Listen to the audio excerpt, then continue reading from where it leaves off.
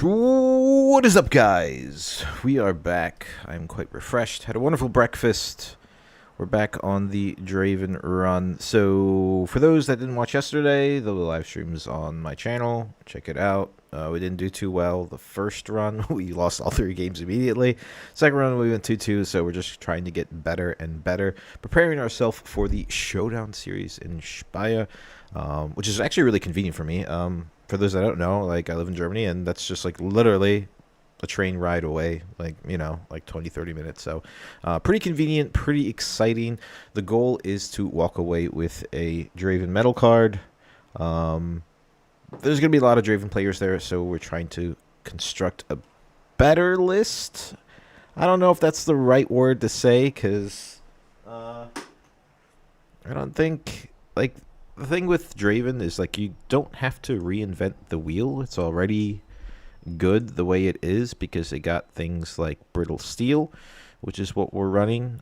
Testing some things out. I moved the switcheroo to the sideboard, as there were just matchups where it was dead. We're going to try out one of Bone Skewer. I also took out one of the Gusts and put in a... what did I put in? Gust. I took out the Bone Skewer. I took out the Gust, put in the Bone Skewer, moved the switcheroo to the sideboard, and added a Cleave.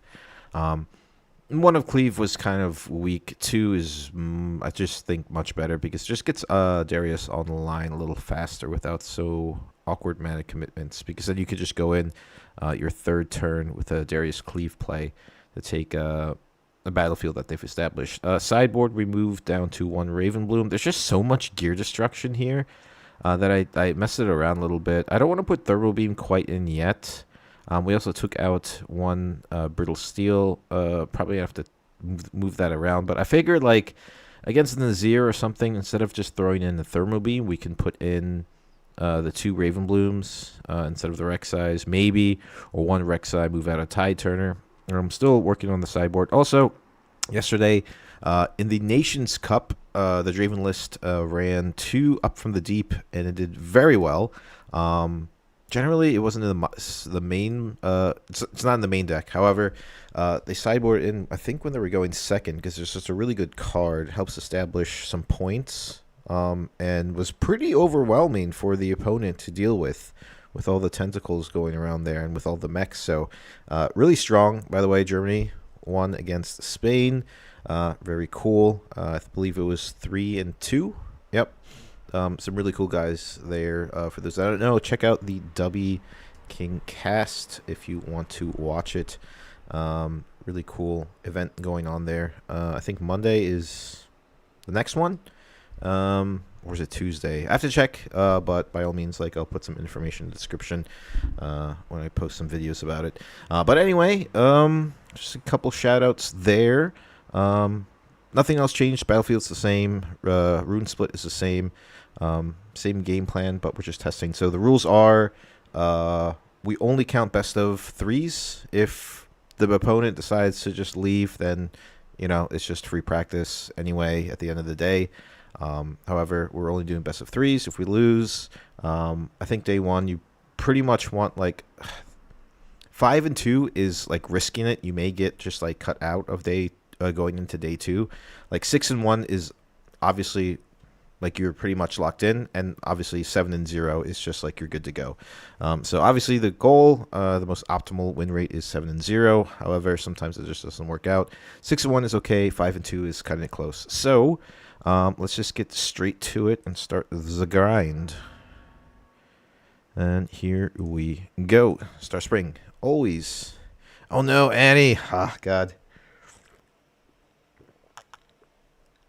Oh man. It hurts to play against Annie, as let me check first of all if all the levels are good. Everything's good. Stream is running excellent. Volume is good.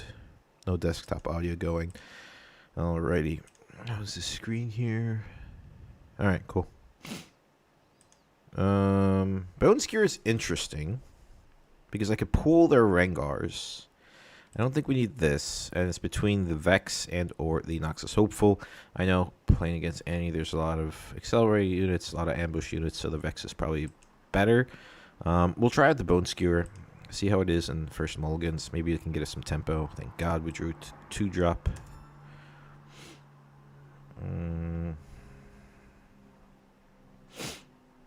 The up from the deep. Very good. That really puts like things like ambush stuff online, which is really good for Annie.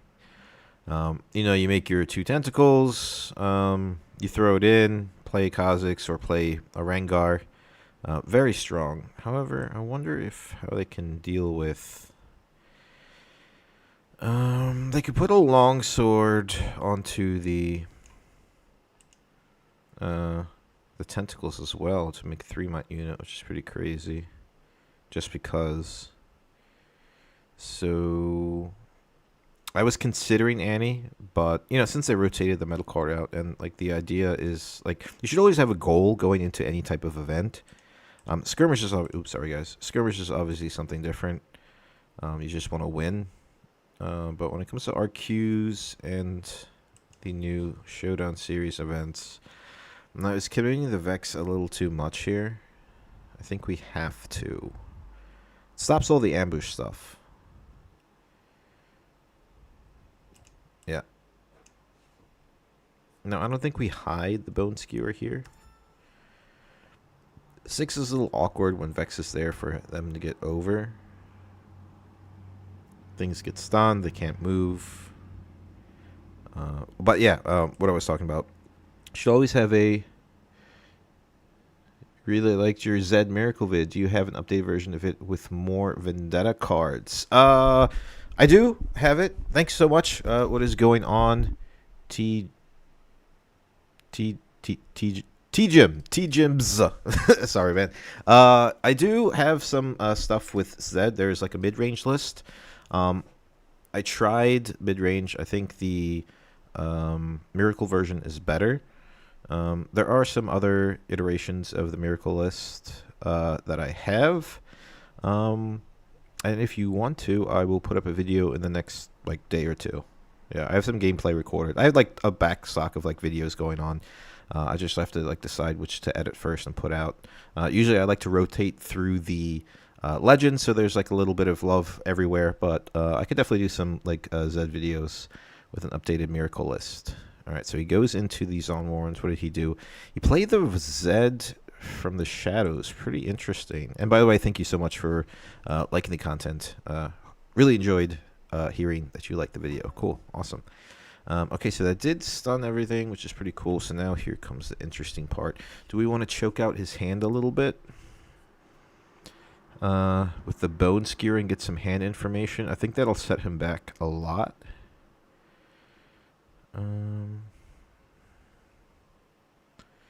Yeah. And then we can play the Kaisa to the Star Spring, move the Vex back, and attack into the tentacle there. The issue is that the shadows hit for 4. Let's do this first. We may have to pull back. I'm choosing this battlefield. If I can get a Rengar out of his hand, that's really good. He may hard bargain for 2.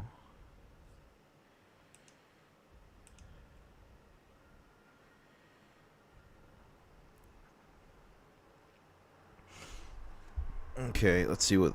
One cool thing also with Bone Skewer, even if he doesn't have units, it's still you're paying 2 and 1 for a purple for some information. Sometimes, with 3 cards, maybe it wasn't optimal, but I really like choking out the idea of choking out Annie early in the game. Oh, he doesn't know how to reveal his hand. Underneath your runes, there's a little eyeball there.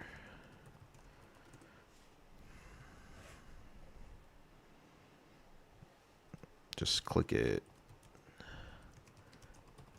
Okay. Alright, so we have... Ooh, Rage Amplifier. This is an interesting list. That's cool. It makes sense in Annie because you can get away with a lot of tokens. So we'll pick the Inferna and we'll put it here. He has a Flash and a Rage Amplifier. I have to mark that down. Flash, Rage Amplifier. I'll pick the Inferna. There's only one unit there, so.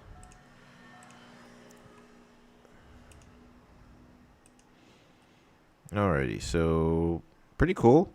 Choked out, choked him out a little bit. Let's get stunned. Okay, so he does have a rage amplifier. So if he plays that next turn, then everything gets +1. He can flash it out. No, he can't because it's stunned and he can't move it. It dies.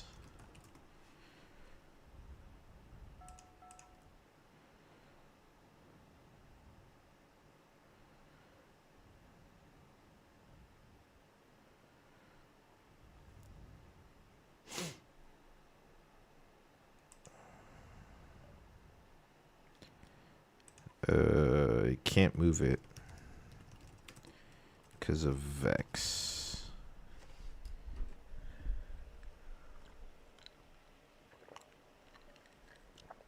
Yeah, so Vex Bone Skewer pretty good. So we win combat, so I'll draw from Draven. We get the Darius, which is really nice. With Rage Amplifier, he's gonna be able to banish things. He can kill my Vex with the Zed. The question is, do I want to be greedy and go to 2 points? Or do I want to back out because these tokens... I think the best thing to do now is just to not even care about the second battlefield. He'll go to 3.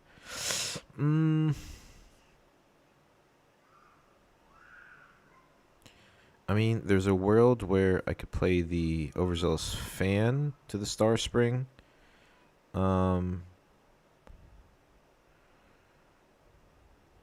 Or I can try and stack deck. No, that doesn't work either. He has a Rage Amplifier, so he won't trade with my Vex next turn if he plays it, which he probably will. So then Zed goes into Zon Warrens against the Vex now. We just pull everything back, and then we can kind of... We're better at attacking than defending anyway. And then we'll just develop the Kaisa, and then we'll pass. Yeah, the Rage Amplifier changes a lot of things. Because Zed goes to 5, his Shadow Clone tokens go to 5 as well as soon as he banishes something. He will go to 3, but we're on a nice even point tempo right now. So yeah, he decides to move back. Move into the tentacle, so he goes to 3. So he's at odd points when it comes to point tempo. So the good thing is if we always score the most allotted points at this point, I'll be at 4, he'll go to 5, I'll go to 6, he'll go to 7, and then I'll be attacking in for the double conquer, which is better unless he gets a runner. That's the only issue. But seems pretty good right now. What is he doing? Oh, he stack decked. Okay, I thought. Okay. So he pulled the stack deck. He still has the Rage Amplifier and the Flash in hand.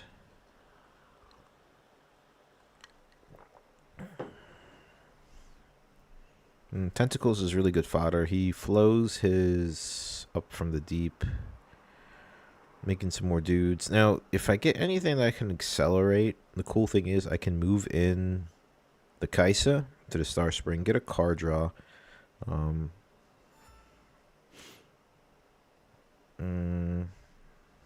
He readies 2 runes.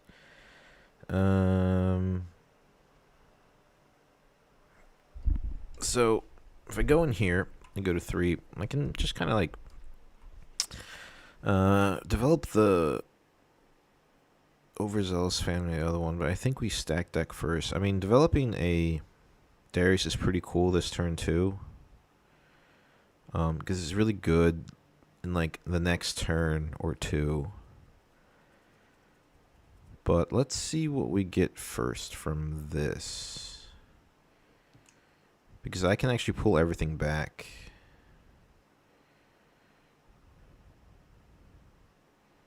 We can sacrifice the Tide Turner. It's all right. So I am attacking. If he does anything with like even a Rengar or a Grim Apothecary, I can always cleave And then I play the Darius to the Star Spring, pull the Kaisa back. Trigger happens, obviously, for the Darius, so I can pull everything back safely at base. I'll be a little greedy and throw the Tide Turn. Okay, so he wants to play his Flash to kind of... Okay, so he's kind of like a little of a new player. Maybe new just on Rift Atlas, but... you know, these tokens are pretty expendable, so I don't know why he's flashing. I still get to draw from Draven because the unit was not recalled. I conquer here. I draw for Kaisa. I get an Axe, which is really nice. It kind of changes what we want to do. Even if he empowers a Rage Amplifier, which he can't. I think we go for... We'll play the Darius here. We'll trigger Star Spring. We'll move this over here. We'll conquer. We'll hook it up with the fan. Just to maybe win a combat or trade some of the tentacles off. And then Darius gets ready and then we pull back. So we got a lot of points. We kind of established a little, maybe like a card draw on the Zon Orange, which is pretty cool. And then we'll pass.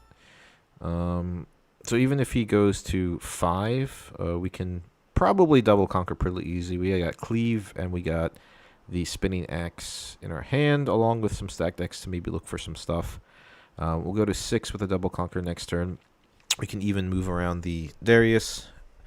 And then he would have to go to 5 if we don't decide to double hold. But basically, if we're on even points and he's on odd points, we get an extra turn for the double conquer. That's the way that works. But honestly, going second, it's usually... Well, the point tempo is usually 1, 3, 5, 7, and then a hold, right? Because you go into a battlefield, chances are your opponent can, you know, more than likely either get rid of something with either some removal, right? That's like just like something you have to consider. Ideally, if you go in and you hold and you go to 2, then you're really on a good like point tempo lead. That's something I learned playing a lot of Annie, because I was really easily to like just kind of hop back to base with some flashes, or you know, save things with Grim Apothecary and so forth. And yeah, but understanding point tempo is very, very important, because then like you're like, oh, I was ahead, and then maybe you just don't care about like getting as many points as are allotted. So he banishes first, and then I'll attack trigger here, because I don't care about that. I'd rather get the card just for some more options. Okay, so he holds priority technically, so he can play any type of actions, but as soon as he moves a unit, then, or his showdown ends pretty much. So I'll still draw from Draven, and then this happens. That's good. So we get another stack deck. I mean, we lost a fan and a thing, but it's not too terrible. What is he discarding? What did he discard? He didn't discard anything.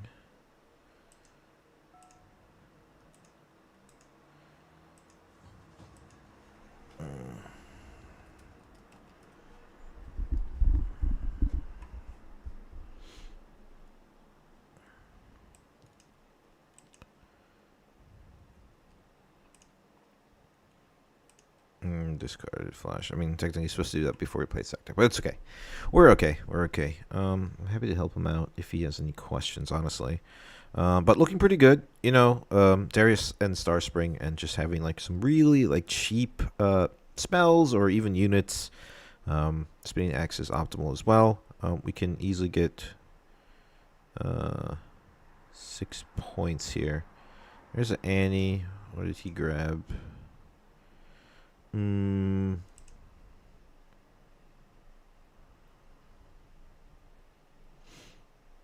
Okay. There's the Rage Amplifier. It takes 5. Okay. So that's pretty good. I mean, he has a flash in hand. I'm pretty sure. I think he had 2. Also, they changed this. I That's cool. It's a lot bigger than it was before. All right, so a few things. I think I'm safe to. I think I can just move the Darius around there. We got 3 stack decks, which is insane. The thing is, if he empowers the Rage Amplifier, that's pretty crazy. So we can look for our Brittle Steel with some stack decks, but first I just want to maybe sequence this as best as possible. Because we move here, we pass focus.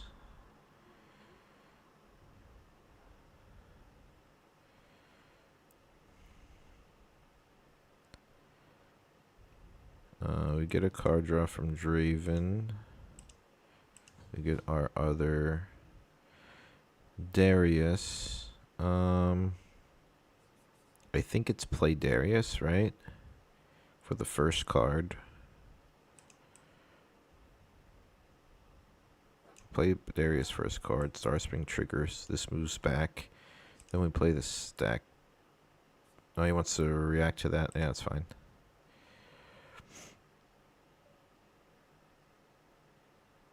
Yep. That's fine. It was in response to the trigger. Why didn't you just play it to save the tentacle then instead of...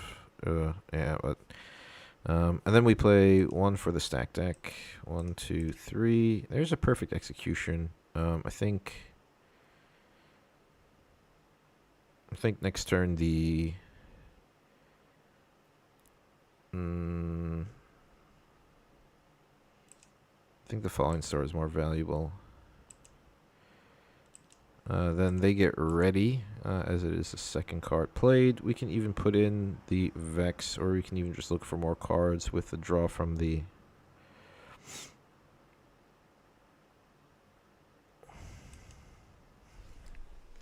No, he's answering some questions. Why you untapped Darius? Second card played in turn. It's his ability.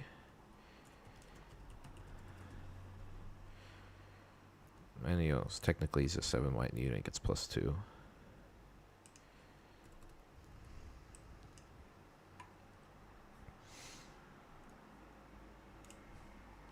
Okay, and then we can easily go to 6. Darius moves back. Because then he's going to have to hold for 2 turns. Well, looking pretty comfortable.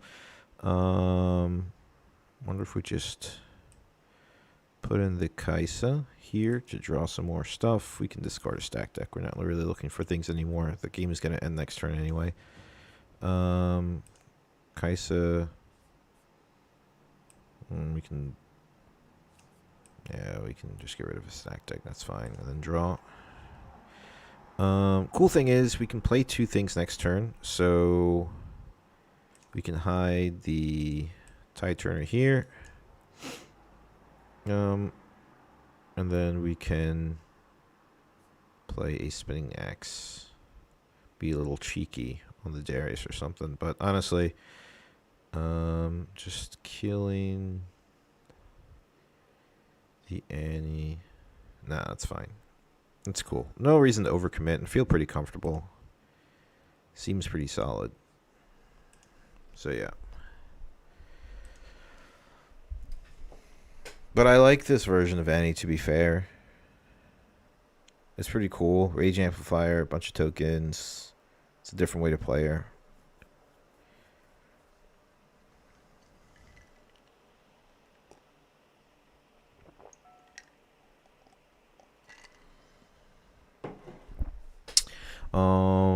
If you click L or hold down L, there's an empower button. Also, it should be on the card now, actually. I think so. I think you can just empower cards.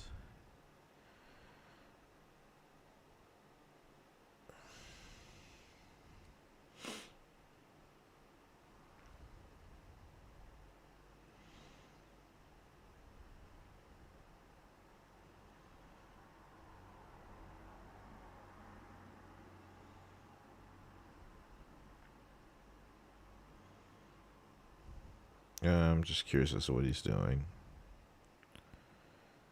So he wants to play Gus Monk. Huh? You need to pay 3.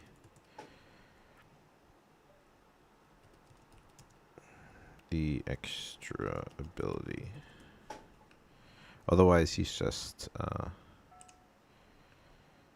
okay, never mind. Does not want to do that.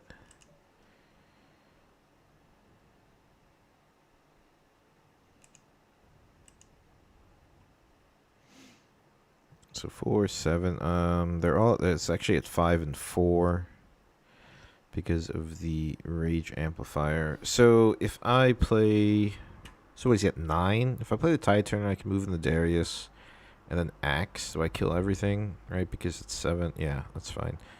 So I'm gonna play this to. It doesn't matter.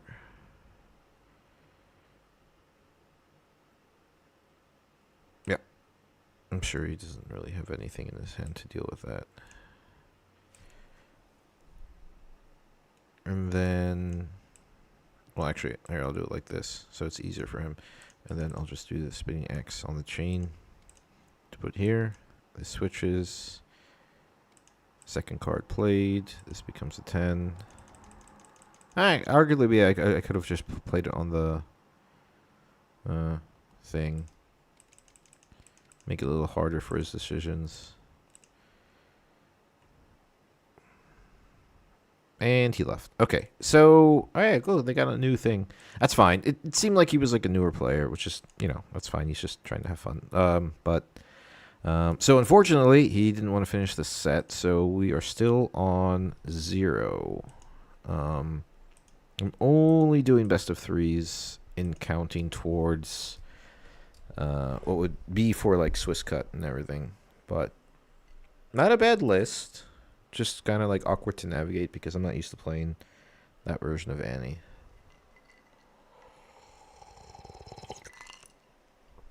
By the way, what's going on, guys? How are you doing? How are you feeling? What about Vendetta? What are your pools? I myself have not bought any Vendetta other than the pre-rift. I'm just really not too excited about some of the stuff that came out. I was looking at all the cards and like, yeah, they're cool, but generally, in my opinion, it's pretty. There's like a weak. It's kind of like a weak set. Like, am I wrong to say that? Like, in terms of like going towards the new legends, like Kennen and Mel probably have like the best cards for him. Like the rebuttal is crazy, lightning rush is crazy, but other than that, it's just like all the commons and uncommons are generally like support for established decks already, like Draven needed Brittle Steel, but I just wasn't a big fan of the list. There's like just like this. I feel like the set is like a collector set, right? There's so many old arts and with the Crystal Rose stuff and the overnumbered and everything. I'm just like not a big fan of Renekton. Nasus actually looks pretty promising. It's just like, I already got like the Sig Spell and like the Chosen Champion and the pre-rift, so really I just need to buy like some cards on Card Market to make like decks instead of just I was just like wasn't excited about this set for some reason. So Mbessa, probably gonna see a lot of Mbessas in the set, or sorry, in the Showdown series. Do I? This is a little awkward. A stack deck would have been awesome in this hand. However, you can't win them all. I could do like a really funny thing where I accelerate the Rek'Sai here and then I just pull everything back, but that's like a waste of deramping right now. Chances are he has some type of buff or whatever, so I don't know if I really want to put it. I mean, I could always just develop the Rek'Sai and then keep the Gus if he decides to move in. I think that's fine. Yeah, that's okay. I think that's why Gus is in the early game, so. I mean, good for the early game. And I cut it down. There was 2 in there, but I cut it down to 1, so yeah, that's pretty perfect. Like, and then I also get to draw from Draven. It's cool.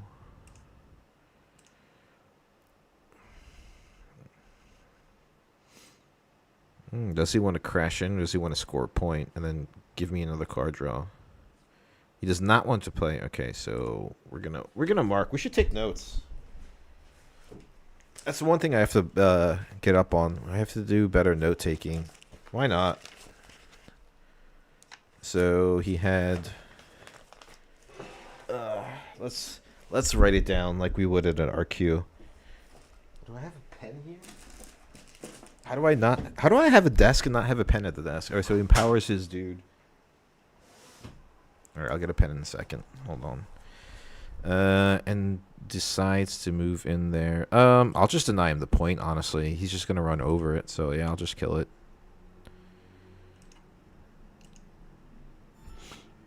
Because I could do some things now, which is pretty cool. I could do some things now, which is pretty cool.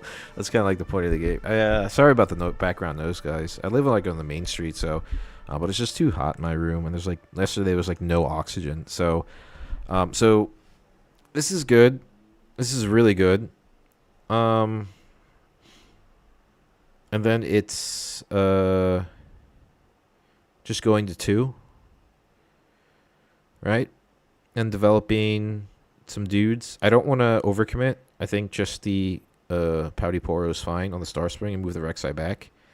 So yeah. So we'll just do this.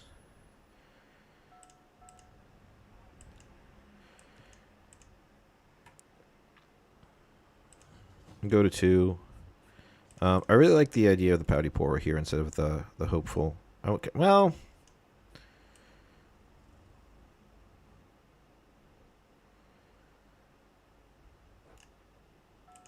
just in case he moves his Mbessa in, because he can actually empower everything. That's fine.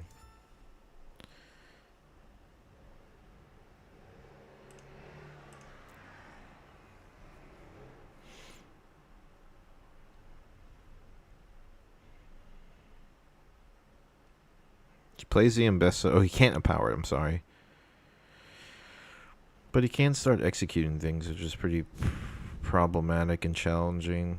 Okay, there's the Honest Broker. So Honest Broker is out, and then he plays out the Mbessa. Yeah, that's pretty good.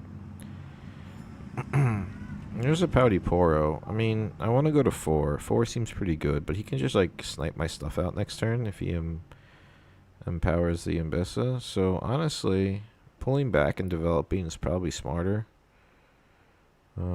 Going to 4 is nice, but he's going to empower the Mbessa and just kill this unit anyway. So there's no point in like being greedy and trying. He's at 0 anyway, so I mean he can go to 2, but we're still ahead. I would kind of want to punish the challenges or the public executions if he decides to like snipe out the Poros. The one thing I hope he doesn't do is like hit the Rek'Sai, because I can actually do like a funny thing where I can accelerate the chosen champion with Rek'Sai and then cleave something.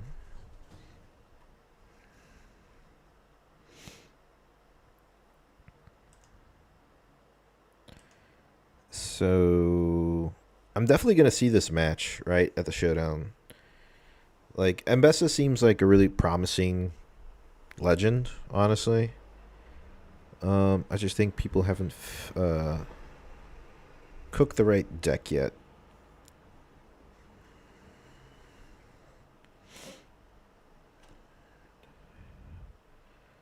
So she's at 7. She gets empowered.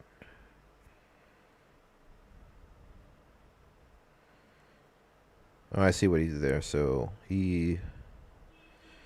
what is he going to do? He's going to play the... he's going to play the first mate. Trigger Star Spring. Move him back. But it's other unit. That doesn't work.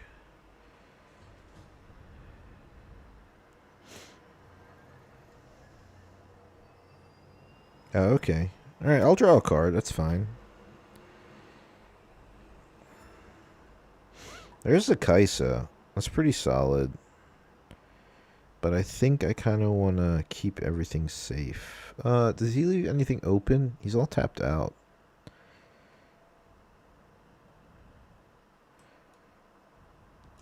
Let's see what we get here.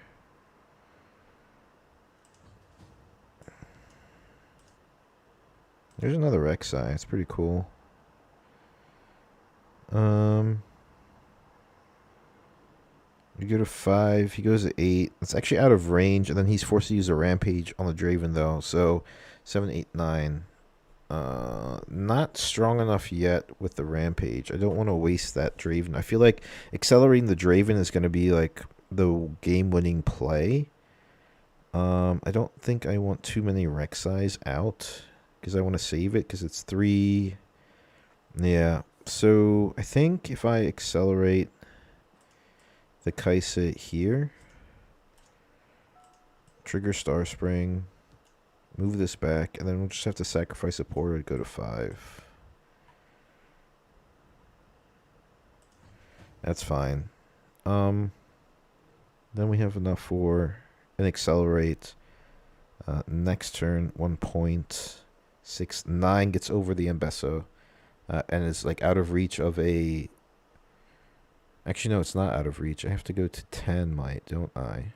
Because Rampage is +2, right? Pay an extra power, 3 in a power to give +2, and it's a fight. Yeah.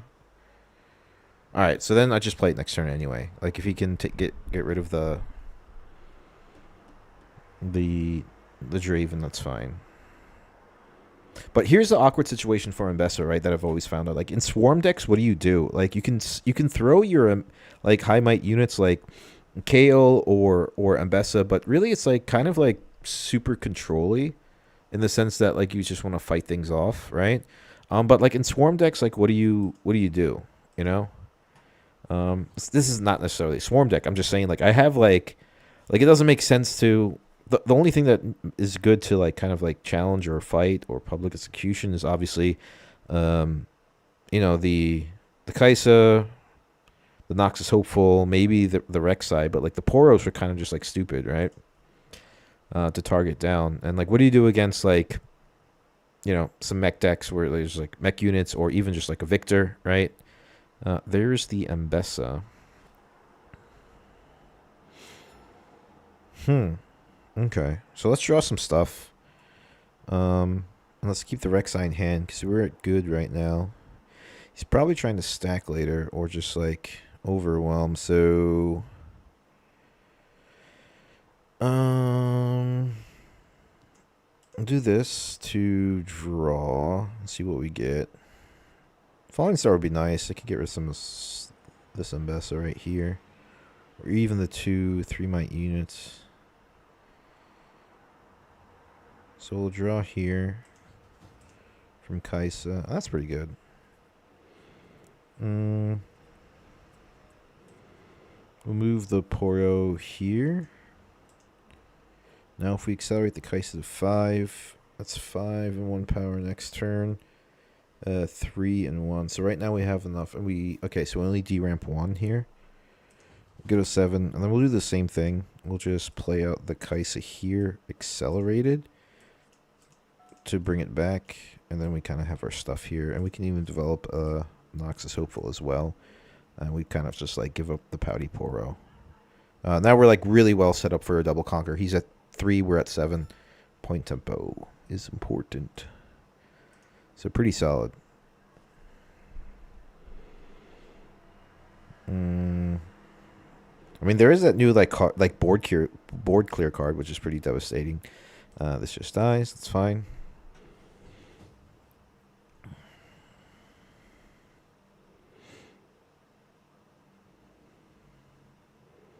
I do have to worry about a defensive challenge. Like if I go into one battlefield, he can challenge from the other side.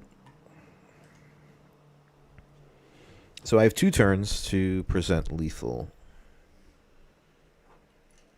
Or like think of it or come up with it.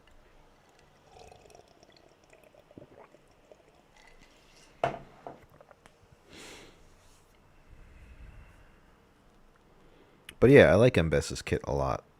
There's the runner. There's that. Yeah, certainly. You have to hold here. Like he has to actually hold for like 2 turns. So you throw everything on there. Absolutely. Michael here. It's amazing to watch you. Kite. Yo, Mishi, what's going on? How you doing? Willkommen. Yeah, that's right. I know German guys. So he's completely tapped up, left nothing up for a punch first or anything, so I just have to figure out the puzzle now. Um so we have 6 and 7, so 13 here. That is a Draven plus a Kaisa that gets over that. And then we have 5, 10, and 14 here, which is pretty much the rest for 8, 12. Yeah, we're fine. And then we have a cleave. Yeah, so this is pretty good. This is like represented lethal right here. So we'll play this. We'll use Rek'Sai's ability to accelerate it for 1 and a power. This is 10. And then we have, and he's nothing up, right? Like no runes. I'm not like, okay. So 7, so 13 there. So we'll put this in with the Kaisa for some card draw.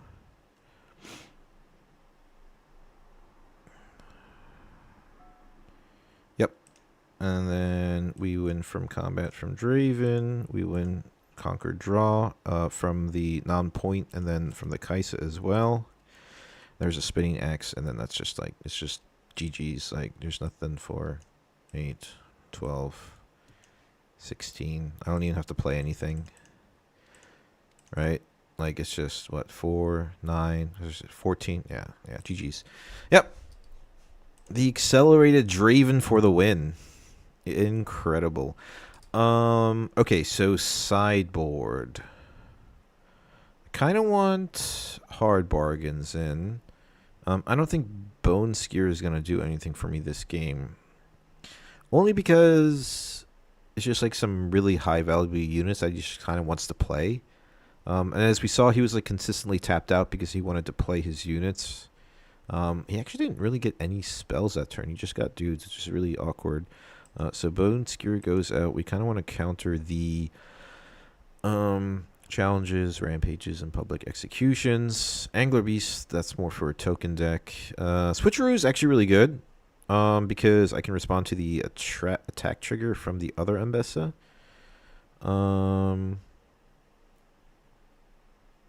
So we put in the Switcheroo. Perfect execution, solid. The Rebuke is also very good in here. It's just figuring out what do we want to take out. Brittle Steel. Yeah, duh, there's no equipment in this list. So I think just the sideboard of the Hard Bargain to counter a really pivotal challenge or public execution from him is good. And maybe getting a cheeky hold with a Switcheroo is also very good. So I think that's fine. Bryn here is questionable because there's some things he could do at action speed that like is really good for defense. Like a defensive challenge is really solid. Game 2 Zon Warrens. Kite Willkommen. How are you? How are you doing, buddy? So Butte good, Falling Star good. Now it's just like which one do I want to keep, because you can't keep like two things like that. It's just too much deramp. Like if you're gonna play Falling Star one turn and then or Rebuke the next turn, you're gonna be out resourced. So you just kind of have to pick one or the other. It worked really well last game with the Falling Star. Also, if he wants to turn 2 the Mbessa, then I can Falling Star it. So I think we get rid of the Rebuke here. All right, there's the sideboard Hard Bargain. That's really nice. Okay. We'll do the Overzealous Fan because I like the play effectives for a Tide Turner better. He's probably going to score a point and then play out the Mbessa. In that case, I can Falling Star the Mbessa, and then I can kind of cleave and win a showdown, discard the Tide Turner depending on what we draw. Oh, Tools of the Empire. Oh man, why did I get rid of the Brittle Steel now? Oh, now we're screwed, dude. Okay, that's problematic. But this is like generally on more of the attack.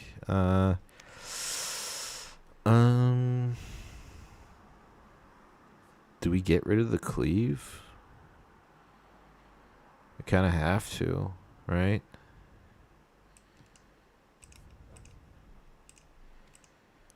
I wonder if he sideboarded this in. We draw for Draven. The switcheroo is nice. I think we get rid of the cleave, unfortunately. I would really like to keep the tie turner.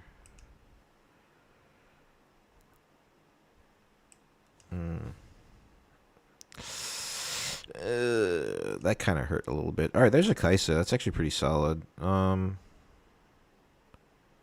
He can't empower. He can empower. Nah, that's just a waste. He does have the seal though, but he's down to 3 cards, so we'll just develop this at base. We can always optimally hold with the overzealous fan, bring it back. Worst case, we lose it. However, we do get to deny him the point, so it's pretty good. Doing good, thank you. I have fun with Akali, but lose a lot yesterday. Akali is hard to hold. It's very good at doing what it does well, which is like getting a really good benefit from the move triggers. But once it's on a battlefield, you know, what do you do other than hide Emperor's Divide? All right, so he readies it. Oh, wow, dude, this... Oh, he wants to pull in the Kaisa. Very nice. Okay, yeah, that's actually really cool. I like that a lot. Yeah, Akali's rough. There's some lists out there which are really good. Yeah, I'll send you in the group chat what they are. But yeah, it's kind of like one or the other. Like I don't know if you actually run both the Jins and the Stellacorn. I think it's either one or the other depending on what you want to do. In my opinion, the Stellacorn's like the better choice just in case like you get choked out. Then you just have options. It's just like, what are your other units that are beneficial? Like, obviously, Green Akali is good. There are some builds where, like, Red Akali shines a lot better, but that's, like, a completely different deck list. But, yeah, it's really solid. I think it just needs to be built just like Mbessa in a certain way. So, obviously, we just accelerate Rek'Sai here. Yeah.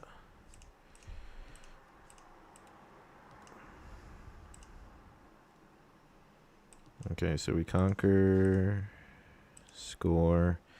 There's a stack deck, which is nice. I wonder if I ever hide the switcheroo. Let's see what we get from stack deck.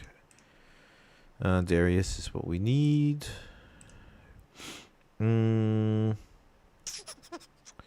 So he's on even, we're on odd. So a double hold would be really good right now. He's not empowered, but he can empower the Mbessa, I believe, next turn in case he goes to 4. And then 3 in a power, and he does have the seal, so then he could ready the Mbessa here, in which case he's probably not going to go for here, but I will hide the switcheroo for when he goes. So what he's going to do, I can predict it right now. He's going to play out the Mbessa. He's going to use his seal to ready it, or empower, and then use the seal to pay for the legend ability, get it ready, and then send it over to the Rek'Sai because he wants to draw another card. So in that case, I could leave this here just to deny him a point if he decides to like kill the overzealous fan for some reason. But yeah, I mean, there is a world where he just empowers or he uses tools of Empire or the Mbessa and challenges the Rek'Sai because he wants to play around the switcheroo. But he decides to play a Camel instead. I mean, honestly, that's what I would have done. I would have rather just readied the Mbessa because that 7 might unit becomes scary. Now here we're in the situation where he probably read the switcheroo. So he just wants to move the Rune Runner in here. So I can't target it down. I go to 5. He's at 2, so I think screw it. Like I'm not gonna be able to utilize the switcheroo, so I think I just move back at this point and kind of build up. We can look what we see with this stack deck. The Vex is nice actually, so he can't ready anything. So he's probably gonna want to have to fight the Vex. But we don't have any way to protect it really, unless. I mean, It stops readying units, but he can just move in the Rune Runner. But I can switcheroo. I mean, not switcheroo. I can tie Turner and save the Vex if he decides to move in there. So that's pretty cool. Let's see. All right, I think I'm gonna grab the Vex. It actually kind of like changes my game plan then instead of pulling back. Maybe I just want to hold here. Because if I play the Vex here, this gives +3, so it goes to 8. And then I can just move this here. And then I can hide the tie Turner and leave 2 up for any type of nonsense with a hard bargain.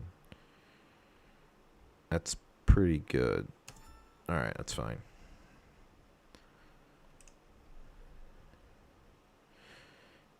Green is like Aurelia and red is more aggro. Yeah, that is very true.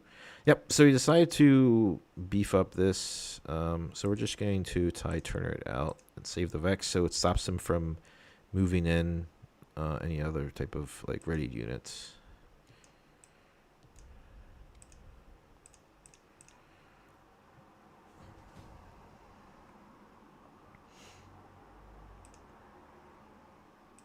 Kali is hard to build, but yeah.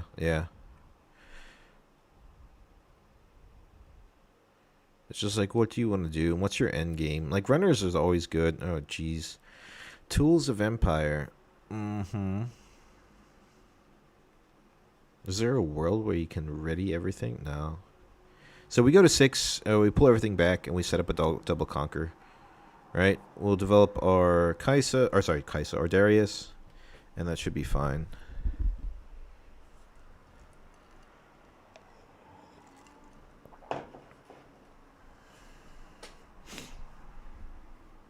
Man, he wants to pull back the Rune Runner. I don't think that was actually what you wanted to do there. Now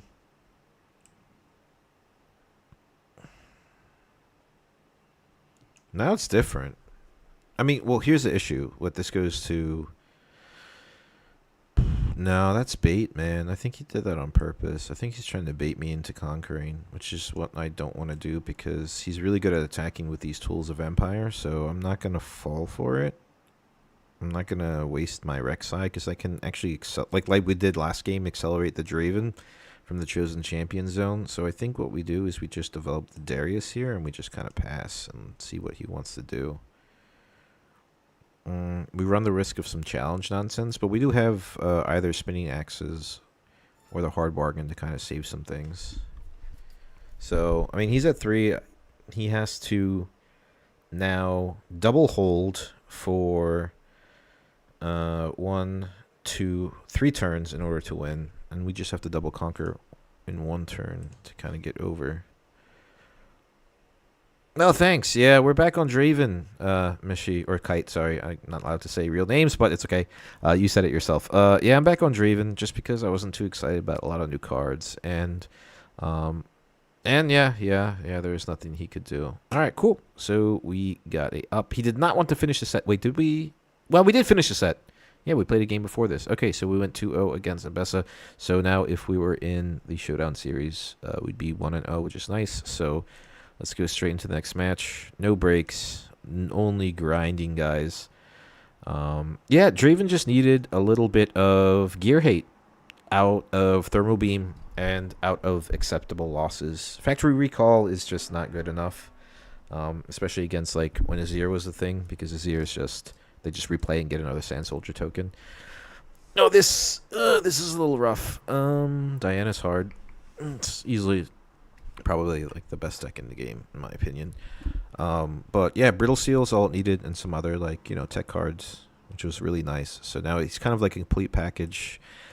Sad that he did not get the love of unbanning the other Red Draven. However, this is interesting. Rebuke's really good against Hui, right? Bone Skewer is interesting. I can snipe out his hand with some units if I establish a bait or like establish a battlefield with some high might units. The issue is, Diana's very reactive, so I don't think we keep the Bone Skewer. The Rebuke is nice, but we're going first, so we need to get some type of unit. If we whiff on this, we can always stack deck. So I think, yeah, we have to get rid of the Rebuke. See, there we go. We barely, we barely got a 2-drop there. All right, so here's the Overzealous Fan.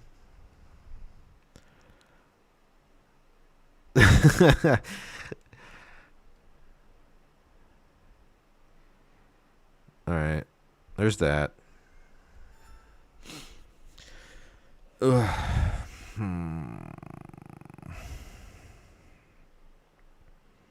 This is Veiled Temple. Oh, this is Swain. This is Swain, Diana, which I think is actually good. There's like a lot of like mixed reviews, I guess you could say, or mixed opinions on the Swain Porobot nonsense. I think we go for the point here, right?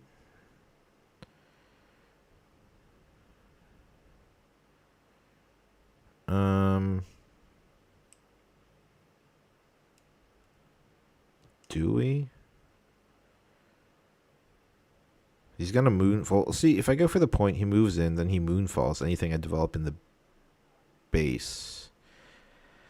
So that means we have to keep up 2 for this spinning axe, just to trade, which feels really bad. I think what we do here is we can always deny with the Overzealous Fan. We don't really get to draw from Draven from that because I know what he's gonna do right now. I think I want to bait out a Moonfall. He's gonna do it. He's gonna Moonfall, move in. However, I think this is fine.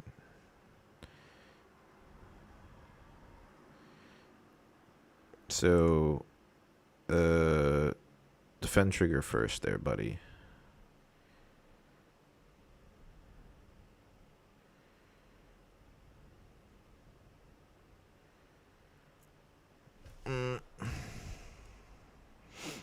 I mean, listen, like, in a kind of official play environment like Speyer or a Showdown Series or an RQ, if someone moves in and decides to stupefy something right away before I would able to even talk and say, oh, wait, my defend trigger happens first, then, you know, he can waste the card. That's absolutely fine. You don't have to tell everything to everybody, honestly. It's just, you know, he played a little too fast there. There's the Hui. I need a Falling Star, and then I think we're good. We really need a Falling Star, dude. Please. Yu-Gi-Oh! Oh, man, that sucks. We'll take the axe, though. This is really... This was a good card. We can still draw, technically. Let's do this. We'll draw from thing. There's a Vex. It's still too little too late. I think... Wait. If we... What did we play? We played a stack deck. We can bring everything back. Yeah, that's fine.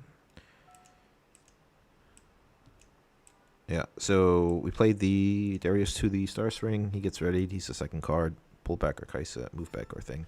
I think this is as good as it's going to get. Hui gets a little too ridiculous now. It's a shame we didn't get the Falling Star. It's not unbeatable. However, it's just like there's just so much value that's going to happen now. Like he's going to play Porobot, moves over to the Veiled Temple with the Hui, draws, discards, readies the Porobot, goes in the Star Spring, can pull it back. Yeah, there's just a lot that can happen now.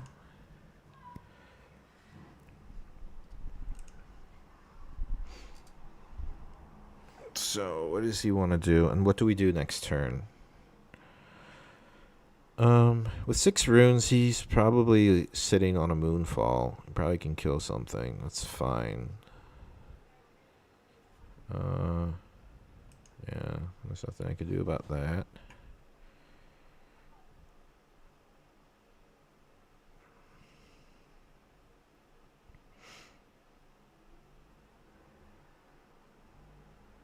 He's considering what he wants to Moonfall. I mean, the Darius is the obvious choice. It's such a high valued unit in Draven. There's so many things I could do with it, especially with Starspring as my battlefield.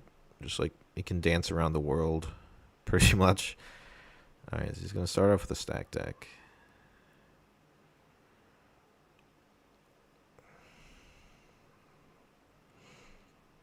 Honestly, this is like the most crucial point in the game now. Whoever gets, I think, not even point tempo, but really it's like whoever outvalues or has favorable trades in this matchup in the early to mid game kind of can walk away with it. Yes, Diana has a good swing turn with like Watchers and everything.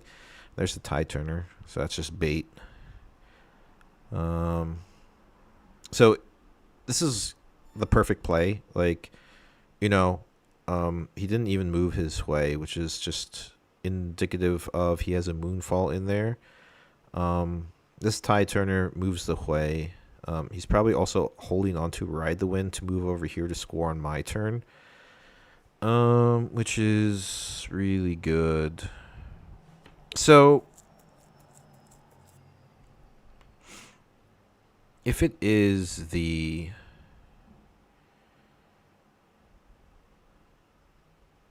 Yeah, so he's gonna... I want to move here, right? And what he's gonna do, he's probably gonna Moonfall this battlefield. But then he can only do one, and then he Tide Turners and kills everything here. But I do have a lot of... I have 3, 6, 9, and I could play everything. So I think the most optimal unit to move in is the Darius, because he can actually get ready after and get +2, and then I could move him back after he gets ready if I win. But the thing is, it's 8, 9, 10, 11 might I have to get over with just the Moonfall. So I think it's just the Darius first.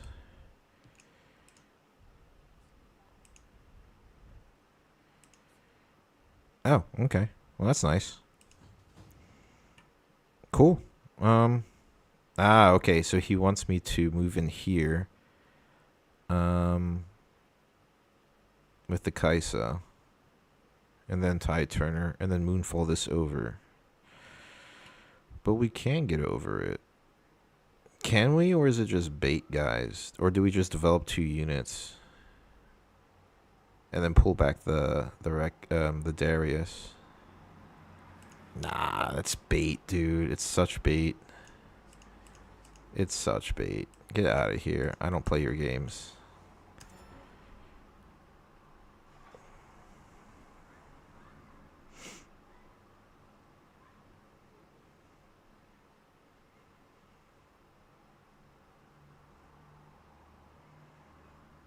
He's also probably like, oh, but I set up a really good trap for you and you didn't take it. Yeah. I mean, it is the Tide Turner, right? What else? What else do they hide? Nothing really.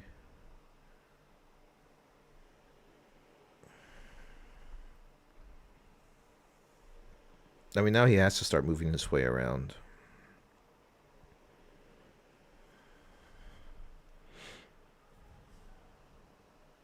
Yep.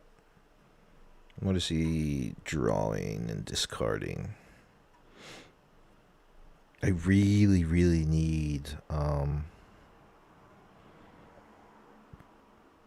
I really need a Falling Star to get rid of that Hui, man. Seriously. And he's approaching his Watcher turns now, so I gotta be careful with leaving everything in one spot because of the Bellows Breath.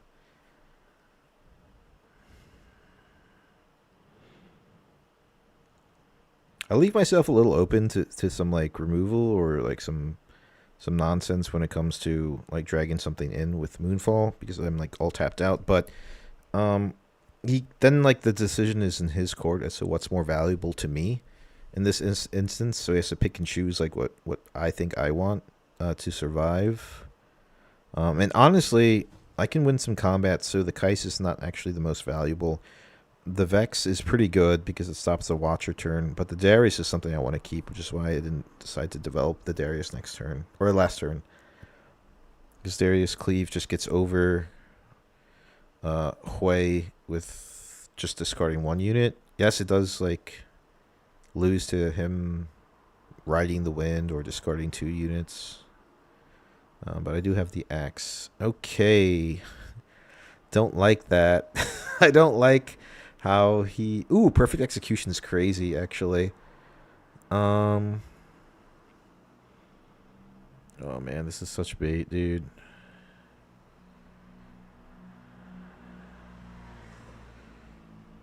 So if I play the Cleave, then Darius enters ready if I play it from hand. So I think what I do is I move in with the... I move in with the Kaisa and the Vex onto the Hui battlefield.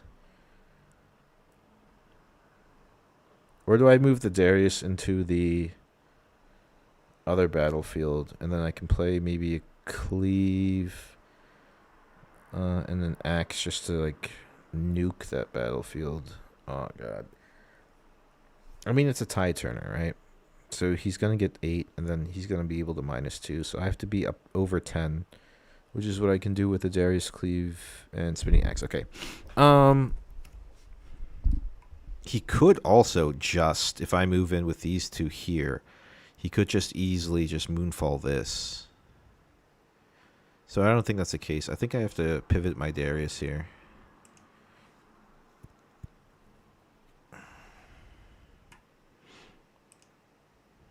Switcheroo? Possibly. I didn't even consider. Do they run switcheroos, though? I'm not too sure.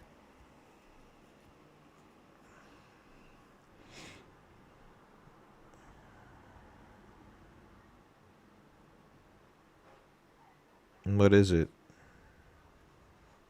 Yeah, tie turner. Yeah. Okay, so no spells. What does he discard? The Porobot? That would be stupid. The Swain? Okay. So we're looking at 8, 9, 10. So I have to get over 10 right now. So we can cleave here.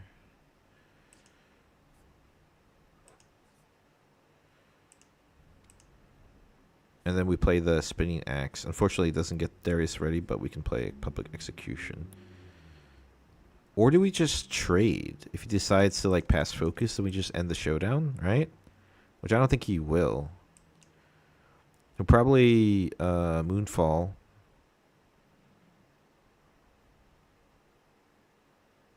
Yep, there's a Moonfall. What do you want to drag in? The Vex. Okay. Did he pay for the 3 energy and 1 power? The deflect.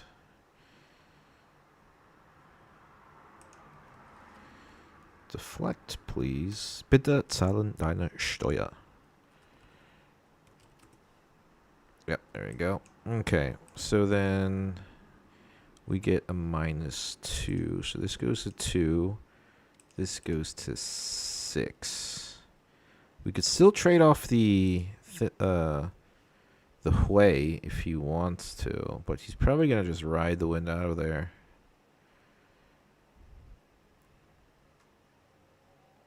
So I played 1 cleave, so this Darius enters ready if I play it next turn. I think that's fine. Like, I don't care. If he passes focus, then I'm just gonna end the showdown. I'll 2 for 1 easily a Hui out.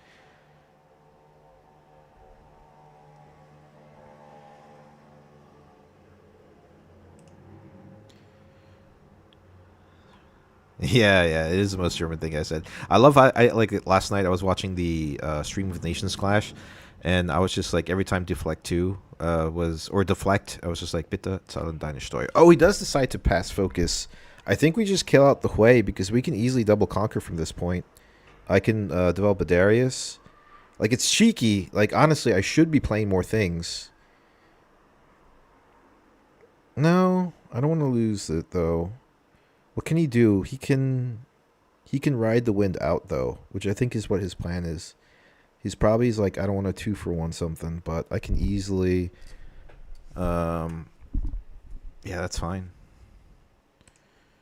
Showdown ends. I know it's like technically an incorrect play, but I think against this matchup.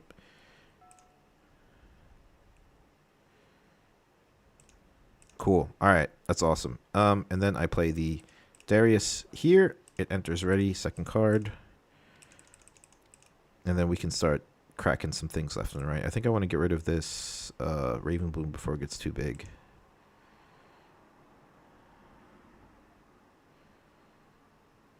I know losing, that was like an unfavorable trade, but I think in the long run, because he thought maybe, okay, I don't really have much. There's Star Spring.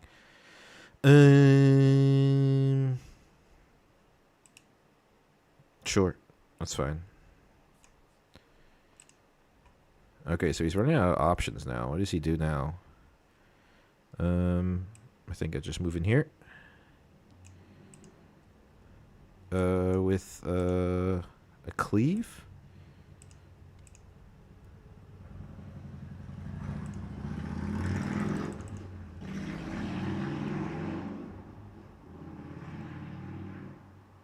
And then we get 2 draws, which is nice. And then he'll be at 5. He can't even ride the wind away. What is he doing? Is he riding the wind? Yeah. He is riding the wind. He can't. Yeah, okay, that's fine.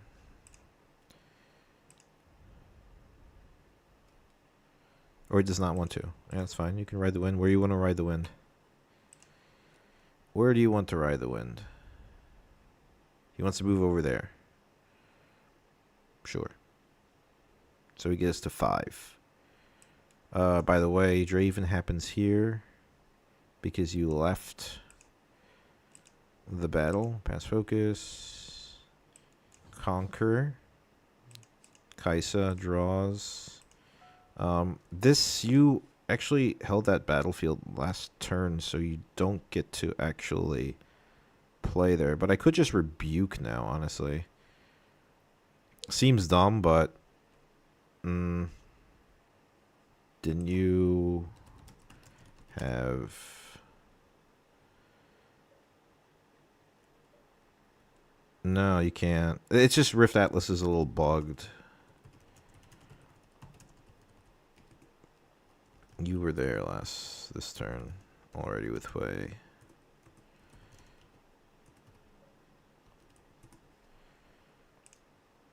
Alright, and then we kind of just spinning axe the Rek'Sai here because he can't do anything. And then we got a double conquer. We cleared his board. We survived a moonfall. Granted, it was a 2-for-1. We lost 2 units, however. Looking good on resources, looking good on runes. I think this is pretty much game here. Like I said, like that turn was the, like when we were at 2 points and he was at 2 points is like the most crucial point of the game when it comes to Diana, because either they pop off and they just like keep drawing cards, or they just lose their board, or I lose my board and I don't get to draw cards because I don't win combat anymore. Nothing to hide, nothing to do. Let me just pass from here. So sitting really comfortably. We double hold. There's nothing he can do. You know, and then we just pull everything back. We can develop a Darius, or we can even just like honestly just go for the double hold. Yep. So we go to 7. I think we just double hold here, right? This is just really good. We can develop. He can't even do anything with Watcher. I mean, Watcher is actually really pivotal. So now, yeah, because he can. Nah, but he can't accelerate it next turn. I think. I don't know. What are you guys saying? Do we hold? I'm going to give it to you guys. Hold or pull back? I mean, we're really good at attacking, and he's at low at rune. So I think the smarter thing... I mean, I don't know really what else he could do. Oh, he just left. Never mind. Alrighty. So unfortunately, we didn't get to game 3 or game 2.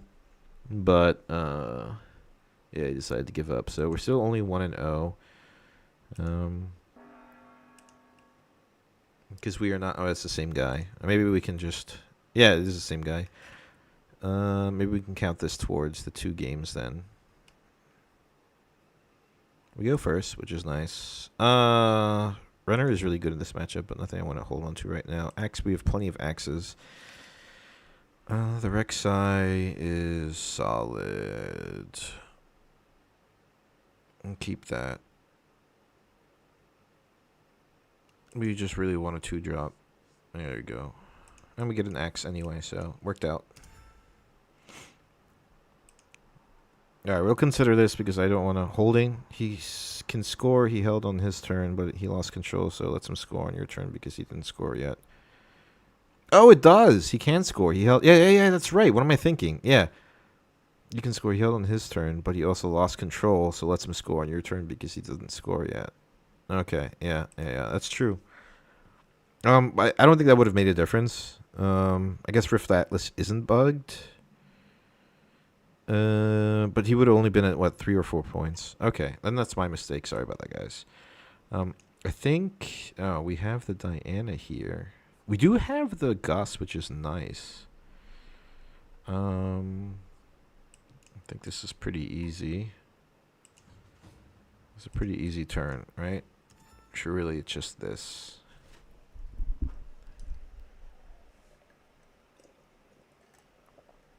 Mm-hmm. Next turn, if he drops away, we have to look for the...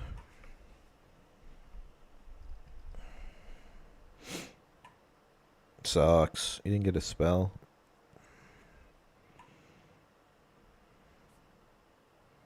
Didn't ask for a defend trigger. Does he have hard bargains? No, we'll gust it away. We'll see. We'll try. It's okay. It's a favorable trade. If he... Even if he wins combat. Okay, cool. Draven happens. I get to draw. Strong legend ability. Never got weak. It was just like it didn't really have support in terms of gear removal. The Aurora matchup was awful in those times. Like, in Unleashed, Aura matchup in Draven was just so ugly, dude. So ugly. It's like, cool. I have no Aurora. I shoot my I shoot my my thermal beam. That's the only thing I do in one turn. And yeah, seems pretty terrible. We saved the stack deck. Arguably we could fight here. Even with a Rek'Sai, we could stack deck at +1. We still have access to Spinning Axe and worst case scenario Rebuke. He probably wants to move in the Vex and Moonfall something. So at this point, I think I want to kind of like develop a little bit. At 2, he's at 0. It's fine. So we can...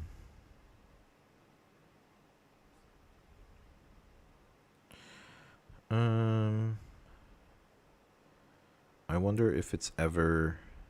Is it the Darius or is it the Kaisa? It's the same amount of runes, so I think this is fine here. Move this back, and then we'll play a stack deck. Falling Star. Okay, just in case we lose the Darius, we can get another one. Darius is the most valuable character. Or character unit. I don't want to go for the 3rd point. I have nothing to do, so we just pass.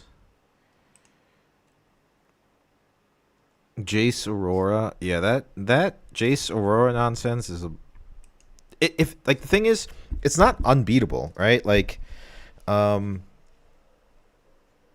was able just with one Brittle Steel just to shut it down. Like he even Promising Futured, right? Got the Aurora, killed my stuff with Elder Dragon. Then I was able to Brittle Steel, and then, you know, it was just like I had some tokens because I had a Ferris Forerunner. Still beat him, but it's like if it pops off and you just have like nothing, then it's just like disgusting. All right, so here's the... So it's a game of attrition. So 1 point... No, this goes there. So we can go to 4.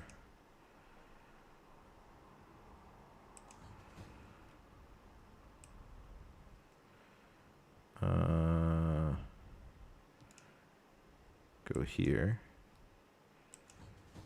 And then we can play the No, we have to play the Darius with the axe on the swing turn if we lose. So in this case, it is the accelerated Kaisa. Ooh, it's a little awkward. We don't have a second card to really play really well.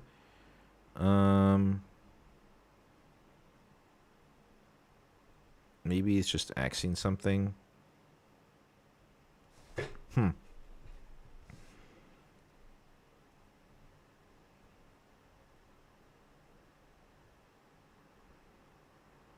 probably gonna regret this, but I think the play here is...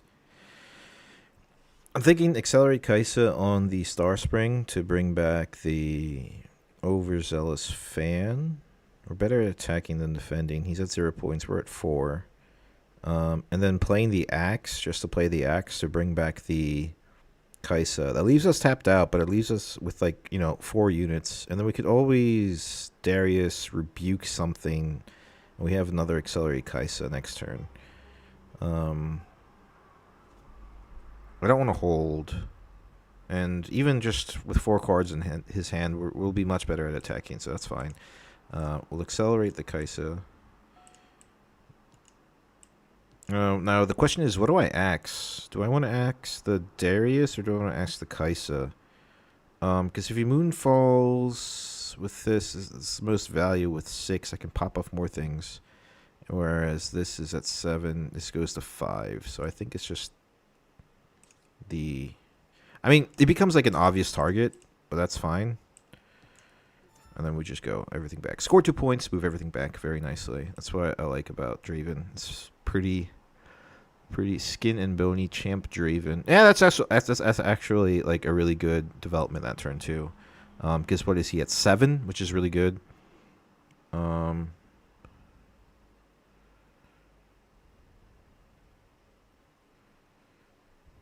There's the fizz for the stack deck. Okay. He must be struggling. That was really fast, so he got what he needed.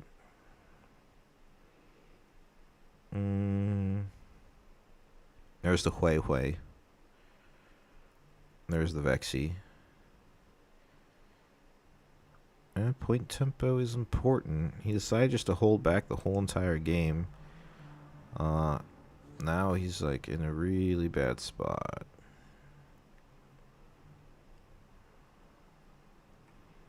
Remember, Diana is a legend. So he has 2 open. That is just such bait for a nice little ride the wind action with the Hui. So he moves into the Star Spring. Nope. He wants to move in with the Tide Turner. Okay, so he goes to 2. I'm gonna rebuke the Hui. Or what does he want to do? He wants to hide something? Tide Turner. Okay.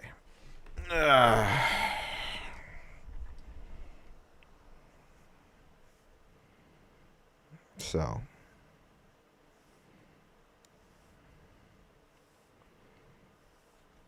I can't accelerate anything yet until I get rid of that Vex. He has 2 open for the Ride the Wind with the Hui. So that's 8, 9, 10 versus my 8. Then I can... Well, if it is a Tide Turner, then maybe I just go in with the Kaisa there. He's going to Ride the Wind in the Hui, and then I rebuke the Hui. And it doesn't matter if he Tide Turners. Okay. I think that's the plan.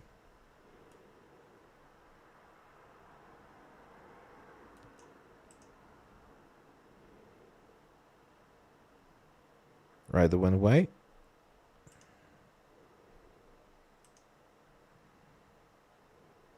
Oh, no?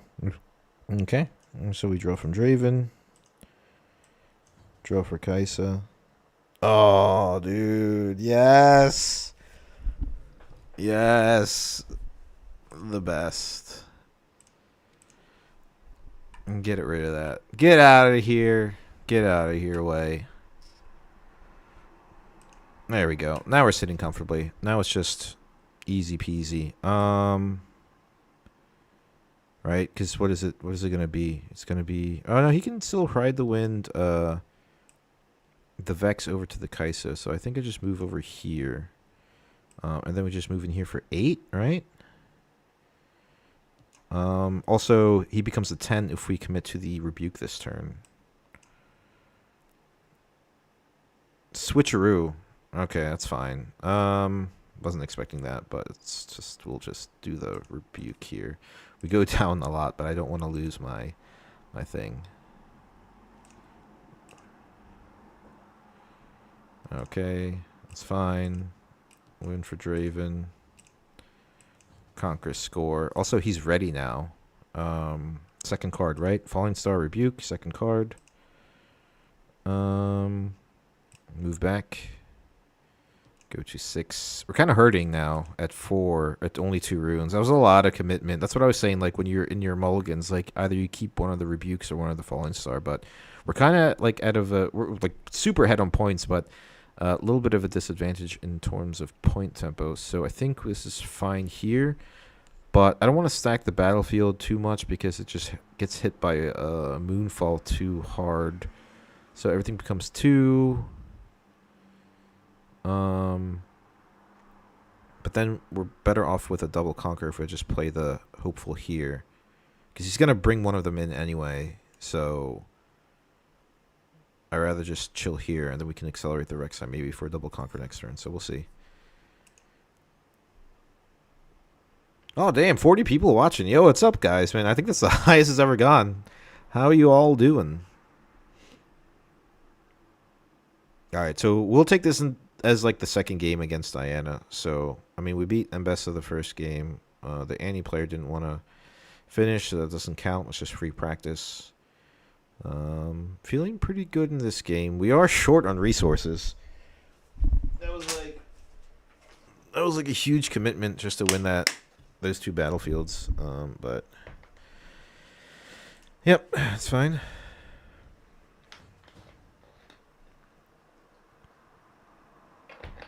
I didn't even see what did he look at? Did he get anything?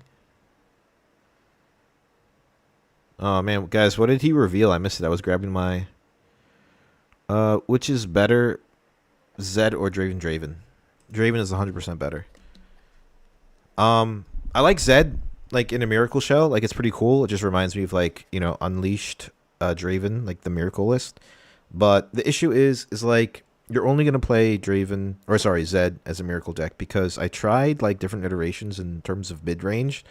Didn't work out because of his signature spell, right? Like, if you're playing a mid-range Draven, like, why do you want to fill up your trash? What can you benefit from? There's 2 units, the one that enters ready if another one is in its trash, right? And the one that gets discounted. But are you really want to, like, discount or get a ready 5 unit when you could just accelerate a Kai'Sa or have, like, a Darius ready? Right, so his signature spell doesn't really do much in a mid-range build. And in a Miracle build, it's awesome, right? Because you just want to play things from the trash. But when it comes to tempo and everything, Draven is just the king in terms of the Fury color or Fury Chaos colors. I think these colors are goated, you know. Draven, yeah. Draven is much better. I mean, and look at this, dude. This list is just really like an a Spirit Forge list. It only needed some cards. It needed Brittle Steel. It needed some good sideboard cards. So he wants to gust this away. It's fine. And what else? Up from below, up from the deep. It's a really good sideboard card. Helps you going second. Ravenbloom Prefect is awesome against Aurora, dude. It's so good, especially against Jace Aurora. Like, you play your thing first. You play your Ravenbloom Prefect if he wants to play his. Yeah, it's fine. So he kills the Kai'Sa. But he's only sitting at 4 runes now for the defense.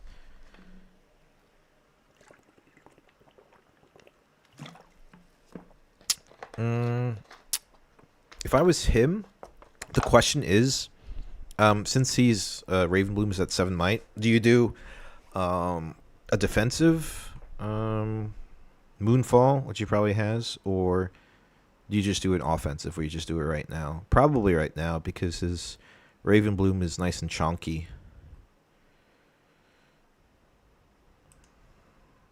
So, Discord link is invalid. Let me update that. By the way, my Discord is dead, dude. Nobody goes on there. So, but like, it's really cool to. Let me see. Don't switch.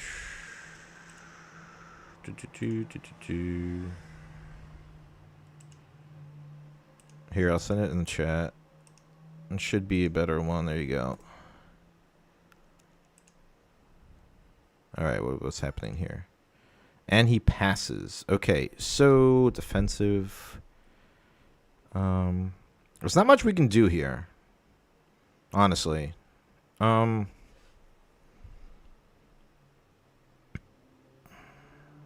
terms of playing things, I mean, we can accelerate a Rek'Sai if need be. If I move too many things in here, it's just Moonfall. He's so 6, so he'll trade off with the Darius. Then Diana becomes a 4 might unit, and the Stupefy is gaps it by 2 might, becomes 5, and then 4. And then I can accelerate the Rek'Sai. I think that's the play.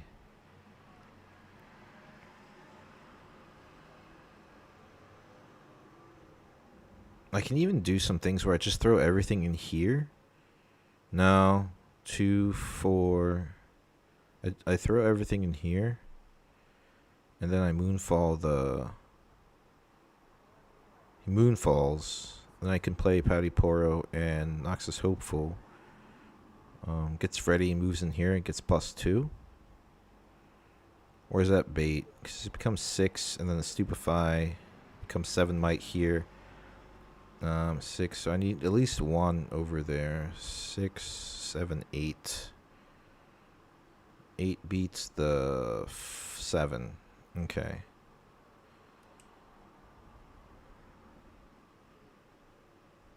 I can also accelerate the... I could accelerate the Potty Pour if I really wanted to. I think this is correct. So here's the Moonfall.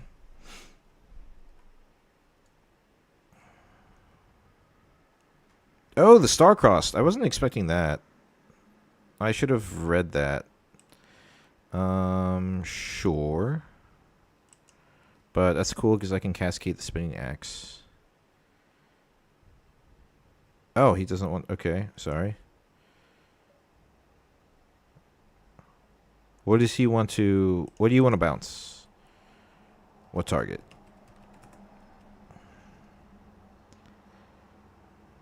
Darius or Rek'Sai?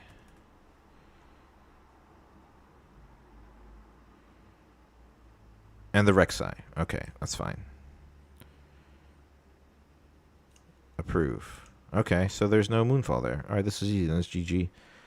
Then it's just GG. Goes to 4. Okay. Then we do this. Then we do this. Gets ready. Goes to an astonishing amount of might. What is it? Like 7, 10, 10? GG. Cool. GG's.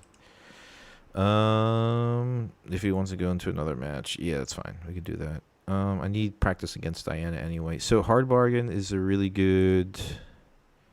Can you send deck code after the game, please? I'm kind of new and trying new deck ideas and learn. We can, after this game, go over the deck list real quick. And I can send it in the chat. Sure, it's very basic Draven. Draven of old, just with a couple new cards. So no Brittle Steel here. There's no equipment, so that goes away. Gus was useful in the early game against the Diana. Then we... Bone Skewer is just like, he has too many high-valued units. Like, do I really want to play a... Actually, I might get rid of Bone Skewer. I think it's just bait. And then I think we can put in 2 hard bargains. We can even arguably get rid of a Ferris Forerunner. We actually haven't seen any of them in the whole entire stream. And how long have I been streaming now? It's like almost 2 hours, and I still haven't seen a Ferris Forerunner. Um, and then for a Bryn here, right? So, which is really good, I think, in my opinion. Honestly, like it's not too bad. Switcheroo is also good in this matchup. But it's just really like easily readable. And plus, like he's running Starcross, so the Ferris Forerunner is just like a really good target for Starcross. So we'll just switch in 1 runner for 1 Bryn here because that's really good on our turn, so that he's not playing any hidden things with tie turners and stuff like that. We'll play the Zon Warrens on game 2 since he's going second. Oof. We're looking for the perfect start for Draven going second is obviously stack deck Noxus Hopeful. That's just perfect. I like the Gust since we're going second as well. So if we get a 2-drop and he moves in, we can Gust something away to deny him the point. So we get rid of the Rebuke and we get rid of the Darius because we really want a 2-drop, which we didn't get. So I'm looking for a 2-drop. Oh, it's painful. The cool thing is that like there's no lost tempo, honestly. If I just wait and just Gust. There is the cleave, his stuff to play one of my stuff. Kaiser expenses AF. Have you an alternate unit? I don't have them. I actually lost 2 Kaisers. I don't know where they went. They are expensive as hell. So expensive. Hop Ishmael in die in Discord. Let's get right in. Nice. Welcome. Yeah. Kha'Zix is a good option, honestly. Just it's like not the same, obviously, but honestly, like listen, we're gonna see Kai'Sa for quite some time until next year when the rotation happens. Like, invest in the 2 Kaisas. Like, just buy 2 Chinese Kaisas. Like, I also need to buy them. But going back to here, I think it's fine. We can just cleave this and then play the Noxus Hopeful. I don't want to lose tempo. I want to conquer the Targon's Peak because he's gonna leave 2 open. It's just too much. It's too much nonsense. Yeah, I mean, so, like, in terms of Kai'Sa, like, you can just buy one, and then maybe, like, in a couple weeks buy another one, or, like, whenever you get paid, They are expensive, though. Like, even, like, it's just, like, 38 euros for, like, just one Kai'Sa is insane. This is good. So, we have a runner turn, which is nice next, so I think we don't burn any runes here. We'll just go here.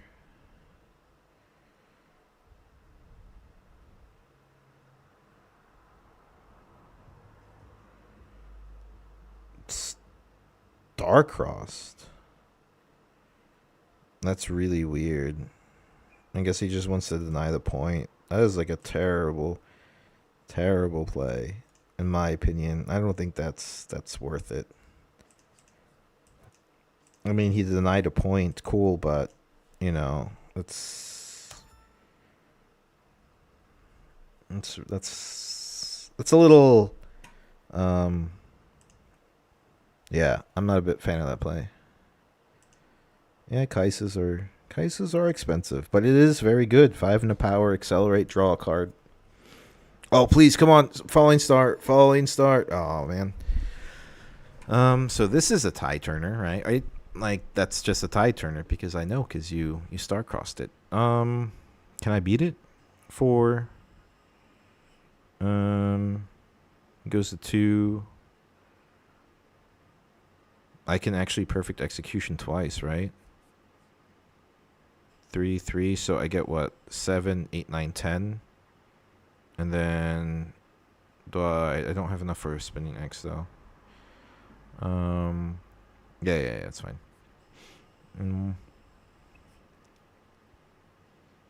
I think I chill here. That's fine. But what do I discard? I can discard the perfect execution. I need to develop the the runner. The issue is like if he has a fizz, then I think it's pretty much like that really hurts. And yeah, that's fine. So he's ahead on point tempo, but he has to deal with this. What is he gonna discard? Move trigger happens first, then defend trigger.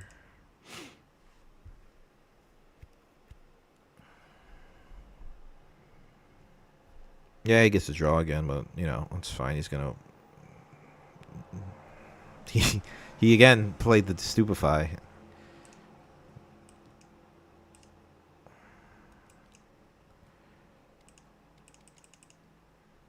Alright, so we got the Kai'Sa, which is nice. And more than likely, the runner is going to die somehow this turn. Ride the Wind. Yeah, that's fine. But we get our 2 dudes. So that's like a lot of commitment just to kill a runner, but we're gonna hold on to the might anyway. So the Chinese are only 4 to 5 lower, and French are same as English. That's insane. That's insane. That's so crazy. That's so crazy. How are they? Yeah, I mean, then buy the English. You know, if like that's your deal. Like I just bought like a Chinese one. I still have to trade for 2 more for the list to be done. Like my like I have all the cards except for the 2 Kaisas. Honestly, I lost one. I don't know where it went. And Showdown. It's fine. I get my dudes. No idea where they went. All right, so back to the game. The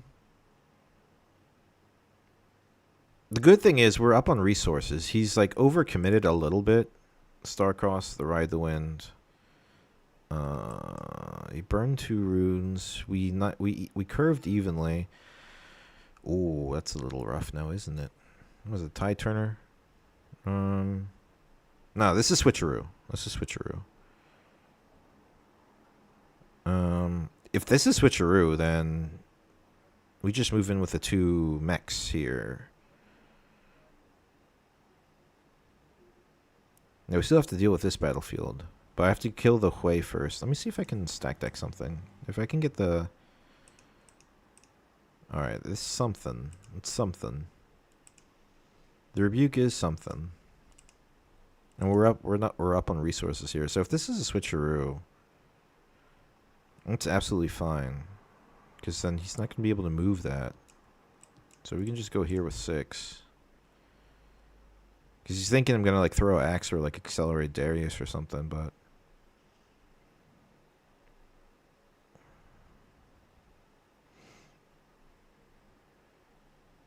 I mean, he's going to flip this. It's the Tide Turner, of course. Yep.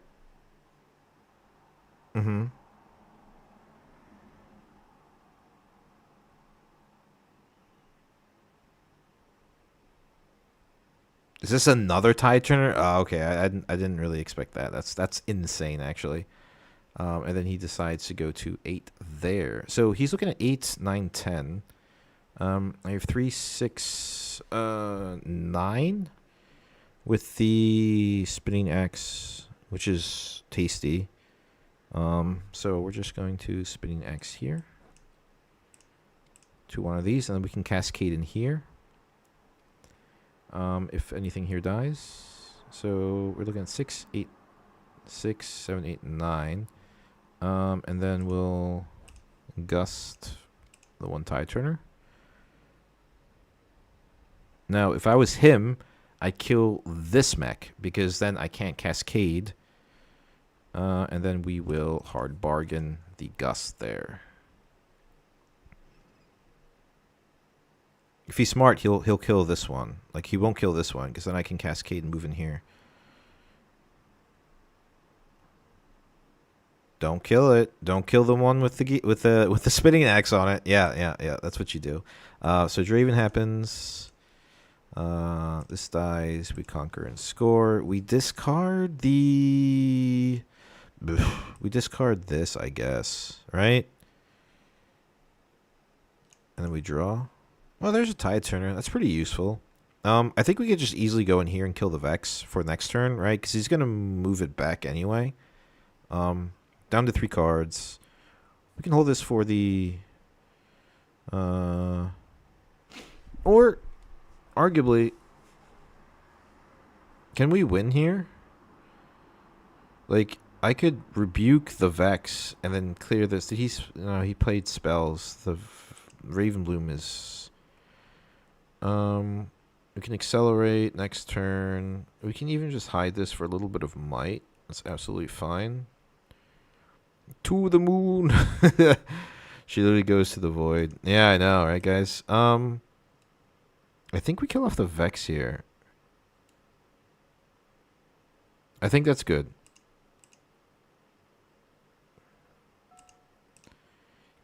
Because, like, Vex punishes us because of our accelerate nonsense.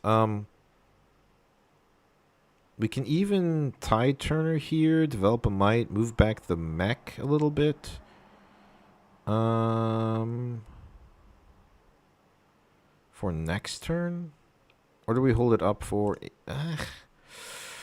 No, we hold it up for next turn. Just in case something happens. But he's in at 5 runes. We were ahead on resources, which is nice.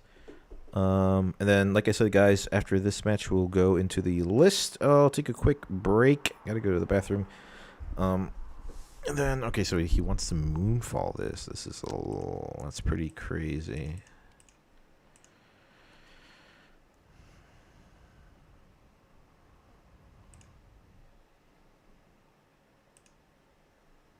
Okay.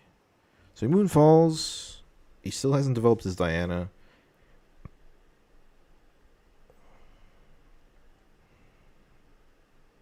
Yeah.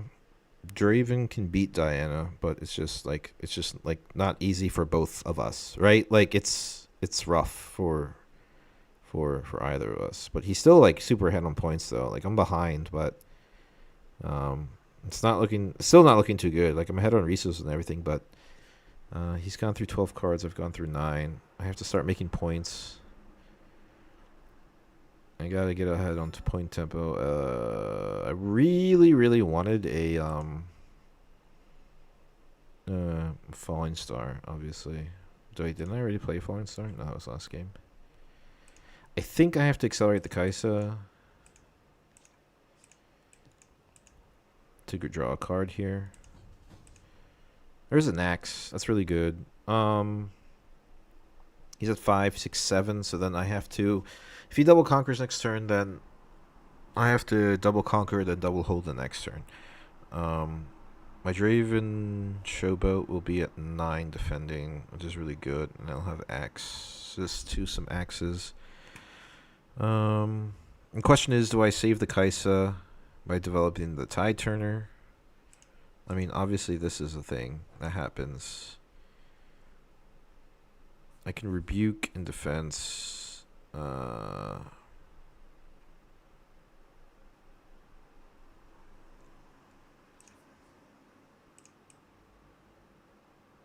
think I want to try and double hold, so he's forced to double conquer next turn. And if I double hold and he double conquers, if I can double hold, I can move some stuff back, and then he has I get an extra turn basically because I'm on even points. That might have been the wrong play, but I think it's fine. I don't think it's bad. I don't think it's great. And plus, I want to play Tide Turners too. He's played so many Tide Turners this turn. When in the beginning, gusted it back to his hand. What else?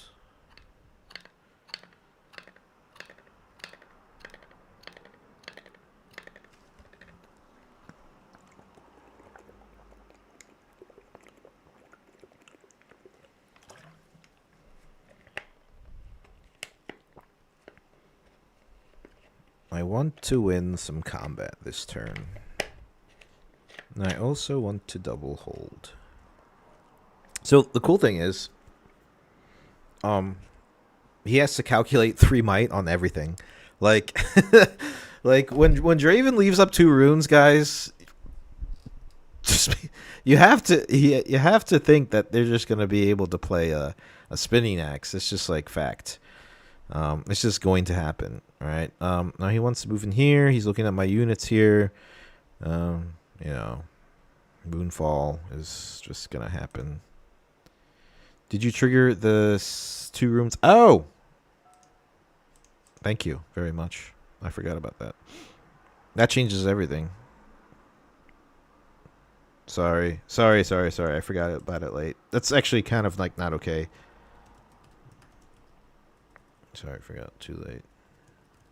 You can rewind then, because it changes the dynamic.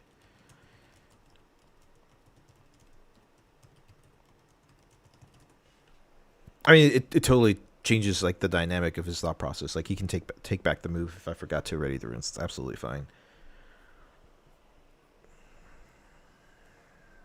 Yeah, and he just wants to move in with everything.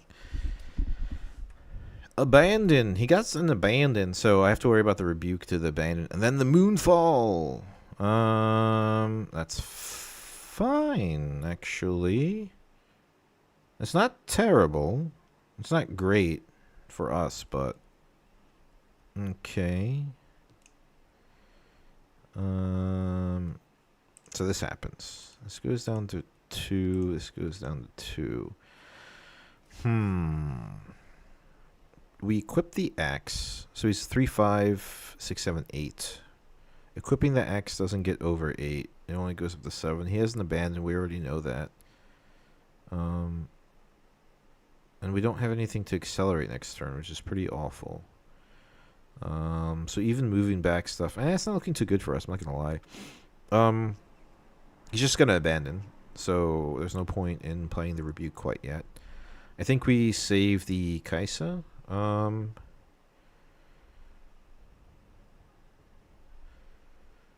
think I kind of have like a pretty crazy play in mind.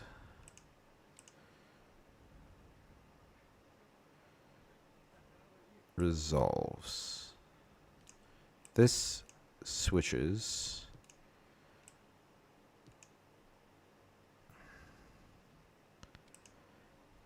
So now we still have 4 might there to kill things. Probably the Diana there. But I can even arguably axe the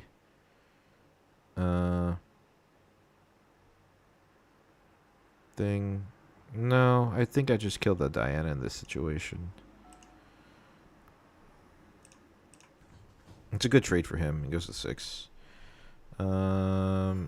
There's a world. Oh, okay, never mind. I was about to be like, we can rebuke the Kaisa to move it back, or even rebuke the mech unit to have another thing. But I just think this is fine. Just accelerate the Kaisa.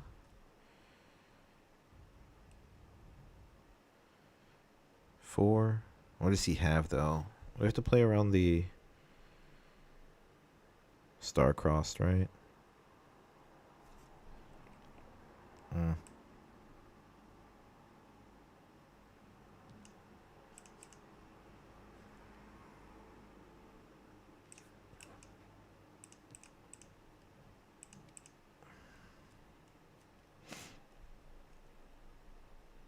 It was a sloppy play. That was a little too.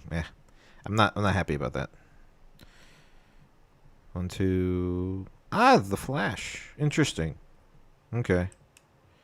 Sure, that's fine. And then we have a defensive rebuke. We got 2 ready runes. Okay, so Draven happens. I get to draw. Conquer score. I get to draw. Oh. 3, 6, 7, 8. He can do an accelerated watcher next turn, but he only gets 1. And I'll just have the rebuke anyway, so we falling star this. Oh, the abandon. God damn it. I forgot about the abandon. That's why you need to write notes, guys. Okay, so he's going to accelerate watcher, but we still have the rebuke. All right, this goes back to hand. He gets to predict. Yeah, I pulled the trigger on the abandon. That was a little too greedy. No need. Sorry guys. And then we ready 2 runes for Star Spring, and then we pass. So, accelerated watcher. All right.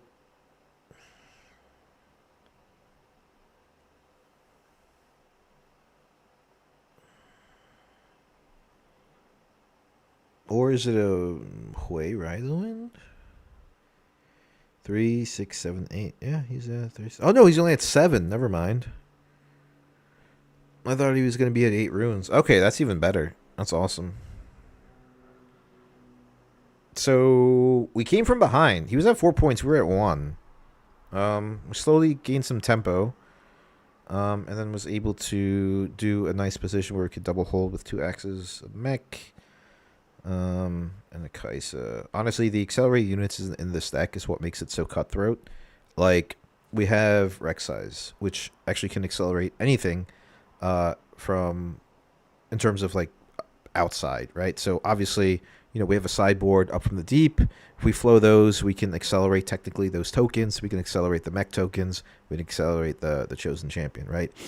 Also, Kaisa's, Darius's, and the Rek'Sai's. Like, it's just really good bounce back. Okay, so here we are.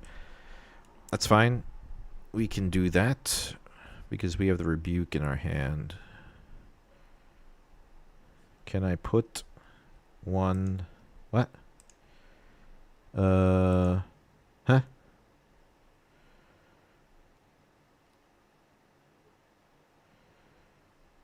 So it goes to 8. And then we just Rebuke here for the win. GG's. We also get to draw from Draven, blah, blah, blah. Nice hard bargain. There's nothing you can do. He's at 3. GG's. Well played, man. Good games.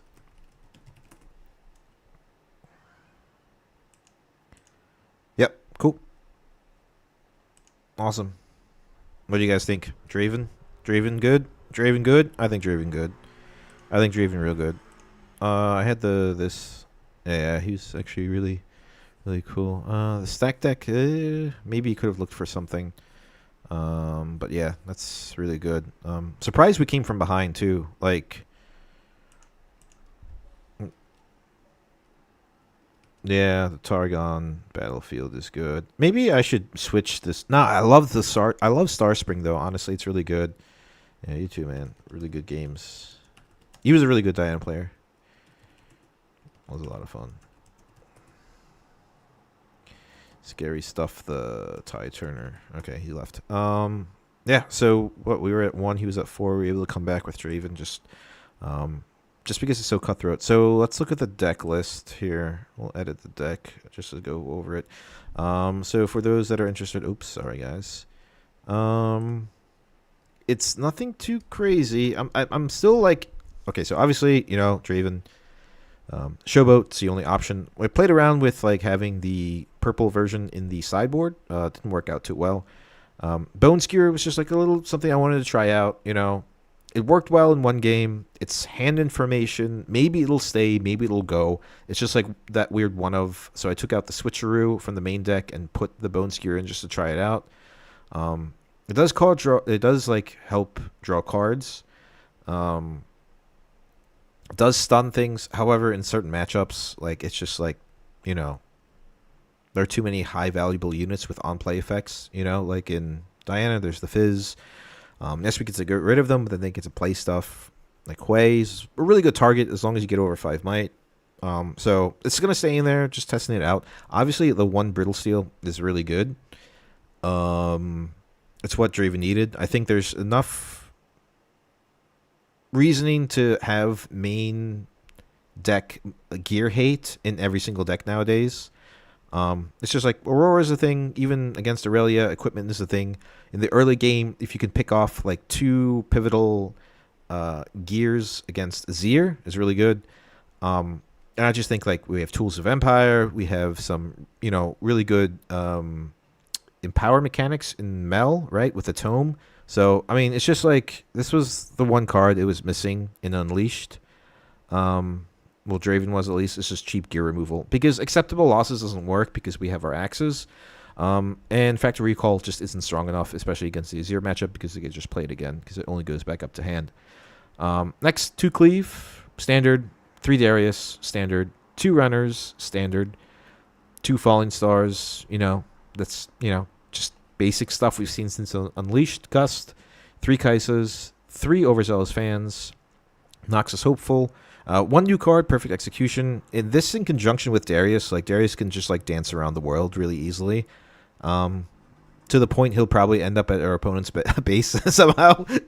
Yeah, it's just really good. And on his on game, just like having some options to discard because we could just play it from trash. Also, in any like official play events or any type, even just a Nexus night, people forget about what's in your trash, but now we have to keep you should really pay attention if there's any flow cards in there. It's just really good. Being able to ready something initiates a really good swing turn. Like you play out your Darius, or if your Darius just gets ready, you can move in. You can ready it again with a Perfect Execution, maybe move it back, and then give it the Assault 6 by playing it again. It gets ready, get plus the +2. It just gets out of hand. Also, just anything that touches Kaisa, Ferris Runner, and also just on the swing turn, like if your opponent's just going to go over, being able just to ready something for 3 and a power and move back, sure, why not? Like if it helps you save a unit, great. Obviously, optimally it's like used as moving in on the other battlefield as well, but Assault 3 is Assault 3. The cleave and readying a unit is really, really good. 2 Pouty Poros. Pouty Poro is goated, in my opinion. It's just the best one. There's so many spells that target nowadays, and we like to tax our opponent because we are the non-stomped. And yeah, just like just having a bunch of things against Ezreal at our base, like Pouty Poro, is really good.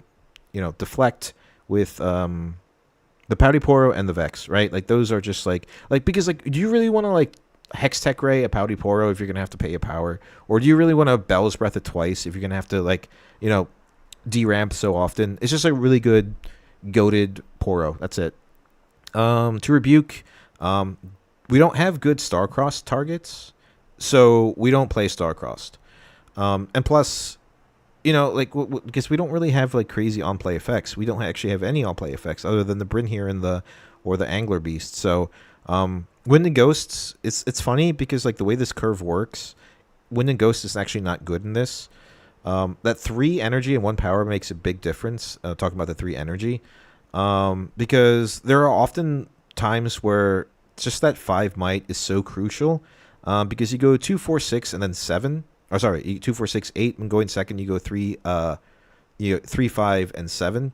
Right. So the first game is really optimal because we play things like Pouty Poro, Noxus Hopeful, just that nice even clean curve of being on even numbers. And then on our game 2, if we win, right, then we're at odd numbers where our deck can really pop off, right? Because then it's always at turn 3, it's always Darius and something. And Darius and Rebuke, something that they've established on a base, like a Ferris Forerunner or any type of big dude, is really good because it gets ready, +2, blah, blah, blah. It's just a nice sweet spot. So that's why Rebuke is in over Starcrossed. And is it Wind and Ghosts? Yeah, Wind and Ghosts. Rek'Sai is just a really good solid 3-drop. And it can accelerate things from your chosen champion zone. Can accelerate the mechs from Ferris Forerunner. Accelerate the tentacles. And honestly, just like that Star Spring game, if you've noticed, I do it a little too much, but being able to move in onto Star Spring and just for cheap, accelerating a Rek'Sai 4 and a power, right? And then being able to bounce something back and then just move it back is really, I'll do that, right? Then I rather play an extra energy and a power to accelerate something, especially the Rek'Sai, on something like a Star Spring, move both units back, then lose 1 unit, right? Cheap accelerate unit, really good with cleave, just a solid 3-drop, play it, obviously 3 spinning X, 3 stacked X, that's important, 3 tide turners, and 2 Vexes. Guys, I'm telling you, if the wheel isn't broken, there's no reason to fix it. It's just a very, very standard Draven list, and just the couple key cards in literally Brittle Steel and Perfect Execution and some really good gear removal made the deck in my opinion S tier. Battlefield Star Spring is game 1, Zon Warren's game 2, and Seed of Power game 3. 6 and 6 split. Angler Beast against Azir Bryn here against those, Diana decks or any type of spell control nonsense. Things decks that are like to be very reactive. Two hard bargains. It's just you need to. Two Ravenbloom prefects. Really hate just to put these in just for like Jace Aurora, but you just need to. Switcheroo for like those might base decks, maybe Renekton, Nasus, or anything kind of like just gets over a 10 might. Because ideally, like, we don't see more than over 10 might with Darius. There are some times you want to double cleave it and axe it. We can get like to 13 and anything, but anything that goes over 10, we put in our switcheroos. And Up from the Deep, game 2, I haven't really tested out that much yet, but good against those token decks. But, going second, you play this, you get 2 units, you can easily guarantee 1 point. So it kind of helps you with point tempo if on the game 2 when you're going second. And yeah, that's pretty much the... Oh yeah, here, I'll give you the code. That is the breakdown of the deck. Let me take a quick break, go to the bathroom, get something to drink. Here's the deck list. I don't know if I can export in text. Oh, copy deck code. There you go. Oops. Let me get something to drink. We are 2-0, so we're doing pretty well. I don't know if that's going to be something. This is the code for Rift Atlas. Let me know if it doesn't work. I'm going to grab a drink, go to the bathroom real quick. And then we'll continue our test run for the Showdown Series. We're 2-0. Let's see if we can get any better. I'll be right back.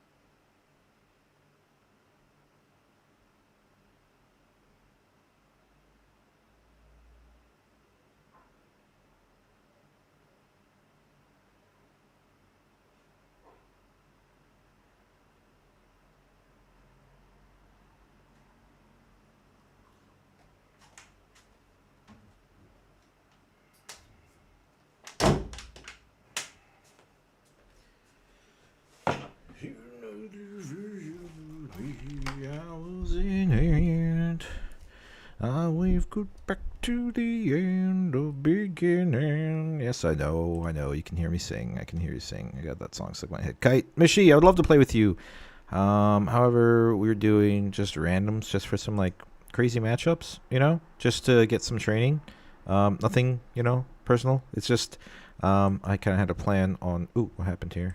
Oh, okay. Plan of just doing randoms all day and trying to get at least 6-1, if not 7-0. Star Spring. Akali, there you go, Rishi. There we go, Akali. Good morning, Jim. Or no, I'm Planter. All right, so why are we locking in sideboard here?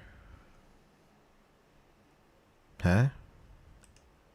What? That was weird. Why did it lock in sideboard? That's so strange. Anyway, well, this is a really bad hand. Akali is actually... Bone Skewer is actually really good because it forces us some stuff. Perfect Execution. He's Void Seeker, so he's running red Akali. Darius. I don't know about the Bone Skewer, actually. Perfect Execution is really good to go over the Might, but we can do that anyway, so I think we get rid of this. We want the Brittle Steel. Okay, that's good. That's good stuff.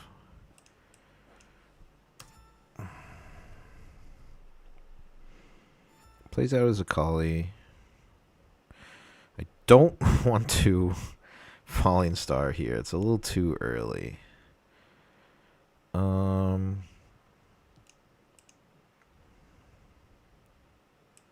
Conquer and score here. Now the question is,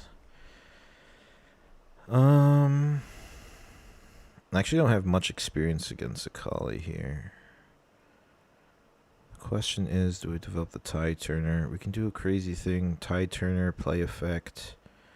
No, actually no.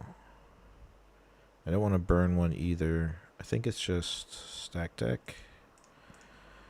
Darius, we need a Darius. And then we can...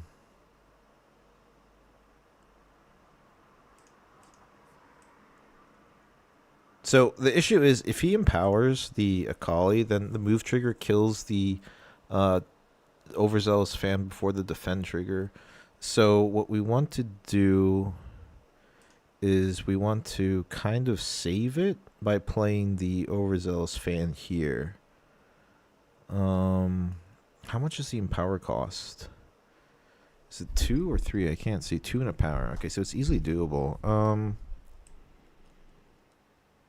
The Overzealous Fan.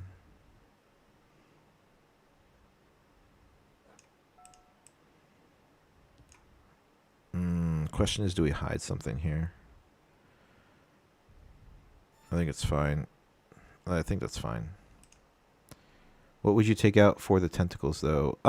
In game 2, depending on the matchup, it's you want to replace it with like any like the flow card. So it would probably be Bone Skewers if we want to put 2 in, and then also the Perfect Execution, arguably. And also, if it's just like a deck that doesn't like run equipment, then geez, Piercing Light. Okay, wasn't expecting that. That's pretty cool. I like that. That's really strong. This goes away. This is 2 damage, and then he can empower the Akali, move trigger it. Oh wait, it only does 1 damage though because it's not empowered. So it goes to 3. Oh wait, no. Move trigger goes in and out of battlefield, so that dies. Wow, that was really good. I like it. Cleared the board. Move trigger happens before combat resolve, so... I mean, before Showdown ends. Okay, well, that was not good for us. But he still didn't score a point, which is like the issue with Akali. I wonder if it's just Darius here. Falling Star sucks, so no. So we play this, and then we kind of pass here.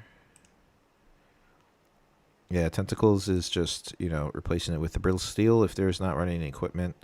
There's the runner. Mm-hmm. So... Oh, he's good. Darius...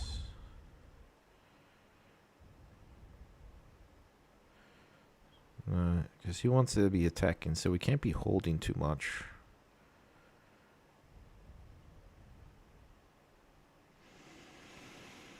Hmm.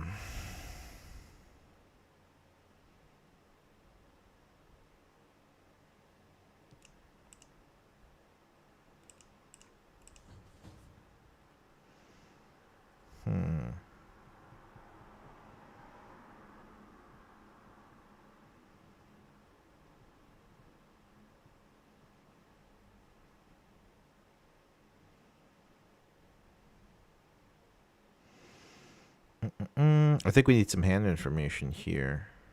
So, we'll do this. Let's play the bone skewer. Let's see what he has.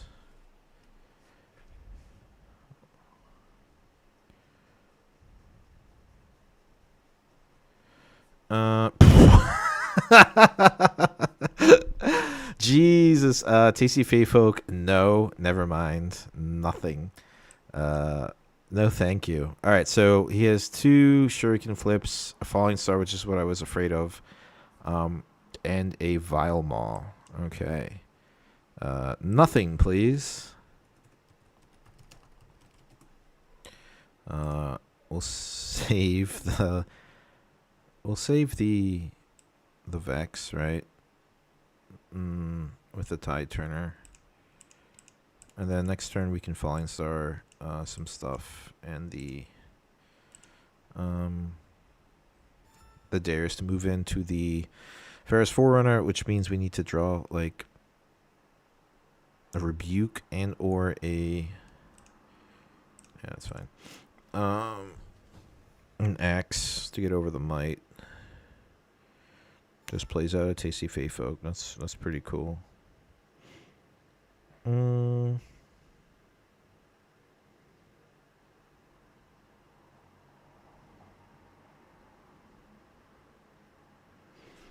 I believe it is Falling Star.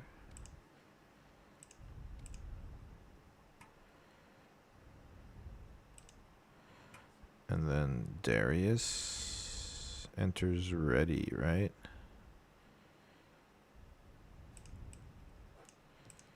And then we have the Gust to get rid of one of the mechs if he decides. But he's probably going to go in with the...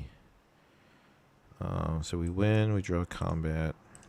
There's our runner, which is pretty cool. Conquer and score. Do we waste the Pouty Pour on the other side? So he's going to Vile Maul next turn. There's a world where he just Shuriken flips and then moves the Tasty Feyfolk after conquering here. The thing is, Vile Maul can't be resolved. Alright? So if I put Vex to a battlefield, honestly, with the Darius is probably the best option. So then he's forced to move in the Tasty Feyfolk, but then he can just move in the mech and then Vile Maw, which is awful for us. So, I mean, I really want to get to 4 points, but losing the Tasty, that's fine. We can get to 4 points. It's not looking good. It's not looking good. The Vex is too valuable to lose right now, and if he wants to Falling Star it, then he can deramp a little bit.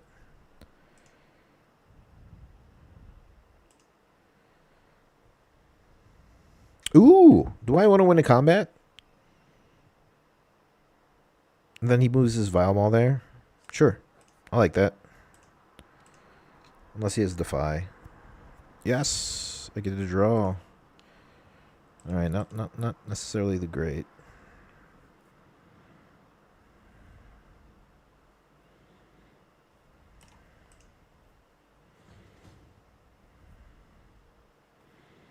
And then I have no other card to play, so he can't go to 7 and ready.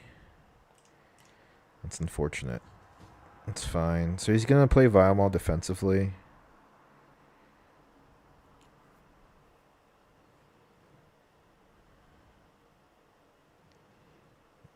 So we kind of... Oh, God, there's the... There's the Stellacorn. Ooh, he wants to burn away the runes. Did he pay 2 energy and 2 power? Recycled 1 calm rune. Yeah, there's 2. Alright, that's fine. Okay. Cleared my board. He's down to 4 cards, 2 of which are the Shuriken Flips and the Vile Maw. And then we also just have another Vex in hand, which is really cool. It'll stop the Vile Maw. And this is probably the best play that we can do with this hand, is develop some might on board and then some static might on the back end if runner gets thing. So he's going to draw 1,000 cards now. It's just what Akali does. The Tasty Fey Folk is a really interesting addition. It's really cool. I guess because the idea is that like it's really power hungry, which is why generally people put in Jin. So maybe you just replace it with Jin, right? Like took out the Jins and just put in the Tasty Fey Folks because it does channel 2, which is nice. Sorry, I forgot I can only bounce back in Showdown. Yeah.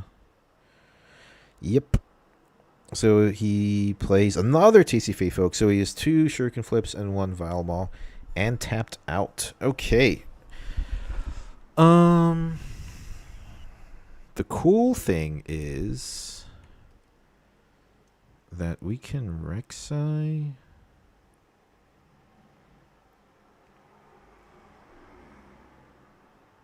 We'll play Rek'Sai. Do we have enough? Yeah. And then we'll play the Chosen Champion. We'll accelerate it with the Rek'Sai. This goes to 7.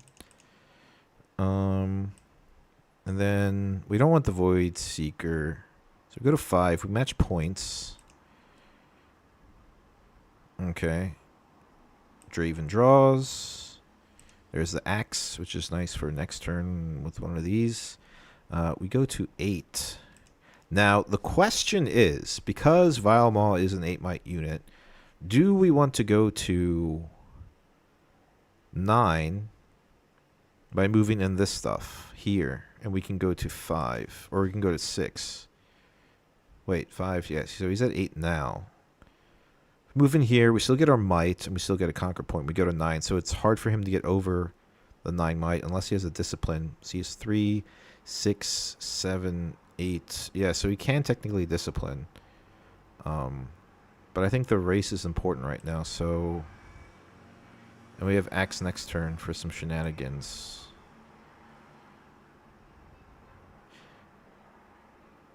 But honestly, getting over the Vile Maw with the runner with an Axe is also a very good solution. But if he has a discipline either way, he has a discipline. So I rather trade. No, it won't be a trade. Never mind. Yeah, it's rough, but I think we just have to commit to this. Yeah. So thing goes to a 9. Sad we don't have a hidden card. Oh yeah, plus the tasty. Okay, so he has enough runes to do whatever he wants, which is like pretty insane. By the way, like thank you guys for watching, man. It's just like me chilling on a Sunday.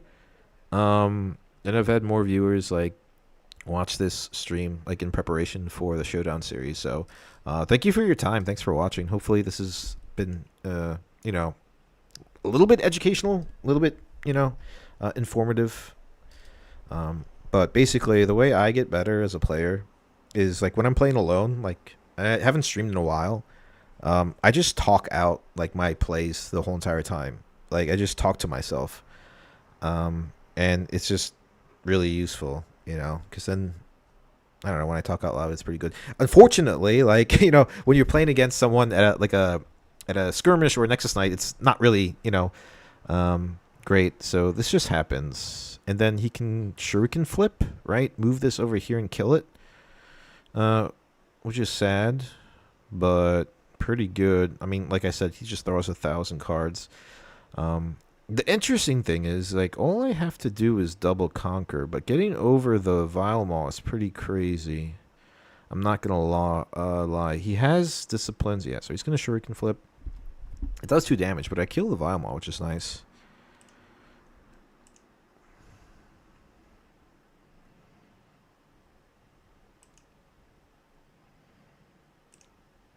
Okay. All right. We're looking pretty good. We're setting up for a double conquer pretty easily. I don't know what he was doing there. I would have just stayed here because I could have played the Vex there actually and then bounce off. Yeah. Okay. So we're pretty comfortable right now. Draw for combat win. No. No. You can't draw. Okay. So there's this falling star, which is rough.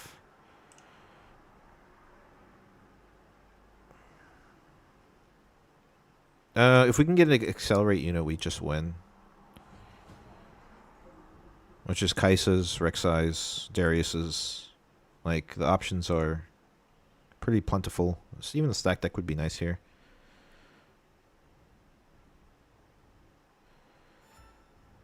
That is not what we needed. But maybe we can draw from the combat win. So do they have anything to do damage? Hextech Ray. I think we just play this first, just in case, so they can't respond to the nonsense. We'll go here. Draven for draw. Okay, GG's.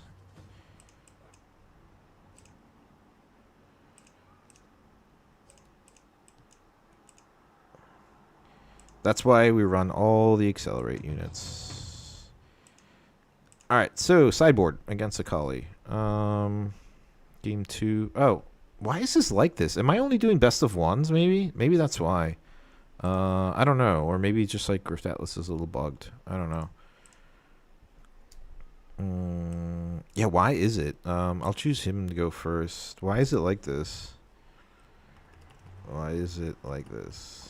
Are we on best of threes?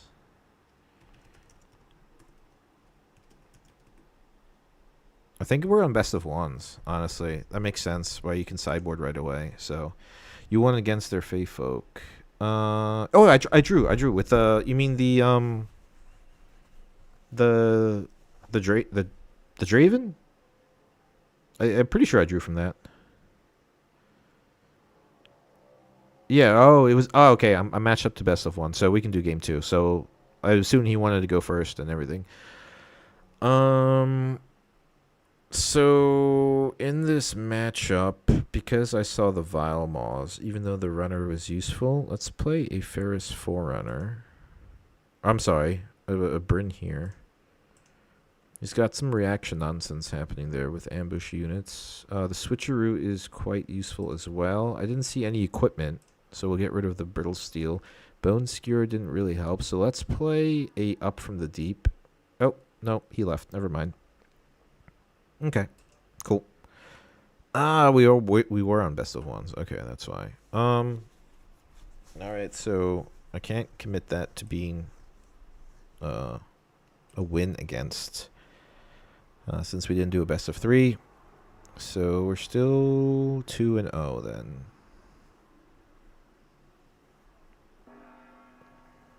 It's just like people just leave, you know. All right, the Ambessa. All right.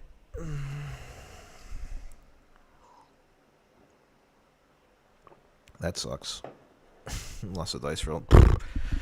The funny thing is, Rebuke is really good against Ambessa. It's like an arguable keep.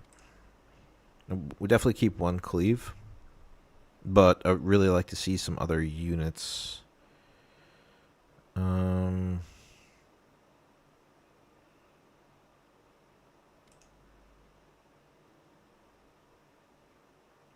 Yep.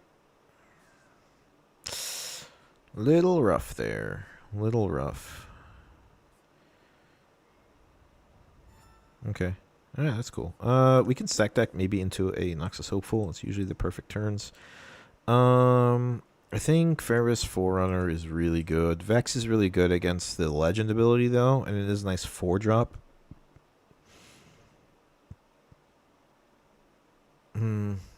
I think this is a game of attrition and resources against Ambessa because she needs to burn energy or power in order to do things. So I think we have to curve out cleanly in the beginning of the game and then overwhelm them with resources later.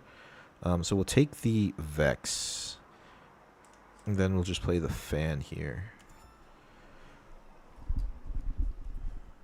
And also the empower stuff, right? Like they burn a lot of power and they have limited card draw. So that's really the only thing we have to get over. If we can establish like a little bit of dominance when it comes to economy rather than actual might on board, then we're good. When you fought with Pharaohs. Oh, I forgot to draw then. Yep. Absolutely, 100% right. So there's the Mbessa. Now, committing into a Kaisa play here is just wrong. If he wants to fight the Vex, that's absolutely fine. If he empowers, we can back off and we can draw. So we're a little behind here. So, but we want to be attacking because Mbessa is really bad at defending for the most part. I mean, there are things like defensive challenges, which is actually like intuitively like a lot stronger in my opinion than being like controlly on the offense. However, I could be wrong. Do I accelerate the Kaisa here and just take this? No, I just lose like too much value. I think we save the Darius cleave for the next turn. I think this is fine. I think this is the correct play. Right? We stop some accelerating. It forces him to move in or empower his Mbessa. Right? So then like we're going to the game of attrition when it comes to resources. So I think I just wanted to play very cleanly. And plus like it's something I grabbed off the stack deck, so that's really important. If he wants to fight it, that's absolutely fine. But don't forget to empower it first, because it doesn't work that way. And then at least we can deny him a point. He does have 2 orange for a for the lovely card of Punch First.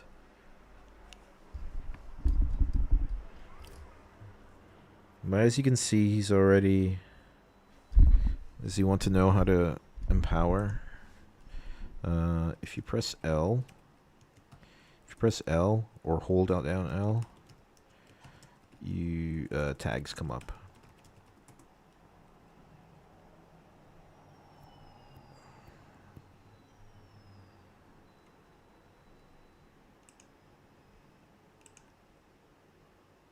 There you go. Empowered. Yep. Or it's actually just on the card now.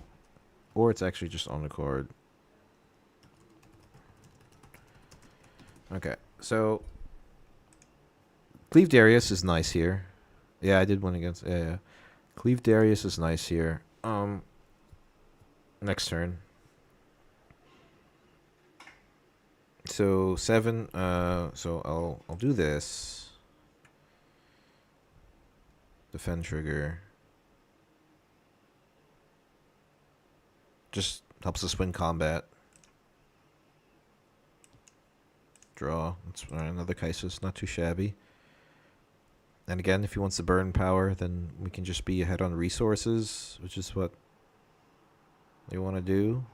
And then he's stuck there on the battlefield, and then Asterius Cleave. Or does he not want to? Oh, okay. That's fine. And then he readies and moves back. That's even better. Okay, nice.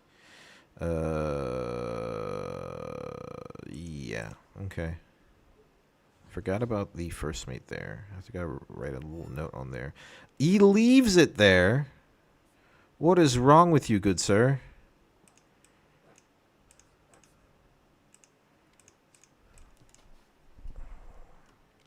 Yeah. That's why Darius is the best unit in Draven. So that hurts him a lot. So we draw from Draven. Perfect execution, solid in this matchup. Conquer score. We will hide a Tide Turner to save the Darius to trigger the Star Spring just in case. So, he didn't commit too much power, which I was hoping he was going to do. But I think he knows a little better to play around it. He is ahead on a full turn of points. But we can get there now that we have Darius and Star Spring. There's some crazy stuff I could do next turn if he doesn't commit into trying taking the Star Spring. I can accelerate Kaisa on the Star Spring, move the Darius, attack into the battlefield, play a second card, and then move back. He wants to play Tools of Empire. Scary. And he wants to sacrifice his first mate. No. So he's gonna. So that's why you play the Tide Turner. Sometimes you just want to like save your unit, you know.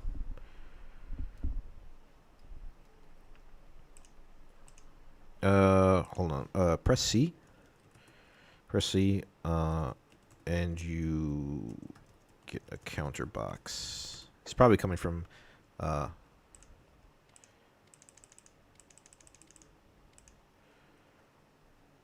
Just so you know. So what is he at? 4, 5, 6, 7? If you hold C, then a counter box comes up, so you can adjust the might on the unit.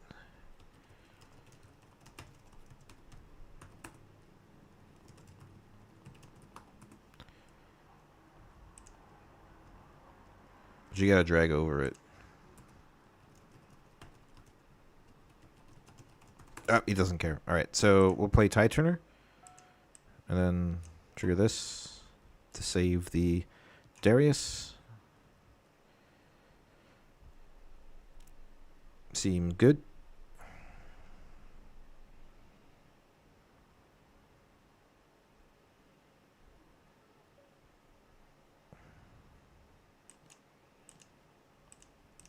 Never mind.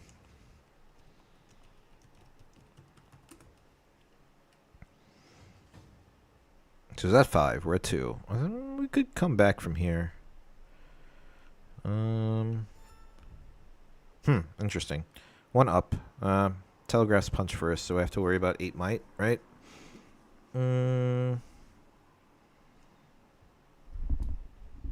So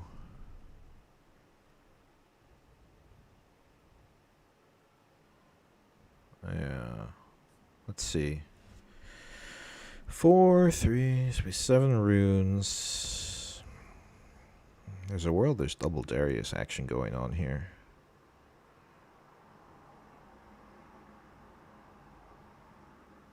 Yeah, there is a world where double Darius happens here. The issue is that if you punch first the broker, I lose my Darius, which sucks. So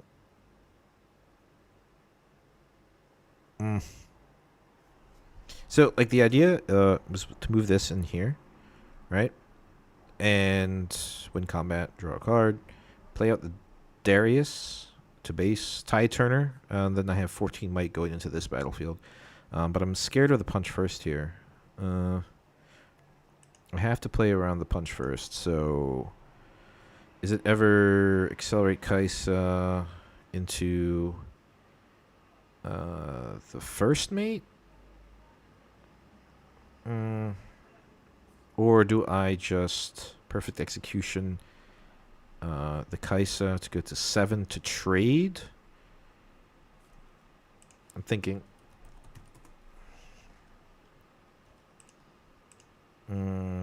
Kaisa, perfect execution. Then Darius becomes a 7 might unit. I think that's safer.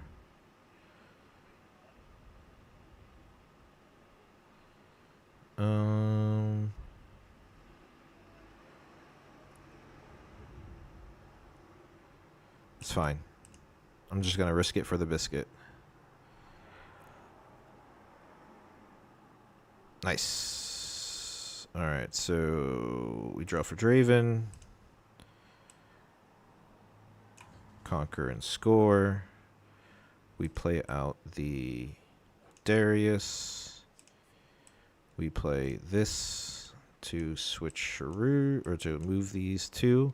Second card played, they both get readied with 7 might, so we're comfortably playing around the punch first. Oh, there's a plus icon in base field.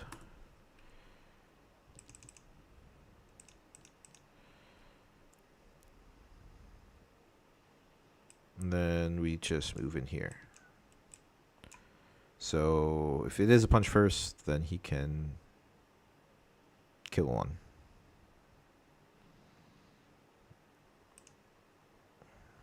But if we cascade our units, then he kills both.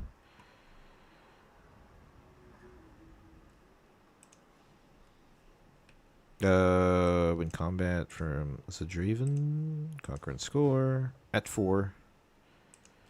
Yeah, you do.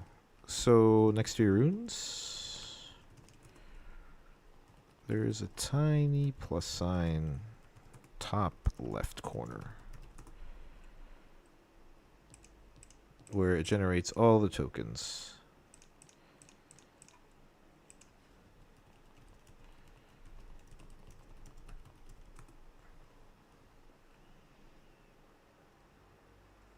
Token panel, it's called.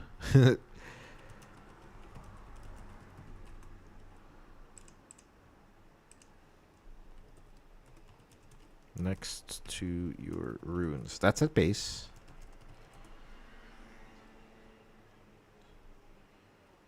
There we go. Okay. Alright, so now the tutorial is done. We do leave ourselves pretty open here, but we do have 2 stack decks to look for whatever we need to kind of like break the board. What I'm scared is of Kale and then just a bunch of empowering and a bunch of redding. So yeah, he could also do that. That's also scary.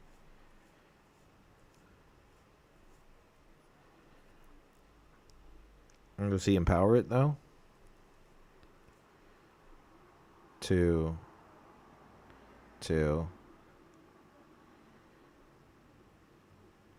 It goes to 6. We can accelerate Kaisa. We can look for things. We can Falling Star. We got plenty of options, rebukes and stuff like that. His is empowered. Hit L and label, please.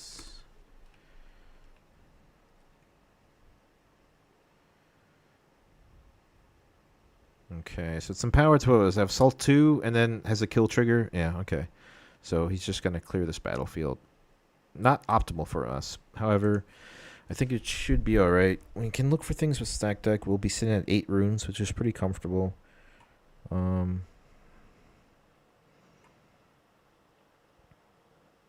Okay, so it has 9 might.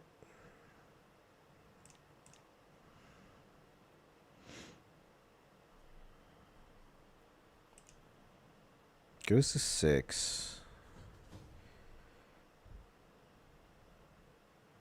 We go to 5. Goes to 8. I can still play around the punch first. Playing our Draven in public execution is also something to consider. Leaves the 1 up for the punch first.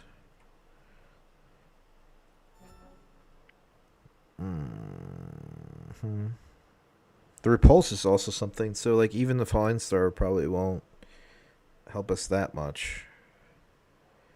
So it goes to 10, right? And I'm at 8 with my Draven, but even with in public execution, it goes to 11. Yeah, that's fine. I'll do that. That's a 5. That's 5 again. So we play our Draven out. He becomes an 8 might unit. Then we play the public execution. Oops, not the Poro. For here. And gets assault 3 and gets readied. And then we go in for 11, 2, 3. And then we'll pass focus. So punch first doesn't get over it, which is nice. So we draw from Draven. Another Poro. Dude, look at this hand. Dude, 2 Kaisa, 2 sack deck, 2 Patty Poros. Conquer score. Assault falls off. He becomes a 9 might unit. We'll bring back the Tide Turner. There's no reason to lose it. Right? 7. Yeah, that's fine. So we got options. The issue is he can actually double conquer here and win. By readying something. So what is it? Kale? Like 3? And then he can empower it for another 3. It becomes a 5, and then 9. So he can trade off plus the punch first. So he could technically win right here, but honestly, it was the best we could do.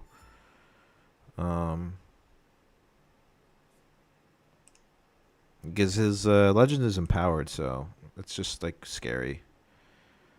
But if he doesn't have any units, or because he has 3, 6, 7, 8, so he can empower the Kale once, go up to 5, going up to 9, readying it with the legend ability. What else is there? Oh, okay, he just wants to get over this one dude. Then maybe play a dude, ready it, and then double conquer. Yeah, that's good. Okay. So it goes to 6. Or does he want to draw a card? Okay. All right. So he doesn't have the answer, which is nice for us. Got lucky there. It goes to 7. Draws.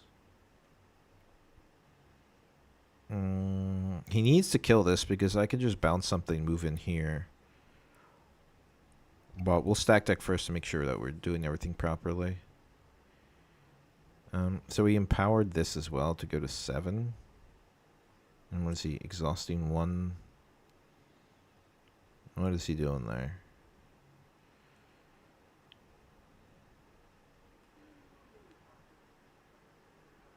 Okay.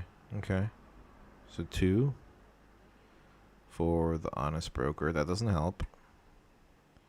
Wants to ready it.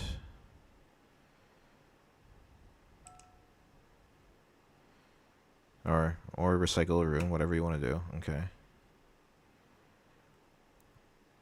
Don't tell me he's gonna double punch first. If he double punches first, that's insane. Guttural roar. Okay. He gets +2. Goes to 4, and then he can punch first.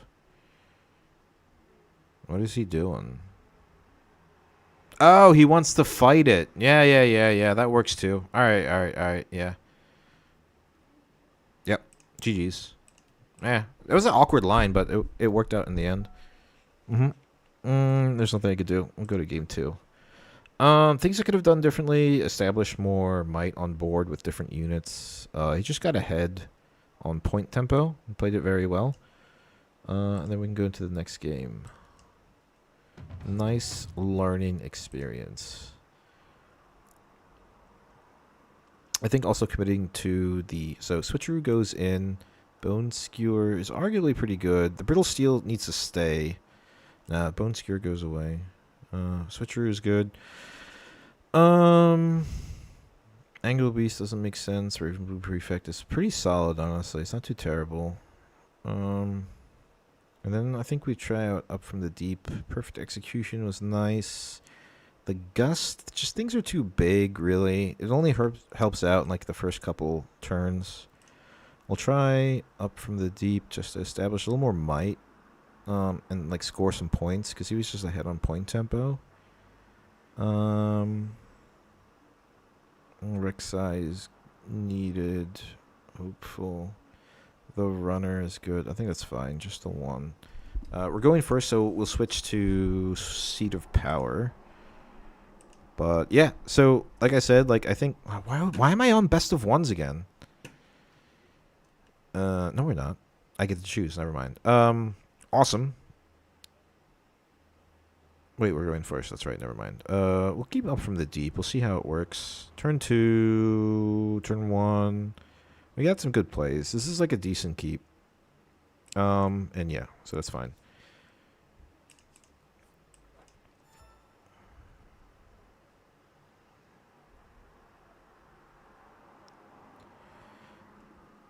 Is he going to empower it? Okay. We'll move in here. I'm gonna do a crazy thing where I actually like play Axis turn to develop the or do I, because I can play these anywhere.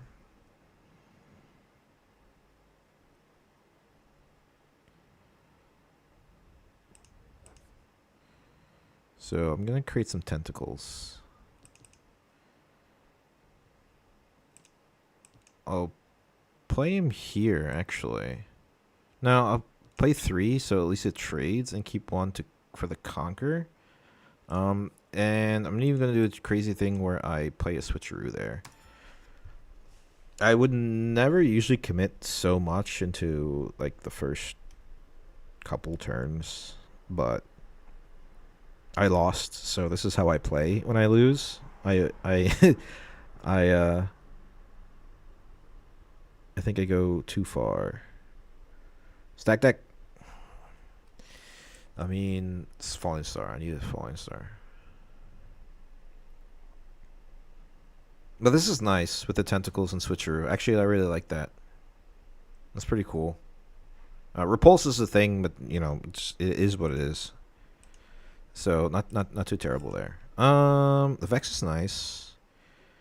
He has 1 open. Is it a punch first? If it is, I can just like reattach it to something else. If it isn't, I do get to draw 2 cards. Throwing an axe on a tentacle is pretty crazy though. But I like to live life on the edge. And honestly, then he'll burn 2 orange. Yeah, if he wants to waste his punch first here, that's absolutely fine. I can bait it out, because I can just reattach it to something else.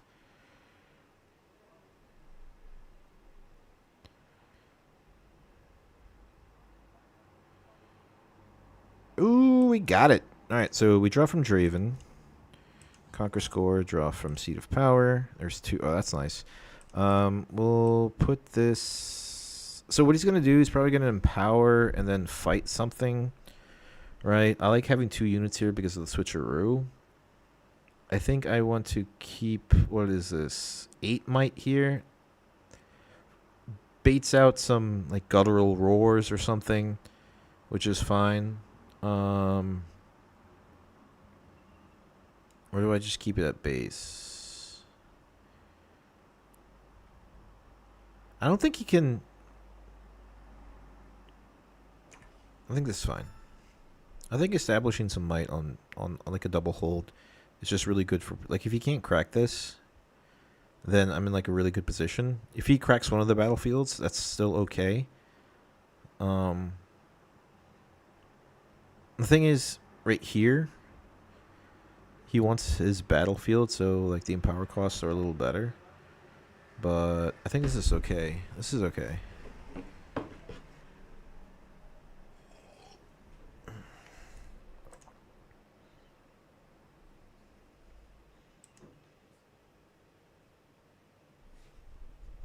I have to remember my Draven triggers this turn, because I forget about things. So he empowers his Ambrisa. I want him to use a public execution this turn. That's fine.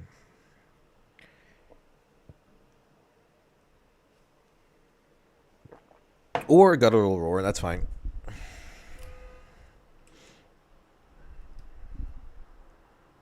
Please move into Risen Altar. Please. Nah, he doesn't want to. He knows it's a switcheroo.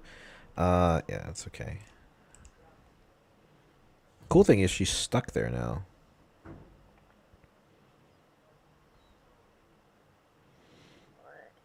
Mm-hmm. Ooh, and the Fey Folk. Nice. Ready's the Fey Folk.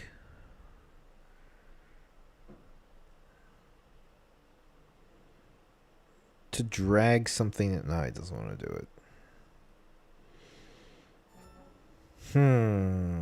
X goes away. What is it? 7?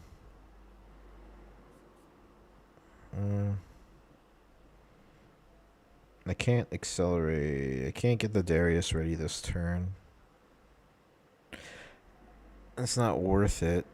I think it's just Vex knocks us hopeful at base.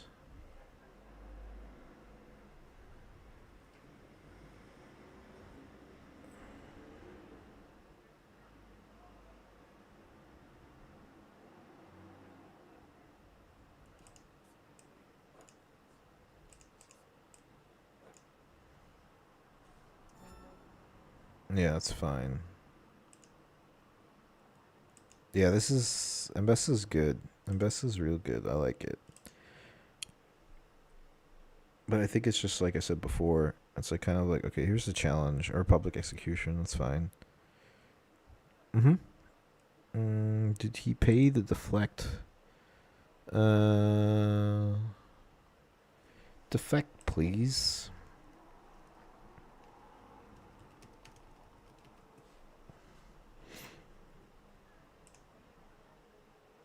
Thank you. That dies.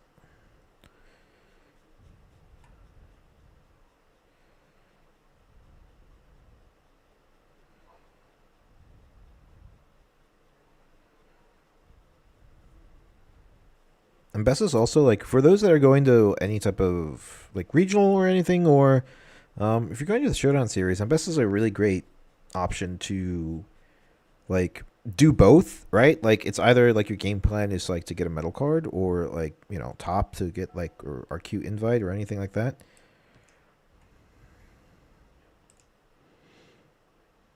And it's just a really good medal card option. Mm. Hmm.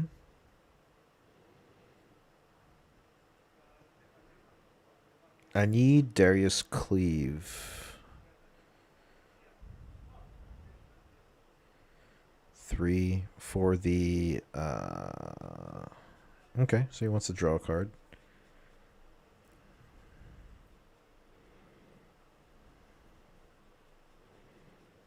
Mm-hmm. He probably has the repulse here, but that's fine if he does. It's just like something I want to do anyway.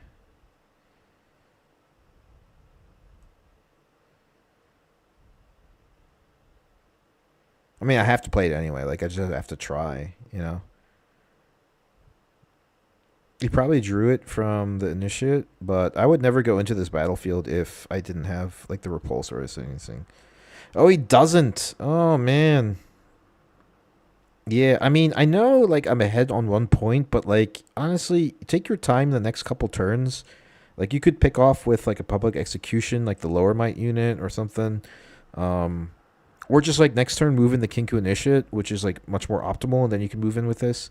So, I mean, that I'm not saying, like, I know everything about the game, but I'm just saying that was a misplay. Because he could have easily just waited, you know, moved back, moved in this, so it's good. Okay. Uh, so this becomes 7.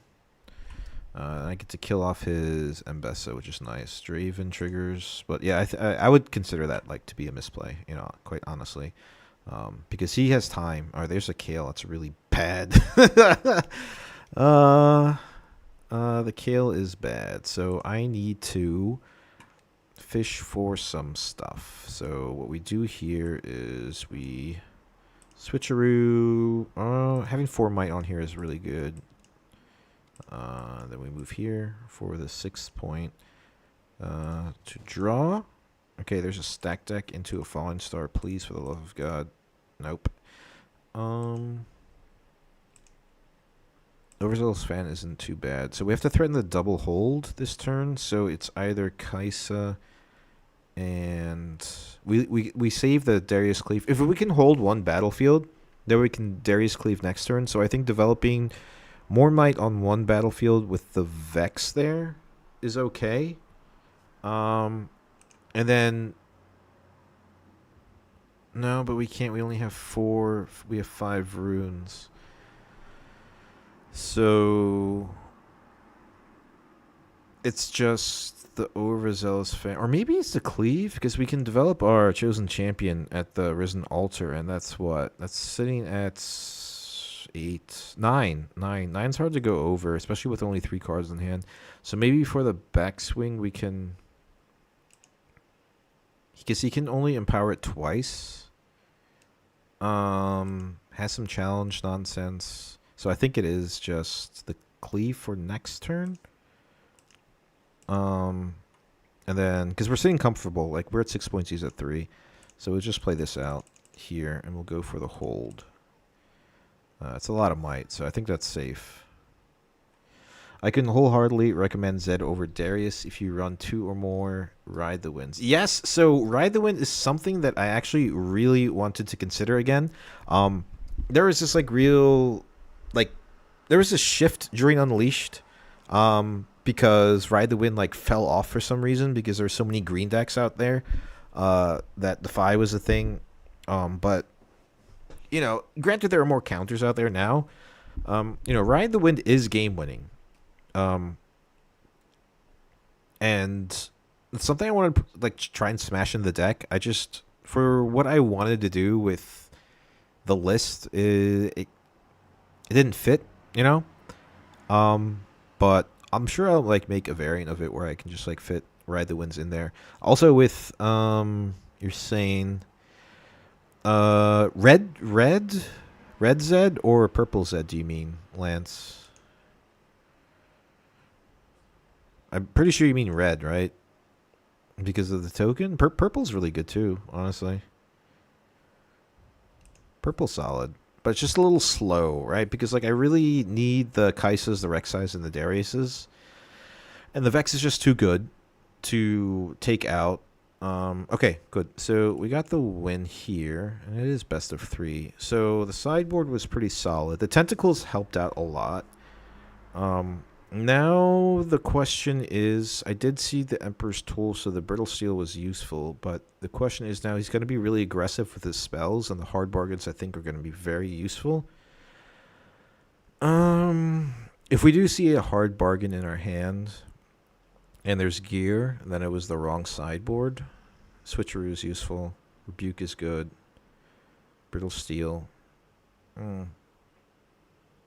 It's just that like that equipment is so bad for us because it can easily get over the Might on the Hold. But let's try in a hard bargain. Perfect Execution doesn't seem too crazy here too. It actually didn't help last game either. I mean, we have the 2 cleaves anyway, so that's fine. All right, let's double down on some hard bargains to stop some of his. Okay. Falling Star is super important. The thing is, I want to keep kind of everything, but obviously I can't. When you see this in your like opening hand, you can't commit to 2 cards with 2 power costs, even though arguably the Switcheroo is a hide. Yeah, Falling Star is so nice though, because if he's going first, so he can turn 2 his Ambessa, and I just Falling Star it. This goes away. It's just too much, and it's either the Switcheroo or the Falling Star. Arguably, the Switcheroo is just better, but we played it last time, so he's going to be playing around it this game. Tough call. I think it's just the Switcheroo. I think that's fine. Okay, so here comes Tentacles. Really good. Tentacle Cleave turn 2, guys. Are we living the dream with a double conquer? And then Tentacle Switcheroo? Tentacle low-key overpowered? I think so. So we made it to game 3, which is nice. We lost game 1. We adjusted a little bit. Yeah, it's always Tentacles here. Because there's like Cleave, Tentacle, Hide, Switcheroo, Double Conquer, draw a card, draw 2 cards, discard 1, draw another card. It's just too good not to do.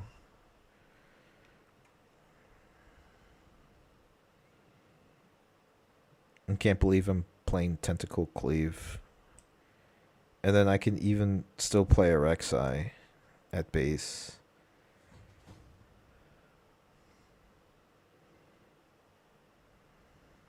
There's the Ambessa. Oh, we pulled the Falling Star. Jesus. All right, this is like so greedy, but it gets rid of a lot of problems for us. So it hurts our resources quite a bit. But it's fine. We have to be like somewhat aggressive in this game because we're going. So this just kills that.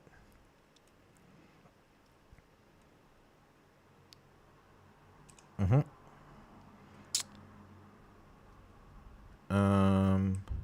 No, we move here first. I think we want to discard the Kaisa, actually. It's dead. There you go. Get rid of the Ambessa. So we'll move here. Discard the Kaisa. I know it's kind of awkward, but I like the... Well, we have such low runes. Committing to Rek'Sai, maybe Noxus Hopeful play next turn is good. Draw. There's another cleave. Conquer, score. And then we're going to play a cleave on the Tentacle. And go in for 4. Tentacle, cleave. Win for Draven. There's a Rebuke, which is nice. Draw for Seat of Power. There's an Axe, which is nice. And then we conquer and score. And then we chill. He's not empowered anything, so I mean he could still like ready stuff, which is fine. But I'm feeling pretty good. I didn't really want to burn yet to hide the switcheroo. If he does take a battlefield, if he's like super aggressive, then I'm just gonna just let it go. Like I can't commit to like an axe turn. I just don't have any like resources because I was just like super aggressive this turn. But going to 4 is really nice. I don't think I want to hide on the Seat of Power. I rather hide on the Zon Warrens. Okay, so here is a quite important turn. We didn't get any Noxus Hopeful to develop some bodies, but obviously we can hide the tentacles at the Zon Warrens. We pull back here because we want to start getting some card draw. Our hand's kind of clunky, honestly. Like, not a big fan of it. It's super clunky right now. It's either like just developing the Darius. If you Fey folks ready the Fey folks with the Ambessa, it's kind of punishing, but going down to 3 runes is also kind of sucky right now. So I think it's just play the Rek'Sai, leave 2 open, and then we just burn 1 for the... Yeah, that's fine. So if he does like do this crazy play where he TC Fey folks and readies it, he kind of wanted to do that last game, and pull in the Rek'Sai or something. And we have 2 open for either Cleave, Rebuke, depending on what one he plays. But I think the Cleave is optimal. But you know, we did good point tempo with the tentacles. I think I just might main deck the tentacles. They're really good. Does he want to... Okay, so he obviously, like, read the switcheroo. But that's fine. That's okay. It's quite whimsical. So I'll still go to 2. I still win the combat, though, and I get to draw a card, which is nice. So we still have to pass focus, technically. Oh, okay. Draven, draw. There's another axe.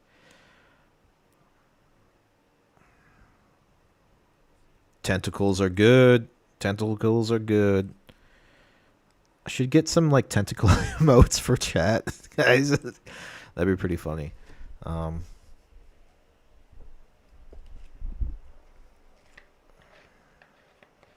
right, so here comes the attack Ambessa. The funny thing is, it is an attack trigger, not a move trigger, right? Okay, it's an attack trigger. We could rebuke it, but it still pops off.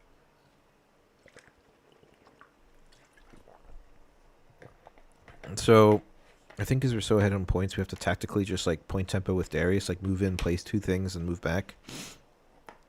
So, okay, there's the execution. What does he want to fight?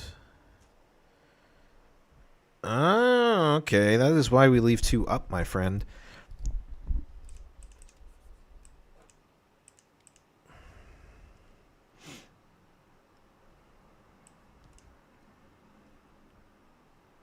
So, wait, it doesn't do damage, right? Choose a friendly kill an enemy unit with less might than me. So, yeah, they don't fight each other. It just doesn't work. So, yeah.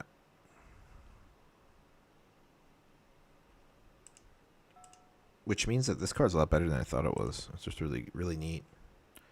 Crazy, crazy card. Good 6 spell. Points for holding. Happens automatically. It's his turn, technically, so... Yeah, Rift Atlas automatically holds the point for you, so we don't have to increase it. Moves in there. That's fine. He can have the battlefield. He's down to 3 cards. He's plenty of runes, so it's still pretty scary because like Ambessa can pop off if they have enough runes. Especially with an empowered. Okay, decide to toss the Tools of Empire. He's noticing it's not going to do much. So, what do we do? I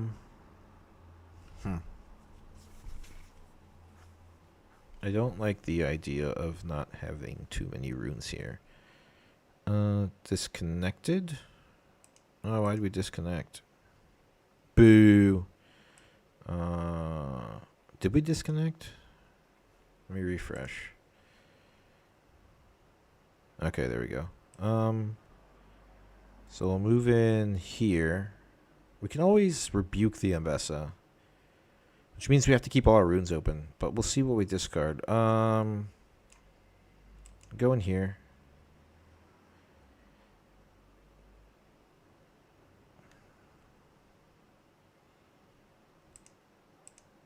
Is he even still there? It should be okay.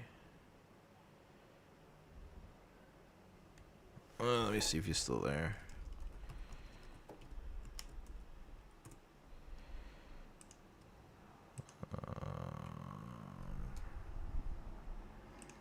This is the issue with running with running things when you are trying to test with a plan. Plans don't work out. That's fine. What can you do? However, here we are. I think it I don't think he's there anymore. I think it disconnected somehow. Rift Atlas. Hello? Bruh, come on, man. Bruh. 3 cards. I don't know. What do you think, guys?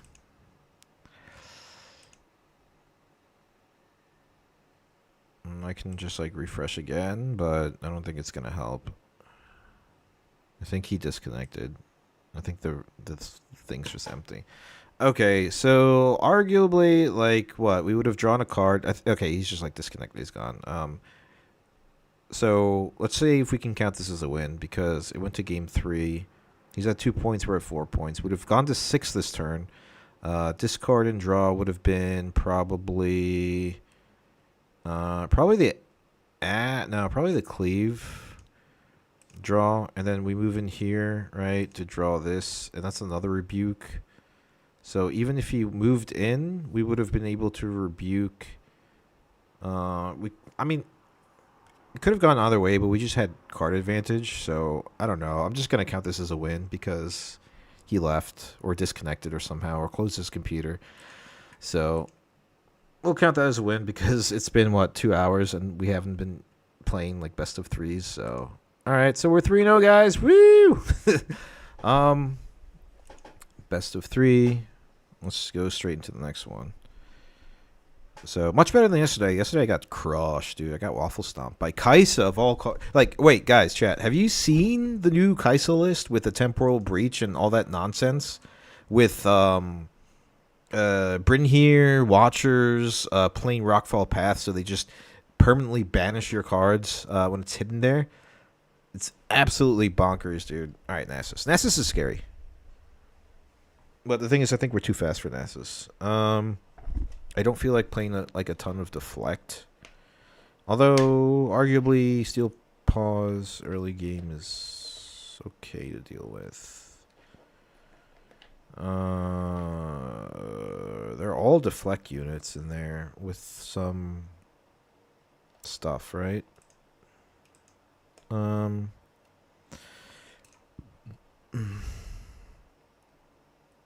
Darius is nice to get over some stuff. Sigil of Storm, so we get rid of the Falling Star. We'll keep the Darius. We want as much Darius as possible.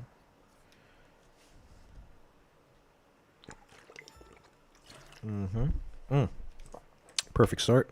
1, 2, 3. Ferris Forerunner, easily. Right? We've, yeah, we get the runner. And then we get the hopeful. He's not going to move in, not going to score a point because he doesn't want me to give me card advantage. Oh, he does. He wants some information, I guess. Okay, that's fine. I'll draw a card. Next turn is just develop these two. There's another crab.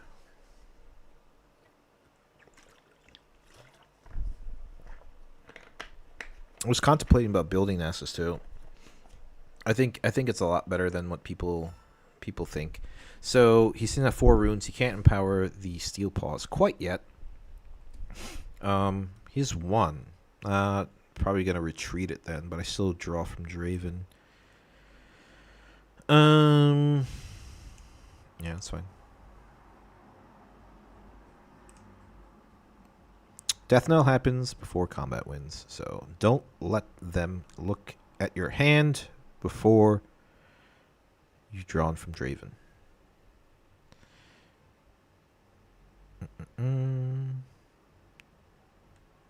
Yep. Good. Okay. And Draven draws.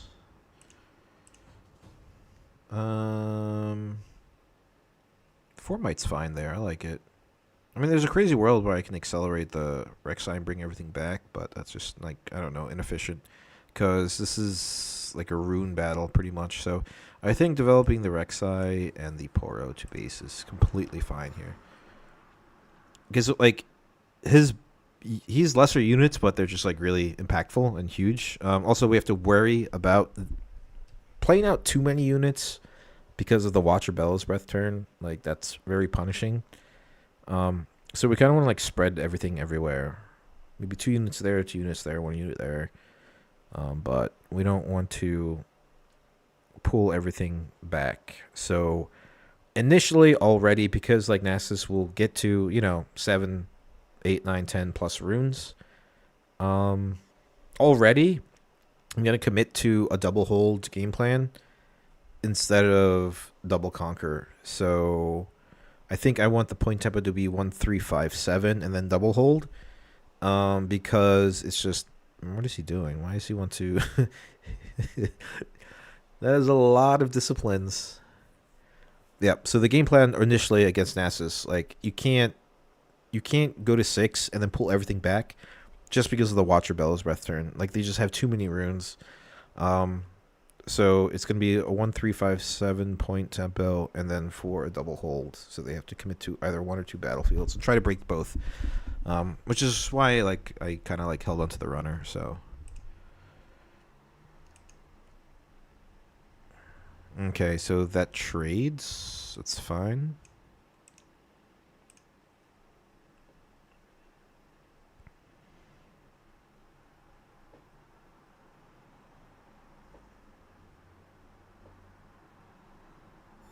Zazonias. Okay, so Rek'Sai is quite valuable here. So what we do is, I think we need to start playing it with 3, 6. So he goes to 8 next turn, right? So he can't do Bellows, Watcher. Actually, he can, because he plays a Watcher and he readies 2 runes, which is scary.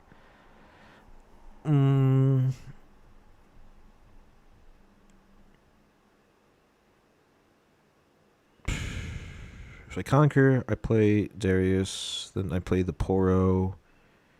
Then I can send it back.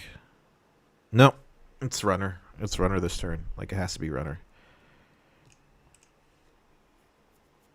Right? Because there's the risk of Watcher ready to Bellows. Nasus is a lot better than you get, like, everyone thinks. Honestly, like, you should really look into some lists with Nasus. It's, like, super, super solid.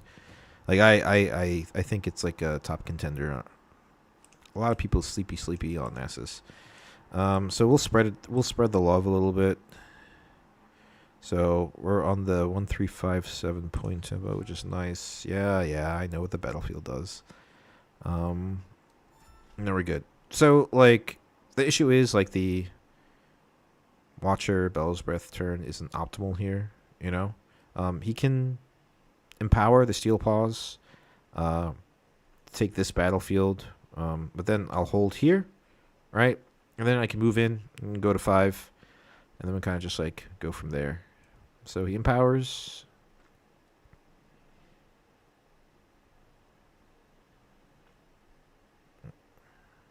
Okay. Also sitting at 5 runes, 7 runes next turn is a good Darius Spinning Axe, or even just a Darius Poro turn. No, I have to get over 7. Recalled is so good with empowered NASA stuff. So keeps the empowered tag.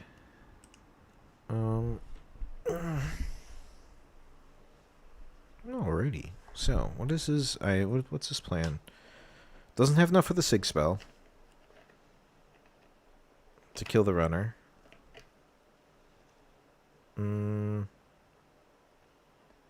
Okay.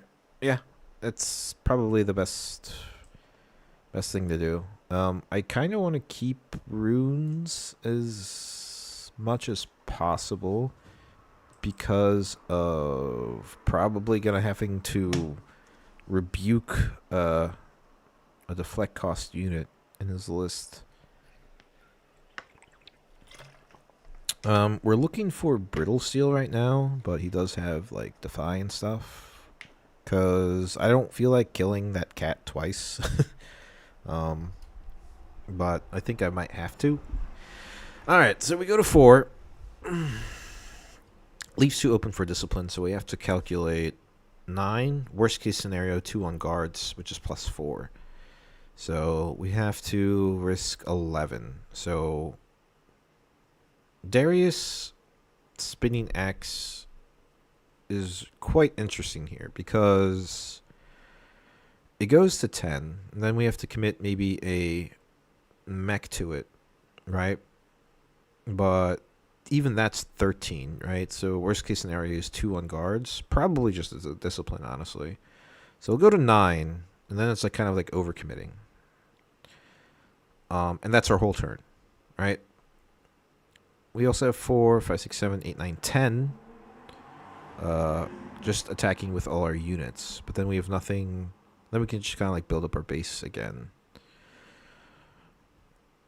We also could accelerate the Kaisa. We could also tie Turner over from the Poro and then just move in with everything and see what happens. And then develop a Kaisa. I doubt he's going to do a double on guard.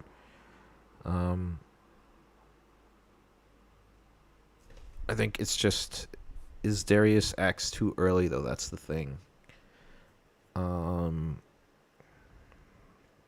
don't want to lose too many tiny units, but eventually he's gonna just Bellows Breath them all away anyway.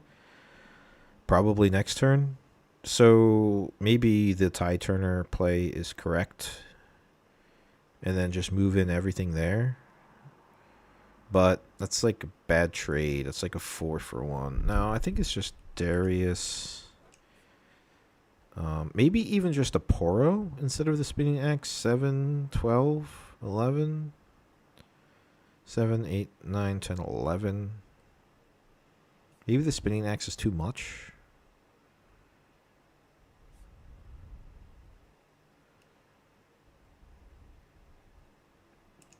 If it does die, then at least we can equip it again, so.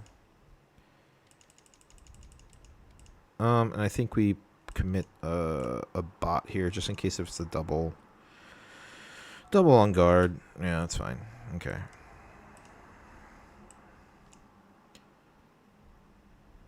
And then we can hide the tie Turner to save the Darius.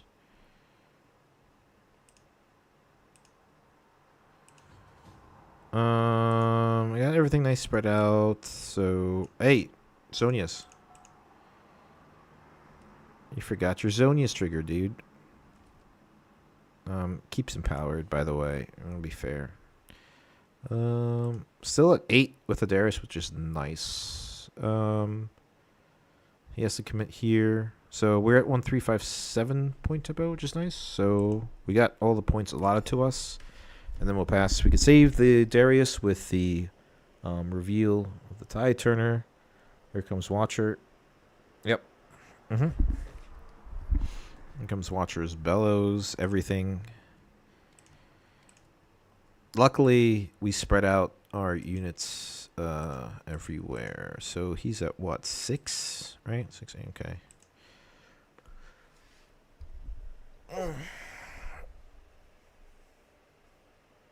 Oh, it's -3. I'm sorry. It's -3, right? What am I doing? I'm thinking of Starfall. I mean, Moonfall. Sorry. Then we'll do this. Star Spring trigger.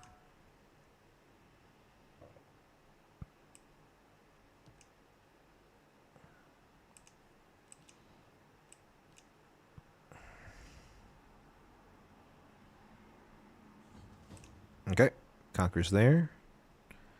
Was able to save the Darius. The cool thing is Darius just stays alive now, even if he does Bellows Breath twice.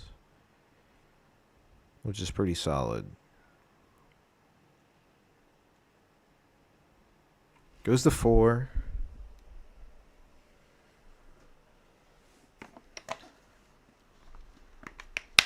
Damn, it's 4 o'clock, dude, already. I don't know. What do you guys think about Nasus? What are your thoughts? How do you feel about Bad Boy Nasus? A lot of people thought it was like garbage, but you know, I'm seeing some really cool lists. I like the idea of playing something big and readying 2 runes. It worked in Annie. Granted, Annie's just better. However, I think in terms of its kit and synergy with some of the cards that come out this set, it's probably the best variant of it. And you're seeing like also all the old stuff come back, right? Like Tasty Feyfolk and Watcher. When's the last time you saw that? Oh, okay, so he doesn't commit into conquering this battlefield, which is really awkward.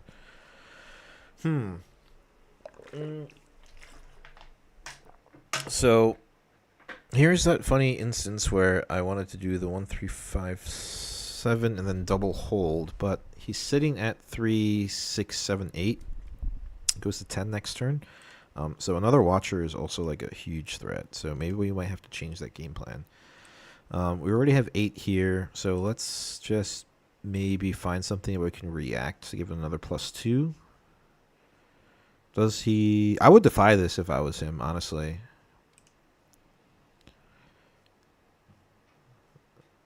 Okay. If he had to defy, I would totally defy it. Oh, there's another axe. That's really good. Vex is also crazy, but it can easily be picked off. I think it's just axe, right? Yeah. Yeah. I think in this matchup, like, the axe is, like, quite valuable. I'm gonna send in a bot just in case. That's why they're there.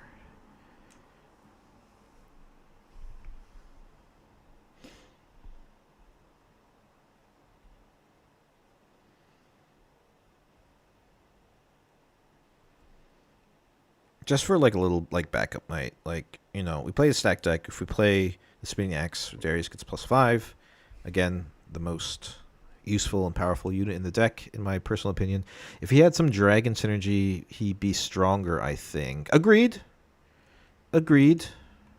Did he untap? I don't know if he did, but if he did, I'll say something. Because he played the Watcher, moved, Steel Paw, passed, focused. Ready 2 runes. Yep, he ready 2 runes. Yeah.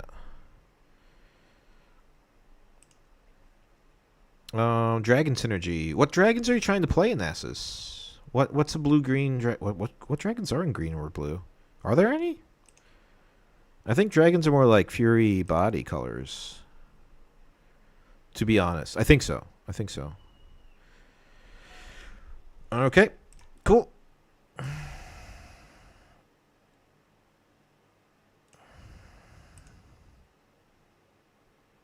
Allow rewind. That's fine. Wait, what's going on here? Is it my turn? Okay, pass turn. It's fine. So we rewound a little bit.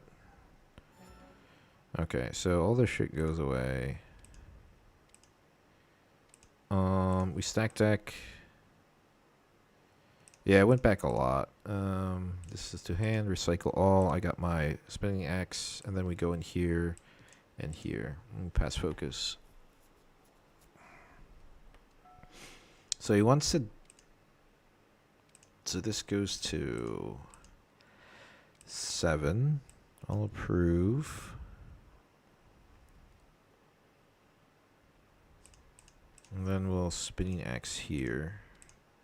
Gets ready, gets +2. I'm gonna pass focus. That's why we bring the bot, just in case, guys.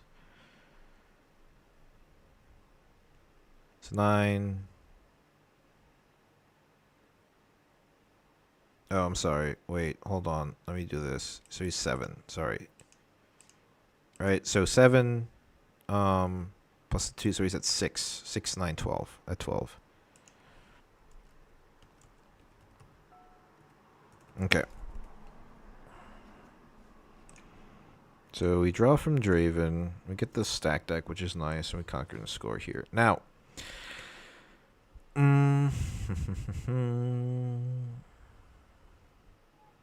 This Poro has been farming points, guys, by the way, dude. He's not since like the beginning of the game, dude. I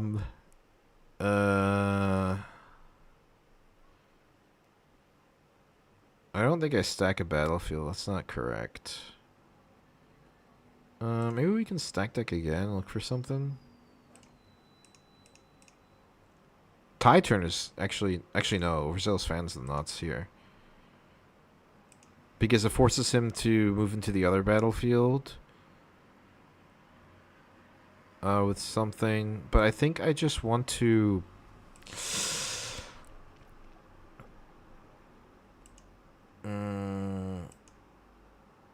I think it's always just Overzealous fan on this battlefield, right?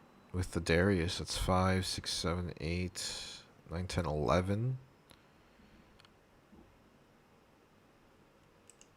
I could also tie turner and just like save something. Yeah, I think that's it.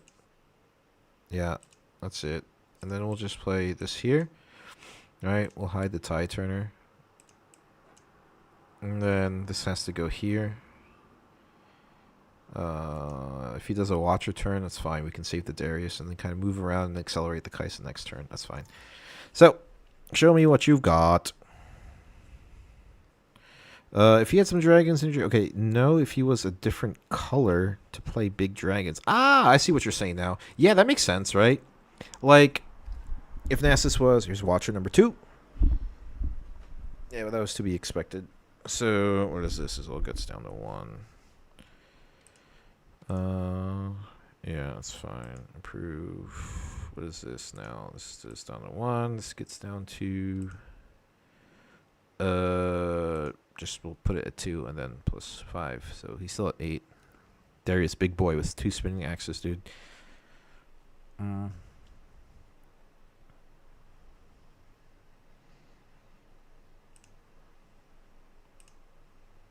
Yeah. I don't know. Would Nasus be like better off as like body fury? I think they're generally like the more weaker colors, but I know what you mean. Like what if Renekton had Nasus's ability? That would be pretty wild, right? Instead of what Renekton has now. You know?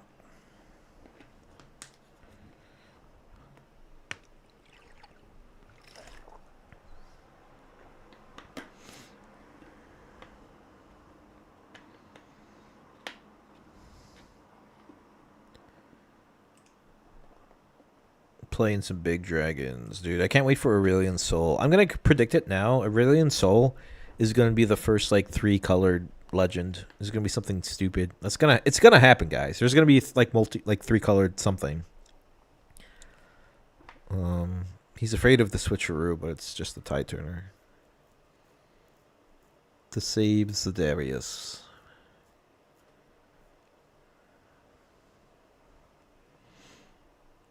And then... What? I would need a cleave, right? Right? Accelerate Kaisa cleave into something? Maybe even moving back the... Oh, what does he want to do here?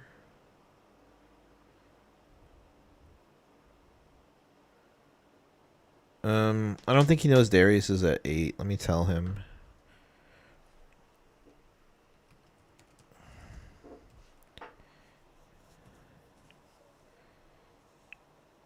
He just says GG. All right, good games. GG's. Cool. Oh, we are what 4-0 now. That is awesome. That is pretty cool. Alrighty. Nice. So we lost actually one game to the Ambessa, and then haven't lost since. Did we lose a game to the? No, we lost one game to the Diana, but we ended up like 2-1. So that's good. So pretty good. So 4-0. Moving forward, the grind continues. Thank you guys for watching. Hopefully this is informative, and maybe it'll help you pick out your choice of what you want to play this season.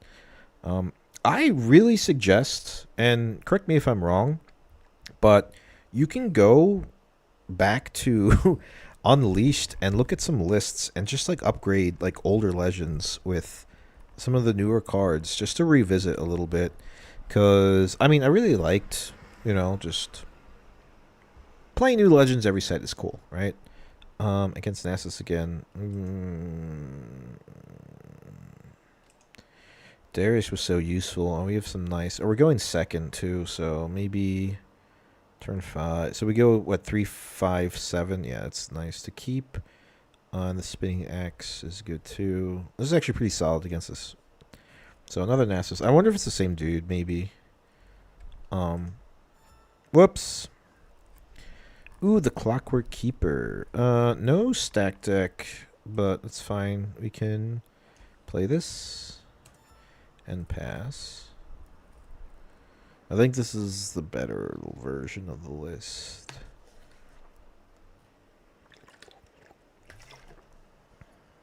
So this run's doing pretty well, guys. Thanks for watching. I appreciate your support. I think Nasus thing is the selection of large units on the blue-green. Yeah. They got some good stuff, though, honestly. Like, you can you can play White Flame Protector, right? That's a good card. It's an okay card. And then you ready 2 runes, and you give something +8. That's a big swing turn. Yeah. So like the thing with like those type of decks where you're like really banking on like some like big play turns with some big units, it's like playing a White Flame Protector is like almost like your whole turn. But the cool thing is, like if you're sitting at 12 runes with Nasus, I think it just opens up like the possibilities a little bit more, right? So you do 8 and 2, right? And then you have 4 runes left over, but you're ready 2 if you're at 12. Again, if you're at 12. Then you have 6 runes to play around with. So unlike Master Yi, where like when they used to play White Flame Protector and it was just like the only turn that they could do, and that's it, right? They couldn't ready runes or do anything else, maybe like a charm or something. But it just goes to show it's just like there's more options available. All right, so what am I doing? This is bait. This is the 4 open. So we go here. Oh, cool, nice. Then we can arguably do we accelerate the Kaisa here? I mean, the On Guard is awful in this situation, but it is great tempo. Do we risk it for the biscuit, or do we just bring everything? No, I think this is greedy, but I think it's correct. He does leave one open for the On Guard. But I think this is fine. It's not too bad. Or the retreat. No, it's the On Guard. Oh, the retreat. Okay. Okay, that's fine. So Draven happens. I draw. He does get to ramp really strong though. The 6. So he's already on a watch return, which is nice. So we draw another Kaisa. We conquer. We draw for Kaisa. Bone Skewer is terrible in this matchup. I don't want them to play things. Although handed information is actually pretty useful. So maybe we can hide it and see what they have. But I don't want to do that quite yet. Mm-hmm. And there's the heron. So we go to 4. We'll pull everything back. Develop some board.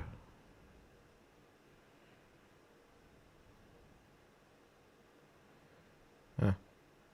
There's a... Oh, wait. We can easily play... Alright, that's really good. So I know he has a Clockwork Keeper in his hand, so because of the retreat. So I think Bone Skewer on this battlefield is really fine just to draw another card and get some hand information. So if we Bone Skewer, then we can also just develop the Kaisa. Although arguably developing the Ferris Forerunner I think is probably the better option.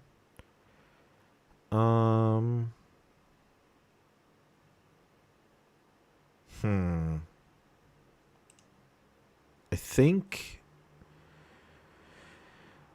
developing the runner is always good. The thing is, in this situation, it just loses to the Heron, right? And he's going to push this into a battlefield anyway.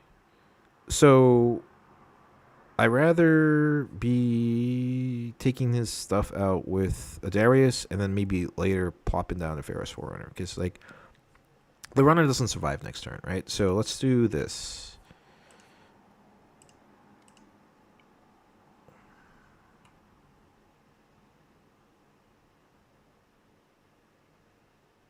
Because at least I get hand information, I get to draw a card. Okay, so we have the Charm, the Discipline, and the Clockwork Keeper.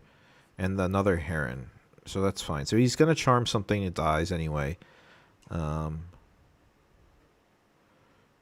decides to play for the extra cost. He technically didn't need to show the Stupefy, but that's fine. So he's Stupefy, Discipline, Charm, and Heron. And Showdown. Okay, Draven happens. I get to draw Spinning Axe. We have all 3 Spinning Axes, which is nuts. We'll pull back everything, and then we'll just develop a Kaisa, and then that's pretty solid. So he's definitely going to charm a Kaisa. Definitely develops another Heron. But we're sitting comfortably at 7 runes next turn. So that's good. Darius Axe turn. Wants to draw again. And a Stupefy. So. By the way, how long have we been streaming, guys? Almost 4 hours now. 3 hours and 47 minutes. With 52 viewers. That is crazy. Thank you guys so much for spending your Sunday with me. Just playing a video game that I'm preparing for so I can get, like, a medal card. That's really awesome. Like, that means the world to me. You guys, like the sound of my voice, 1. And 2, that, I don't know, maybe it's some, like, useful information for you guys when it comes to playing the game. Which Kaisa would you like? That one. Yep. That's good.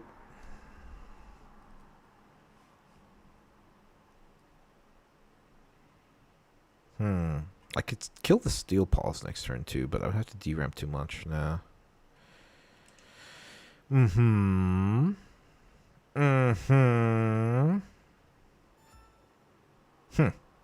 Interesting. So he has a Stupefy, I know that. And he has a Discipline, so he can discipline the Scuttle Crab. The Scuttle Crab. Oh wait, no, he only has 1 rune left. Interesting. Okay, so I think it's just Darius. Oh man, I wish I could bring it back somehow, right?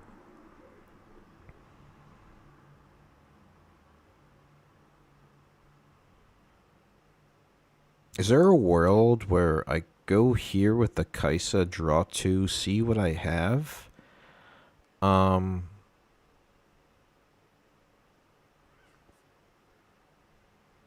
Play the... No, that doesn't work that way. Okay, never mind. He's going to see all my axes, which is fine, but I have to get to 6 points here, so I think I'm going to have to sacrifice my Darius, unfortunately. But he's still sitting at 8 runes, so he has to commit some of his stuff. But the thing is, I lose my Kaisa that way, too. So I think it's this is better. But I do get to draw 2 cards. Choices. I could just double axe the Kaisa as well and sit on 3 open. And then, unfortunately, he didn't put the Heron onto the Star Spring, so I can't, like, save something. Also, it's just another good play is just Kaisa move in there, but I really need to get to 6. Kaisa move in there and plop down the Ferris Forerunner and save the Kaisa.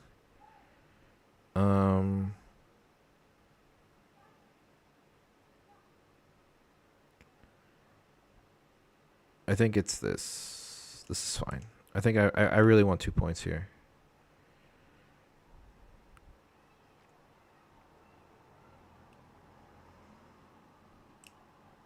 So, combat win. Oh, wait, no. Here, I get to see my hand. See all the spinning axes. Yeah, I think this is fine. This line is good. Correct me if I'm wrong, but if you play the Heron for reduced cost, you don't get to trigger Nasus. I don't know. Let me see what you're talking about.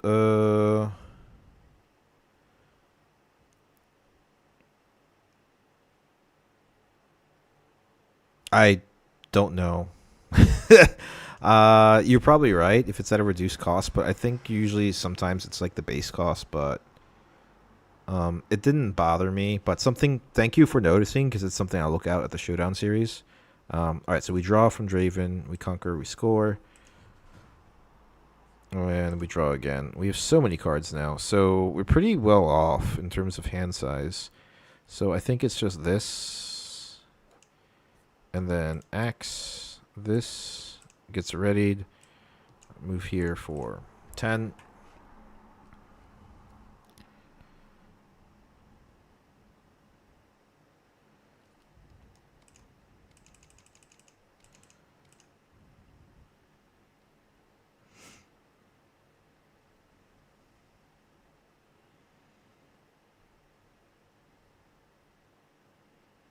And we could do this cool thing where we hide the Tide Turner here, right? And then we can choose the triggers first. So if they decide to like move into the Star Spring, we can actually save the Darius pretty easily.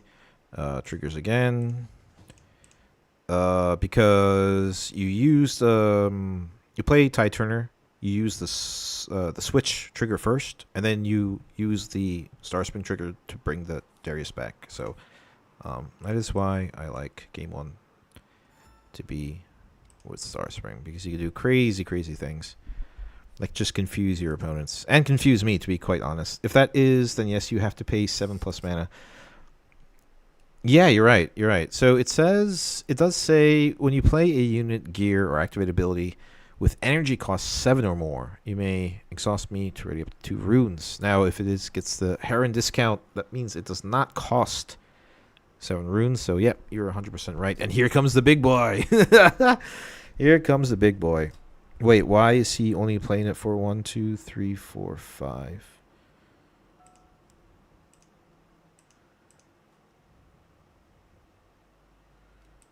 Cost 8 or?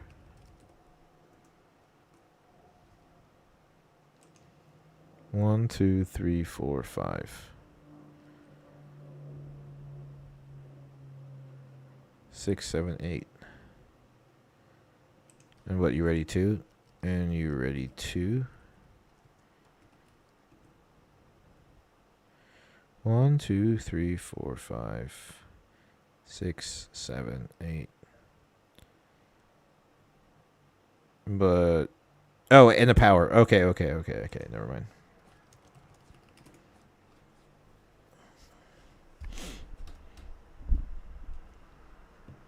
But why is he playing the Nasus? That doesn't do anything. He can't ready it or anything. So maybe he's thinking for the next turn. But he has to like commit to some crazy nonsense here to get over the he just loses here. He doesn't win anything. He can trade the Heron. But that doesn't help him. I don't think that's a correct play. Oh, the disarming rake. Very cool. Yeah, but still, that doesn't help you in the long run. Like, you have to think Tide Turner here, right?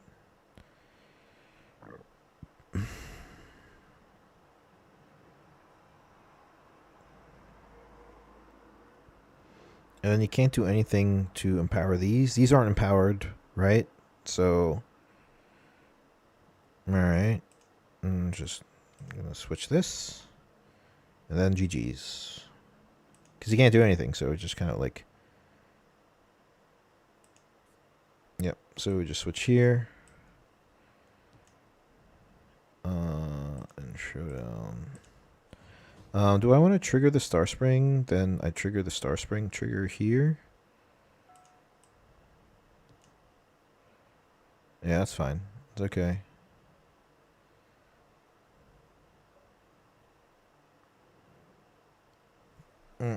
So the way it works, so you play Tide Turner. Triggers happen simultaneously. I get to pick order. Tide Turner was played.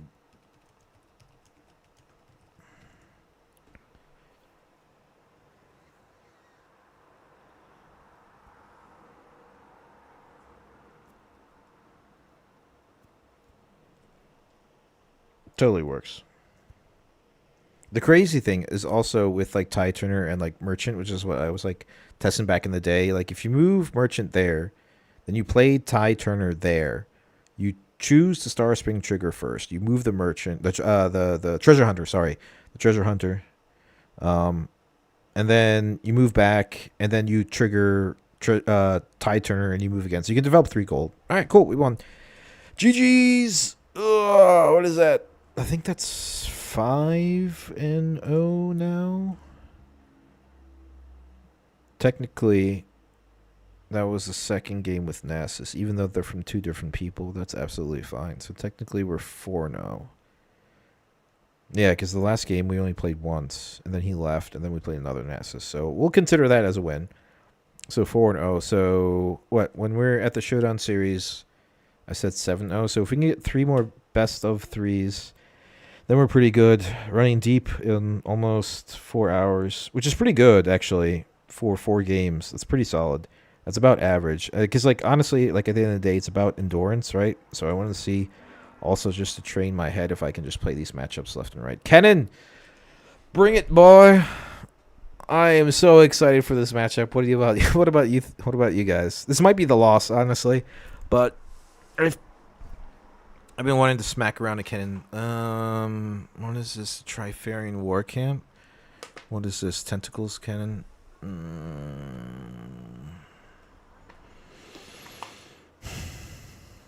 Tide Turner, Star Spring is solid. Make some really good interactions, as you guys saw. Vex is also good. Axe is too good. We have nice round. Yeah, that's fine. It's okay. I like it. Watch. Seal. Play cannon. Oh, okay. Never mind.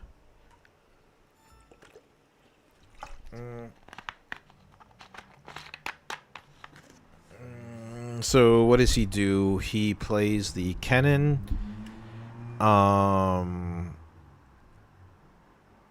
Empowers, burns. So what? He goes to 5, right? Because he gets +1, so you can go to 5 with cannon.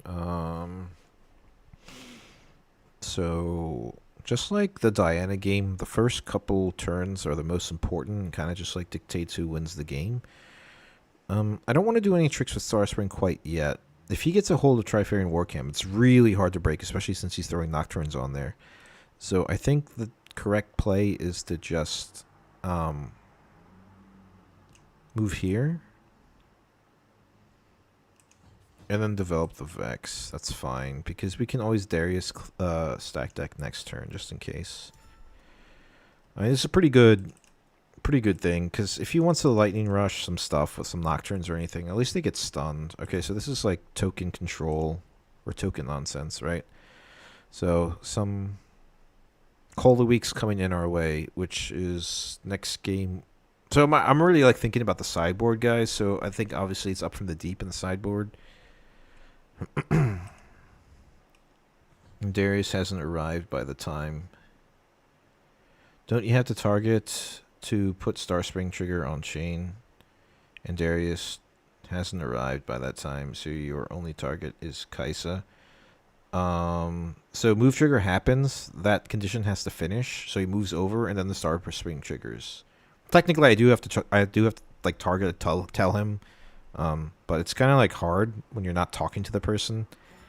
Hook. Wait. What is this? Okay. So. Yeah. So like what you're talking about the star spring. So Darius was here. Kaisa was here with Thing. Oh, I see what you're saying. Maybe it doesn't work. Wait, hold on. Star Spring here. No, the trigger goes on the stack. You don't have to choose.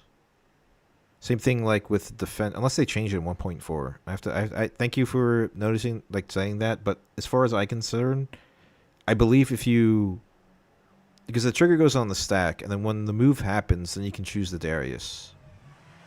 I have to look that up. I have to look that up because that's really important. I don't know. What do you guys think? Don't you have to target to put Star Spring trigger on the chain? I have to check because then that's no. I don't think so. I don't think you have to. Anyway, I'm losing my mind here. Yep. Stack deck first. Rebuke is solid. Cleave is also good, but against the Thing, I think it's just gonna be the Rebuke on the defense. So we recycle all. Then we Tide Turner the the Vex here. I'm sure someone in chat will correct me. And then we'll move in here. Conquer and score. This goes down to 4. We can. I think it's when you play Tide Turner, you have to put Star Spring trigger on the chain together with Tide Turner, since both are play triggers to put it on the chain, have to target a unit, in my opinion, anyways. I'll double check. I'm pretty sure I've been doing it for. I mean, I've been playing like that, and like no one's ever said anything, for the most part. So, and from what I read in terms of like moving Treasure Hunter and everything, you can choose which triggers happen first, but the choosing from a different battlefield is a great question. Do I ever hide Tide Turner here? Goes to 5. Hook something. No, it's fine. Hidden Blade D. Vex. Goddamn. That is very... recycled 1 chaos. He has 1 energy floating. Okay. 2 energy and 1 power. Alright. I get to draw 2. 2 Kaisas. Do I ever rebuke this? Because he's just gonna hook it anyway, so yeah. Yeah, I rebuke this always. So he can't play it this turn, which is nice.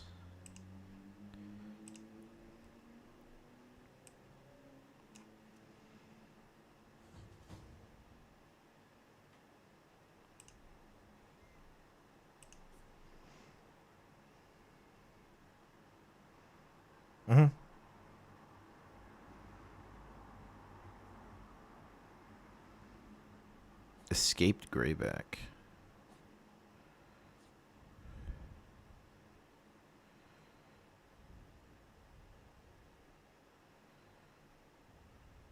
Okay. So, what's the dealio, though? What you doing, guy?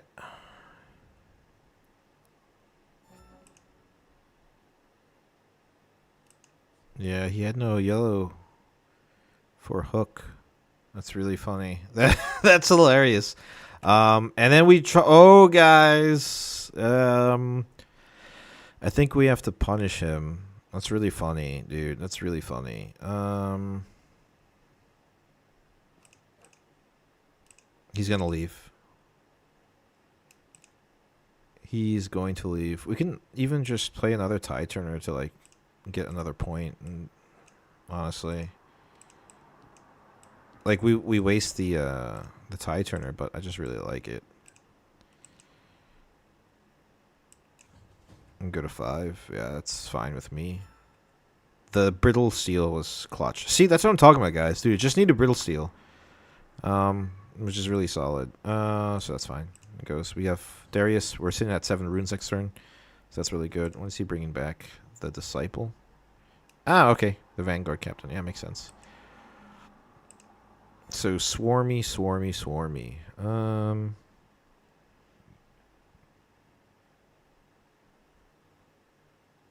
What am I going to be sitting at? 8? Or do I do Kaisa to draw 2 cards? At 7. What is this? 4, 7, 8, 9, 10, 11. Kaisa helps out next turn.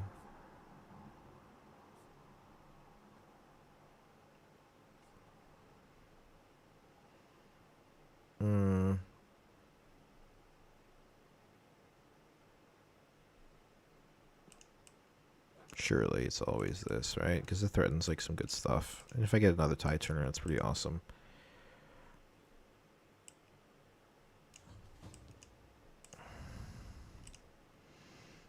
Question is...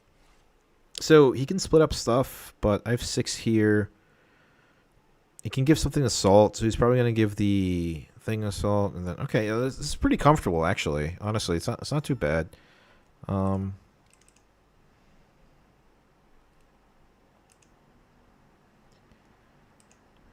No yellow runes for... Oh, Hidden Blade. Jeez, man, those... I'll take the cards. Okay. Yes, I would like to trigger the defend trigger. Right, because... Actually, no. No.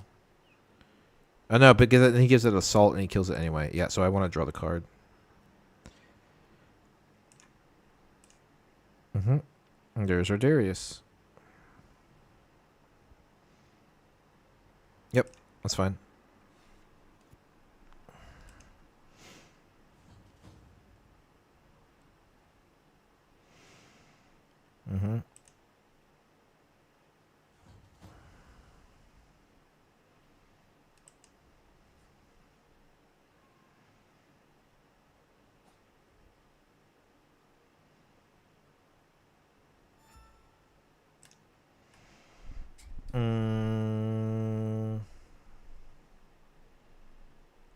Darius, Cleave. I don't think I can... No, I can just... Kaisa... No, I can't double conquer this turn. Wait, I think I can. I think if I had more runes, I could. Because I could... Ready... Yeah, if I had another rune, I could... Or 2 more runes. That would have been pretty cool.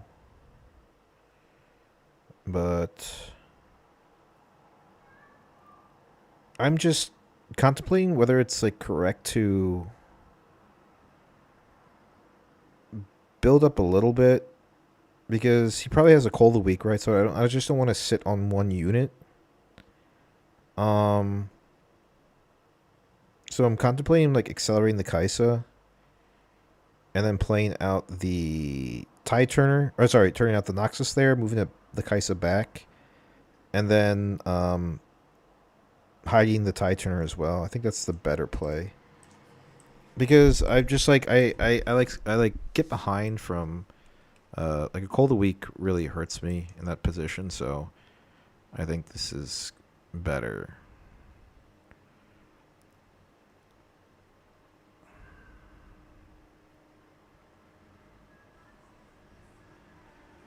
So, first thing, I draw 1,000 cards. This happens, conquer and draw, and then Kaisa.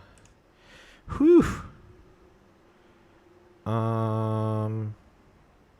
Pretty crazy. I got too many cards now. I think it's always just develop the Kaisa in the back. And then hide the Tide Turner there. He can double conquer here, which is kind of scary, but I have tons of ways to accelerate stuff next turn, so...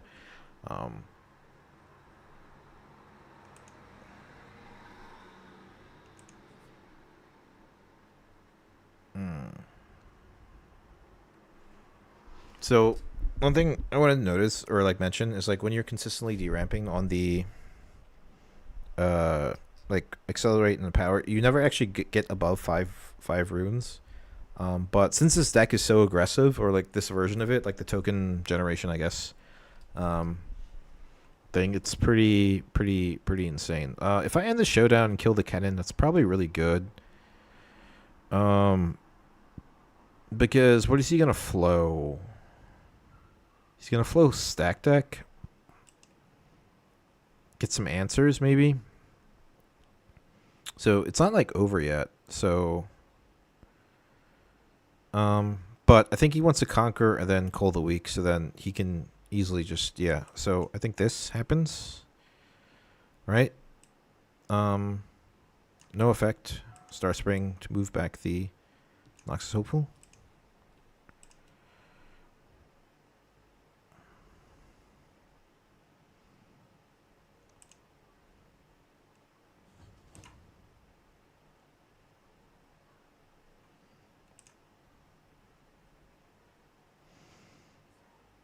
So he's gonna have to commit to some Call the Weeks. He could still very well win here, honestly, but at least his I don't have to worry about his legend ability because I'll be attacking. There's a world where perfect execution gets there as well. Accelerating the Rek'Sai is good. It's only costs 4 runes, and then we can also perfect execution something. But we'll have to see. My voice is killing me, by the way, for talking so long. Okay, so he wants to stack one battlefield.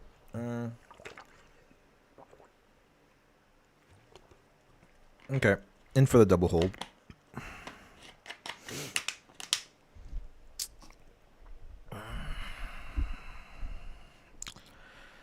Ugh.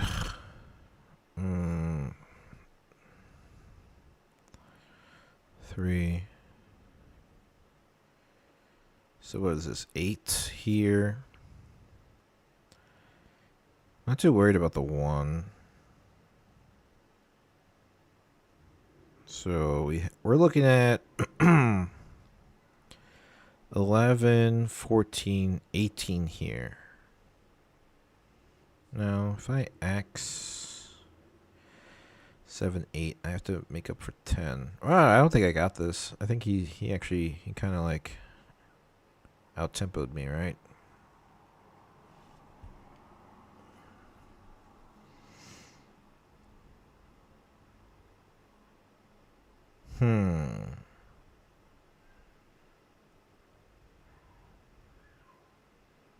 Axe and cleave.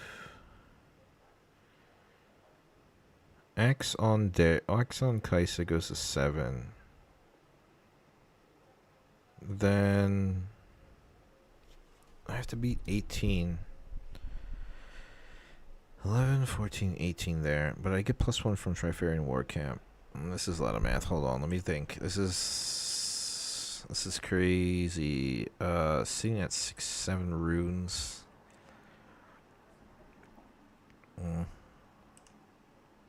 So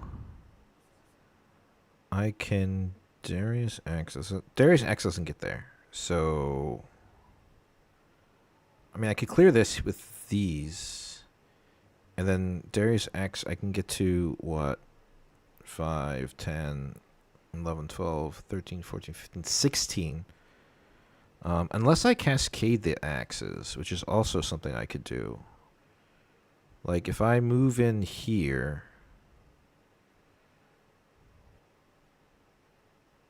with both of these, and then just play the axe.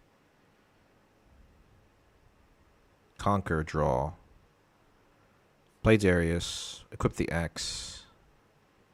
No, that doesn't work either. Because what? This 5, 6, 11, 14, 18, 5, 7, 10, 11.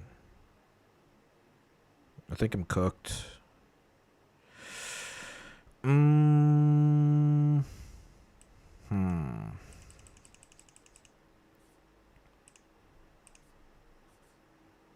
think I'm cooked. All right, so like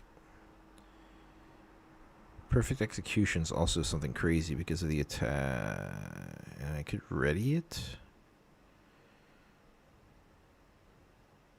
So 3, 6, 10, 11, 12, 13, 14. But both of them need to survive. And the best thing I could do is play. I think maybe I can get there. I think I see the line slowly. I think I have to start with at cleave, moving the Kaisa in here. Sorry. I got so many cards in my hand.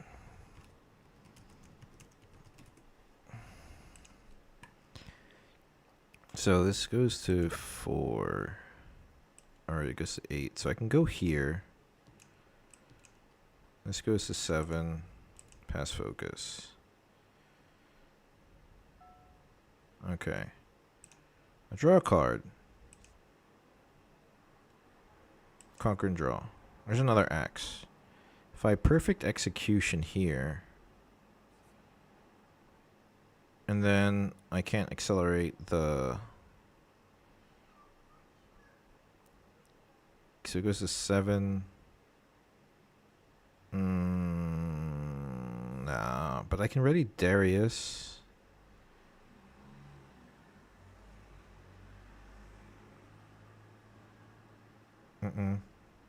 No, I'm cooked, guys. I'm cooked.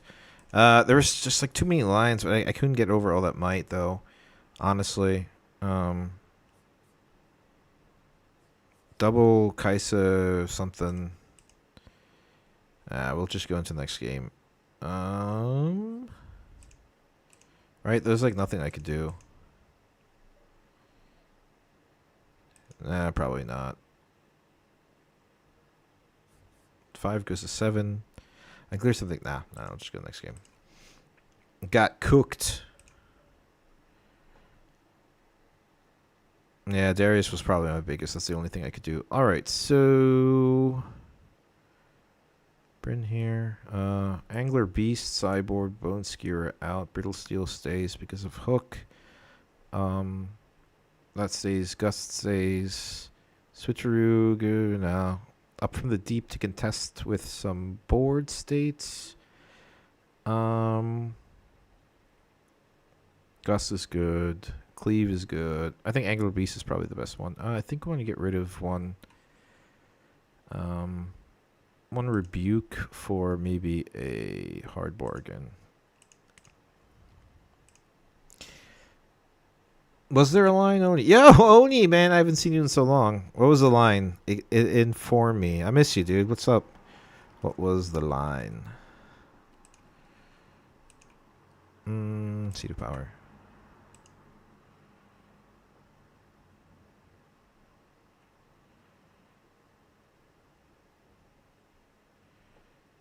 I couldn't see it. I couldn't see the line. There was just too many interactions. We're going first. 2, 4, 6. That's really good. I like this hand. I think we keep the Ferris Forerunner. Because it's really good. Turn 3 drop. If everything works out properly. Gust 3 might unit. The issue was because of the Trifarian War Camp, there were no 3 might units. That's the only thing. Oh, we got the Angler Beast. Nice. Right? Like, there was no... Was there a 3 might unit? Was it empowered, though?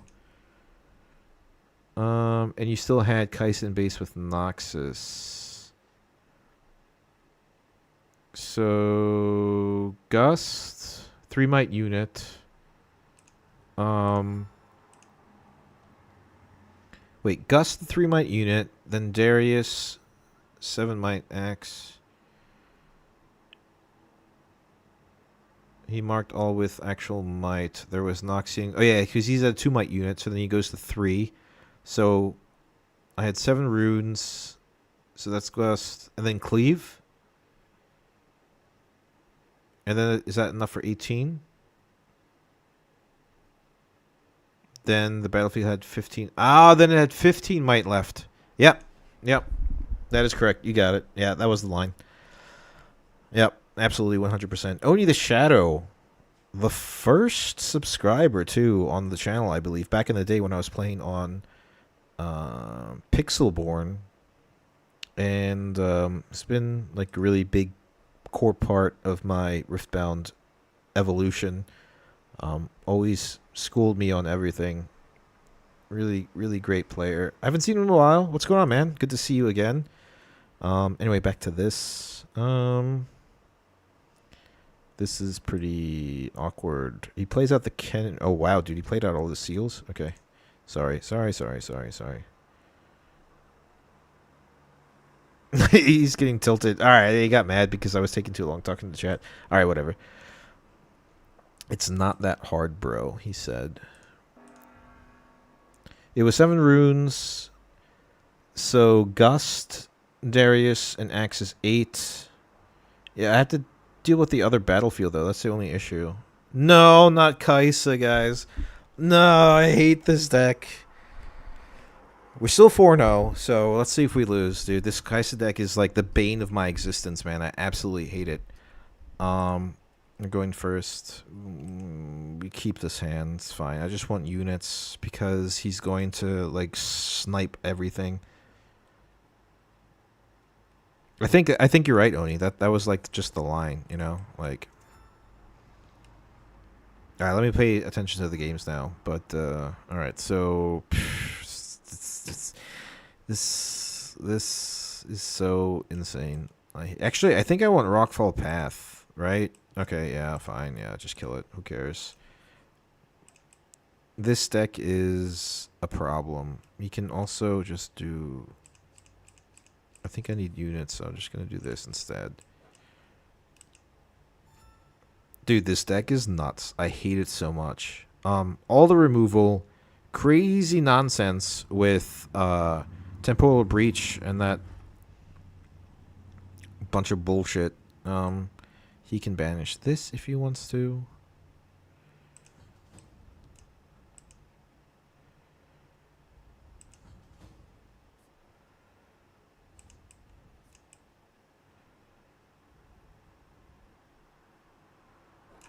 I'm gonna leave up 2 for the axe. Like I'm gonna like just bluff an axe. I think potential with Kaisa Noxus with axe cleave. Noxus Hope will bounce Kaisa, and perfect execution is ready Kaisa, but might be 1 root. Yeah, I was at 7 runes. So okay. He wants the Void Seeker, the Vex. Draws a card. Did he... No, he tapped his ability. Yeah, that's fine.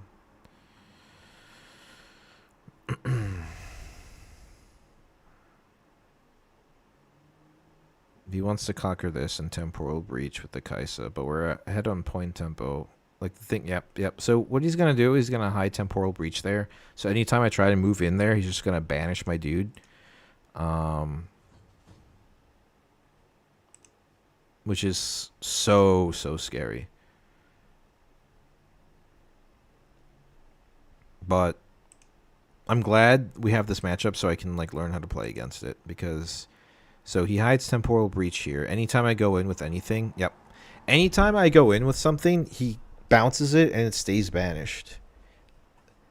So I have to like be like super aggressive with this. So what I do is I do this, bounce with Star Spring back.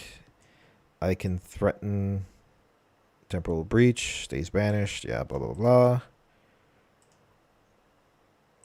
But then I can still... So there is 1 gone. I'm scared about the game 2 where he does the one where it like does the 1 damage. By the way, for the challenge, we are now 4-0. Pretty good. Pretty sure Kaisa... I mean, the Ken games we didn't finish. He left because I was talking to chat too much, so we're not going to count it. Honestly, in my opinion, I probably would have lost game 2. So, I mean, it's up to you. I mean, for me, it's better to push myself as a player and say, like, maybe we lost game 2. So we can go, like, 4-1, arguably. But technically it didn't happen, so I can't count it because I'm not counting the one ofs. So perfect execution on the watchful sentry. That's bonkers. Mm-hmm.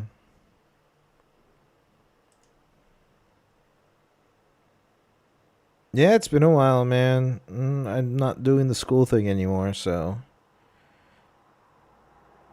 yeah, yeah. What about you? I know you're in the school. Um, Hopefully things are going well. But yeah, Oni go into the Showdown series, so we're grinding some stuff out. Mostly like for endurance, right? So I've played for what, almost 5 hours now, 4.5 hours. Because I realized in Lille and even in like some skirmishes, dude, after playing like 5 rounds, I was like spent. So I'm trying to just like increase on my endurance. One thing I've noticed for streaming though, it's a little awkward. Obviously, we're not like playing with cards, and that actually, affects you as well. Oh god, so insane, dude. This deck is so insane. And then he has one open for stuff. And then he plays the tank there.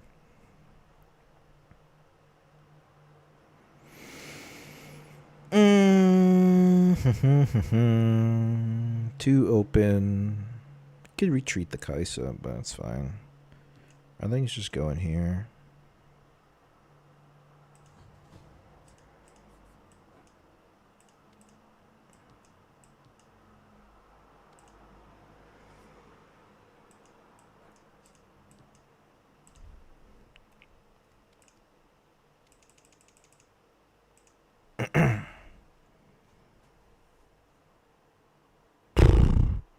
Disgusting. What for one?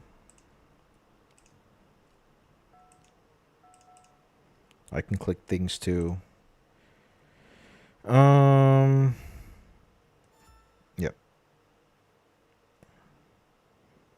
So Bryn here is probably gonna come down this turn, and then he's gonna want to move in. Oh no, it's Progress Day, even worse.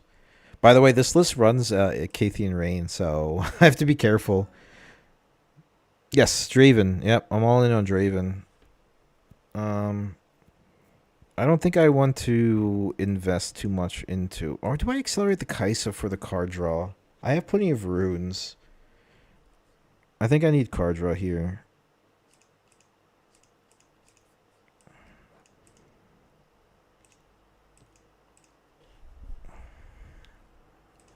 We go to 6. Cleave doesn't really help. I don't want to play this because Acathian Rain, 9? Actually, it's not terrible. This can withstand an Acathian Rain.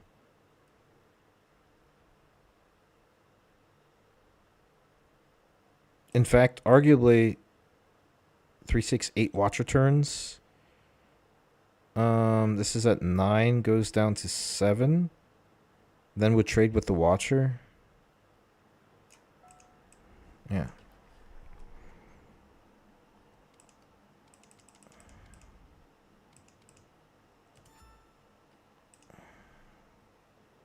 Yeah, Draven. Draven got good with just Brittle Steel and a couple cards. Don't need to reinvent the wheel. I'm not too... Like I said before... Oh shit, my bottle of water. I wasn't too impressed with this set, Oni, honestly. Like... Yeah, there's a Watcher. Unleashed was just like, meh. In my opinion. It was just... I'm not Unleashed, Vendetta.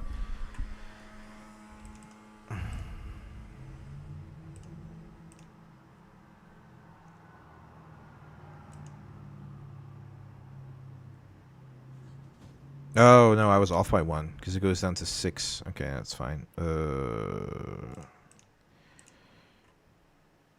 Yep. Cool.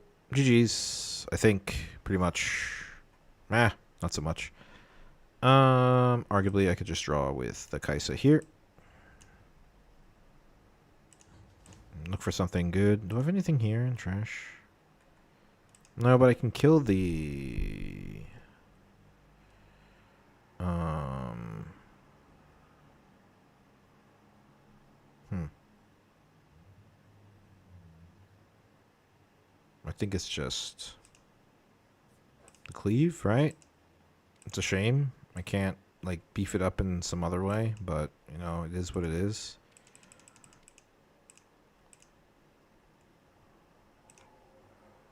I needed a Rek'Sai at that point, but that's okay. 4, 5, 6, 7, 8. mm,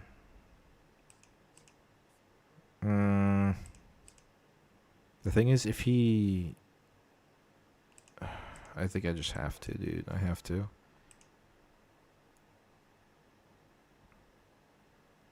I think Jinx is better than Zed in this set with Endless Riches, honestly, because you always draw with if you play Endless Riches and Jinx, right, you always draw because you don't draw for your draw phase, but you draw for the card. Zed is cool, Miracle deck, you know. Kennen is cool. Like Kennen and Mel are the only two I think that are going to be like relatively good. But I think Zed is just like a Miracle deck. Um, and Jinx is really, really crazy with Endless Riches. The value is insane. There's Singularity. Okay, so cool. So basically, this is where my list kind of is really good in the sense of like all the accelerate stuff that we have options to. So we conquer and we draw here. No accelerate stuff. But we're gonna be digging for it. So maybe we even don't actually pay that.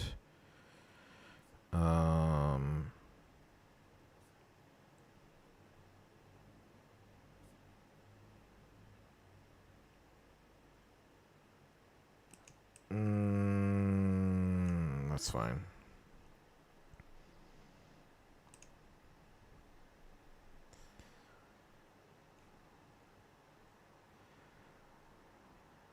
Yeah, Unleash is okay too. Endless Riches is a Jinx card, not for Zed. Yeah, dude. It's crazy because you just draw cards anyway, you know? You just draw cards anyway. And you can play stuff from trash. You get your, you know? You can play your Death Rockets, dude. Like, Jinx is a lot better with that card. And first and foremost, it's a fun deck to play, too. Because people are like, wait, what's going on? You know, like... Come on, Kaisa. You got so much stuff in your hands. Like, you just play your Bryn here this turn, and you trade here. And you just have to pray I don't have an Accelerate unit next turn. Okay.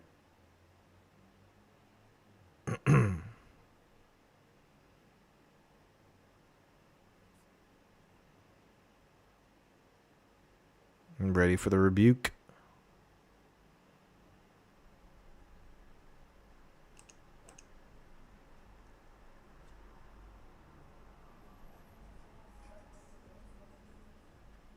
And the funny thing is, he could just play and play for the flow costs and just move in here and kill it anyway. But that's fine. Falling Star on the... Okay. He doesn't want me to have any units. So that dies, and this is 3 mark damage.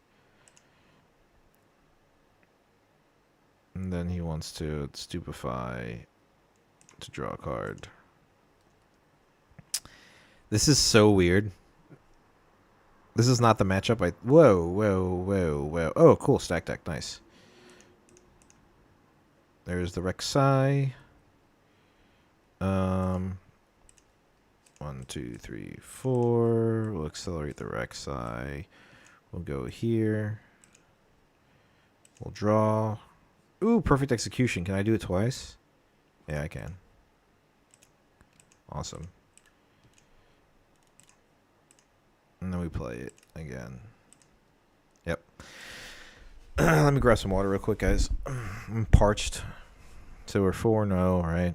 Yeah, okay. Hard bargains. We need them. We get rid of Brittle Steel. We get rid of Bone Skewer. Bryn here. We need them. Actually, Up from the Deep is really good in this, too. Gust is useful. Perfect Execution won the game, but I don't think that's going to happen again.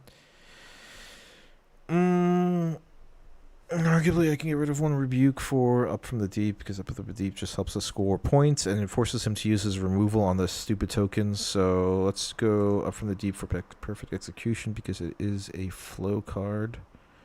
Where did I put it? There.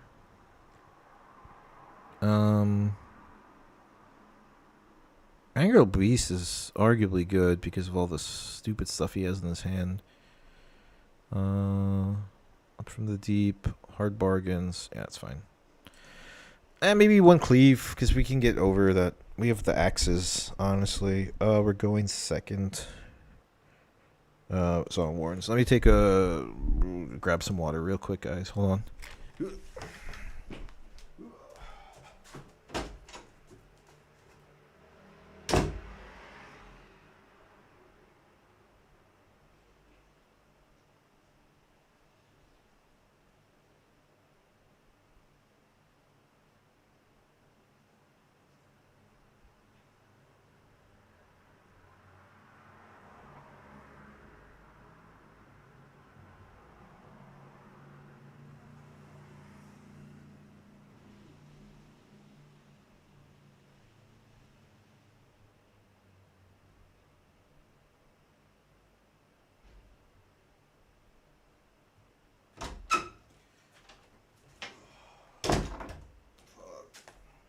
Alright, mulligans.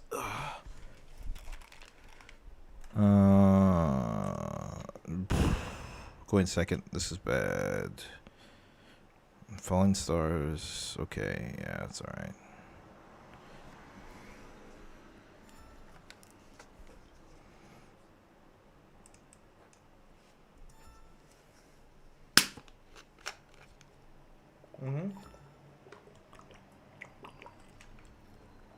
He knew I had Gust. This guy's good. I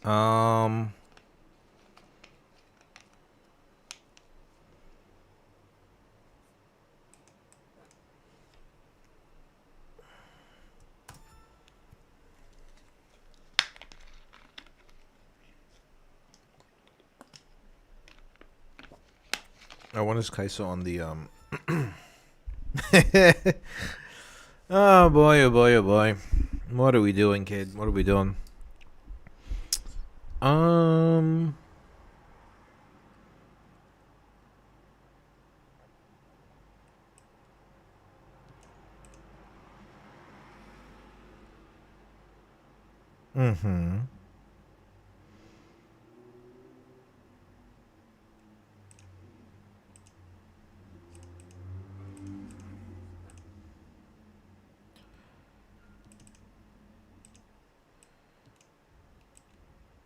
Oh wait, no, I don't want to go there. I want to go here. So he has to play his deflect. Who cares about the 2 might Boro? Oh, my battery turned off, guys. I think my camera just died on me. So you have a little screen of me moving, not one bit. Yeah, it's really weird. My camera died on me, guys, but I'm still here. Don't worry.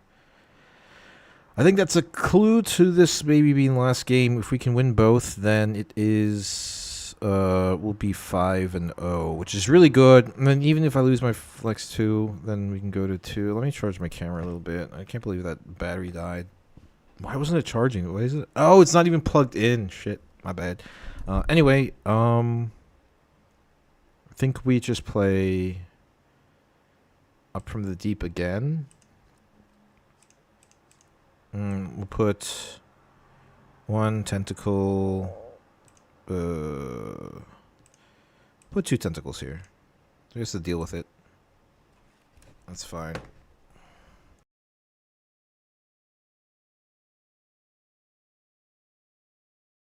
Sorry, guys. It's frozen. Yeah, it's frozen because of the battery died. Let me just plug it in real quick properly. Hold on 2 seconds, guys.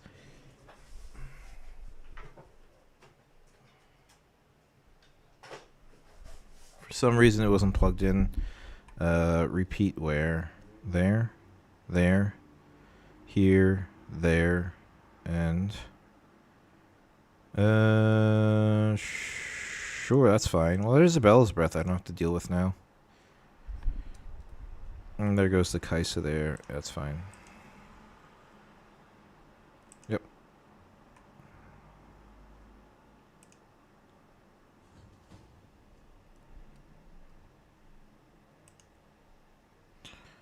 But I think you should be able to still see the gameplay. Yeah, the gameplay's fine. All right, so not looking too good here. But we can easily Flying Star the Kaisa because of the Void Gate and the Plundering Poro. So we don't have to worry about the back line with all the Noxus Hopefuls nonsense. So let's do that.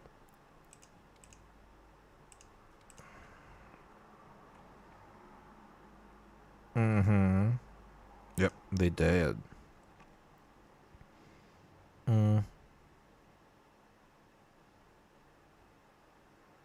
Ah, man. Dude, accelerating the Kaisa here is bad, right? We can save it with the Tide Turner.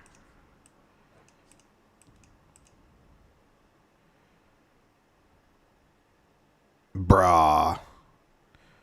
Brah. I hate Kaisa.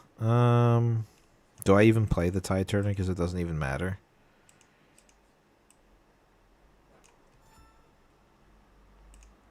Brutal. Just like Draven of old with its like, you know, relatively older deck list with just some new cards. This feels the same exact way playing against this Kaisa deck. It's just exactly as oppressive as it used to be in Origins, and it just has like really good stuff. Like, look, he even put like Brittle Steel, some Temporal Breach, and really, it's just like the old list. It's just absolutely insane, and he has something to remove. I can just try and win here with the cleave, right? I can't get any points, man.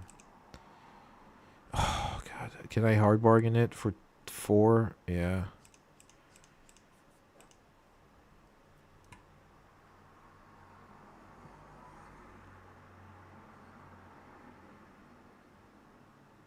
It's just as oppressive and ridiculous as the Kaisa of old from Origins. Still not good enough in the Vendetta, sadly. Yeah. Hey, look, we got a trigger combat win. Hey, and we got an overzealous fan for him to shoot really easily. I think the gust goes away, and we draw. Okay, there's an axe. Wait, why didn't we get rid of the axe? The gust. Okay, there you go.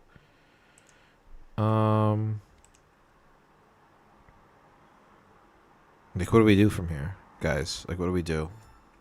We can threaten an axe, and that's about it. Then we lose the axe for 2 points. Battery should be up and going. It's just like completely drained of battery. Hold on, guys. Let me check.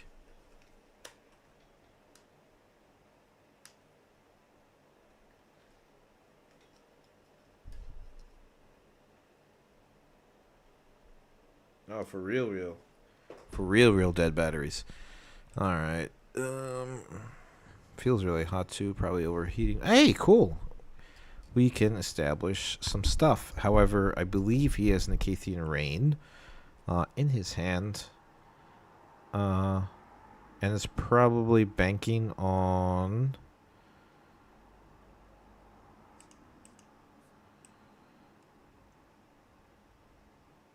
Dude, this is so bad. I can just play this out, honestly, just for a dude.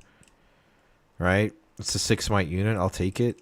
But, like, this is awful. I'll even play this here, just in case. This is so bad.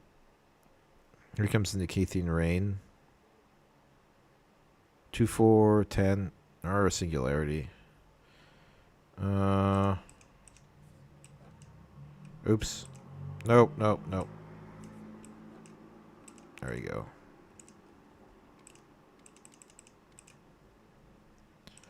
And then even if he has a Falling Star, that's really painful.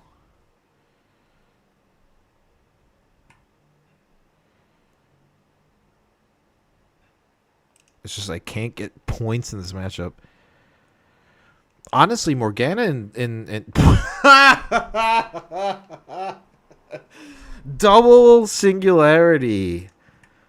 Oh my god, dude. That is absolutely bonkers. He must really have nothing in his hand, man. Yeah, this is bad. If I don't get a unit here, I just lose.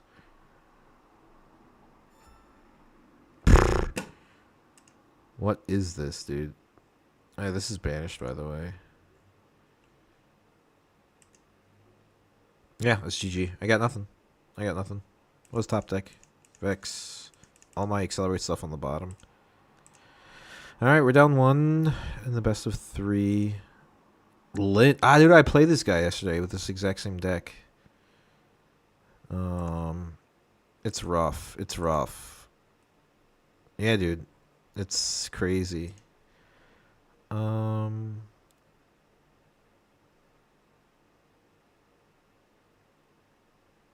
This is game 3 now, right? Okay. I don't think Up from the Deep did much other than bait out a thing. I think Perfect Execution is good. I also think Bryn here is really good in this. So let's put in Bryn here.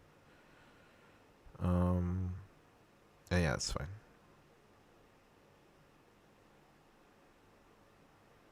Yeah, that's good. So game 3. The streak is on. Alright, Hard Bargain is so good. It stops things. Kaisa's good. This is a really good hand. I have to keep it. Pouty Poro, please. Zahl deine Steuer, bitte. As if you want to shoot things, you will have to pay taxes. So how much you want to bet this is a Void Seeker? Candlelit Sanctum is pretty tasty here, I'm not gonna lie. Go ahead. Play your Hextech Ray. Oh, we get the score. Did he brick? I think it's we have plenty of units. We have to slowly use our Kaisas one by one. I think it's the Falling Star to keep up with his removal. On top, and then we can put this on the bottom.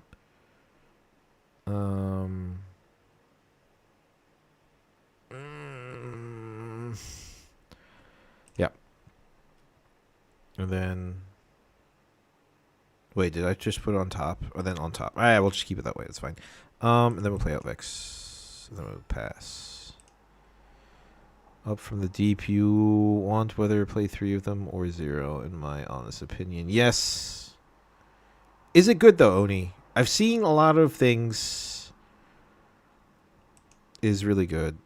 Like, it's just solid. Like, you know, second game, if you have it in your hand, you threaten 2 points.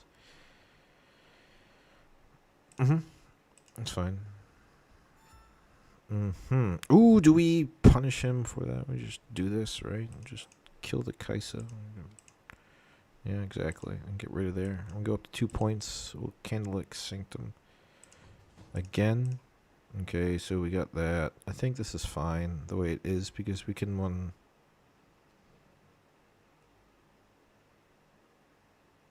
Actually, I think we recycle the Hopeful. Nah. We have to keep up with this stuff. I think it's fine the way it is. It's fine. And then we can play out a... No, do we play out the Kaisa? We'll keep up for the Hard Bargain. Nah, because we can accelerate the Kaisa next turn. It's fine. Up from the Deep is broken. Yeah, so a lot of people were like... Especially Sam D. Sherman was like, yo, Lingering Souls like was game-changing when it came out at MTG. And that's pretty much what it is. So, like, really cool stuff. Oh, dude, we can pivot here. This is really good for us.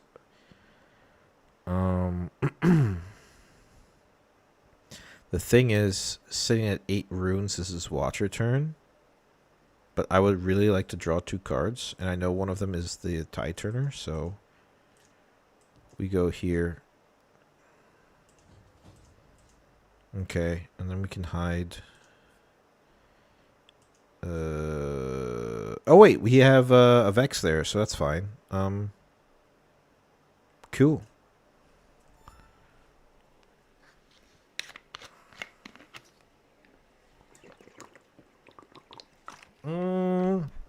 What can you do with 2 cards? 2 and a power.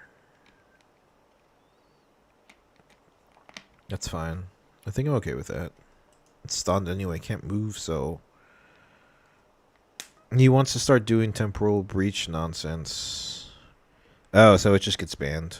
Okay. Or banished, rather. Shit. Awful.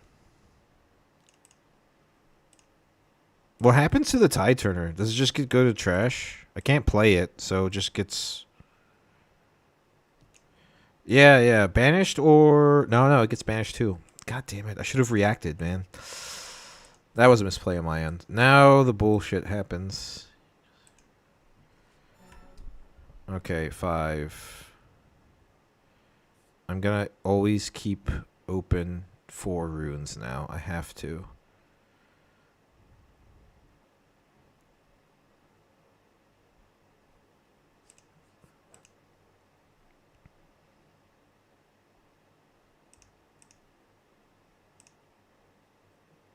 Rebuke is terrible, right? Trash. No, because I can't be played, so it just gets trashed. Yeah, okay. Okay, that makes sense. Yeah, I can't bring it back anyway. So I think Cleave is really good to get over the Bryn here, but if he has all the temporal breaches he needs, then it's really awkward because even might have to sideboard and abandon one hardboard and one abandon in the sideboard. I think it's just this.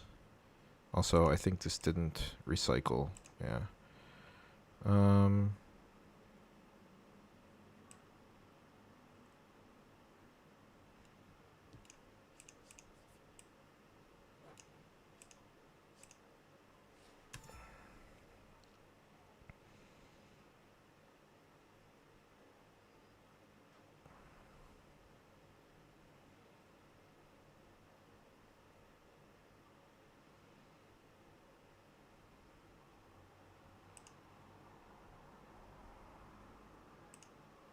Yeah.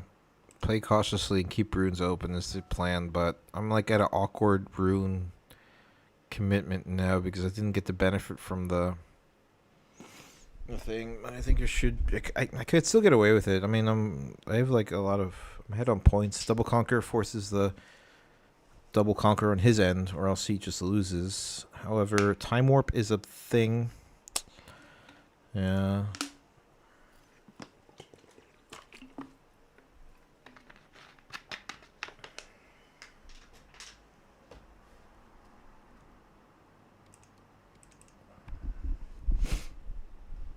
Singularity. I should have kept one more open for the hard bargain. Sucks.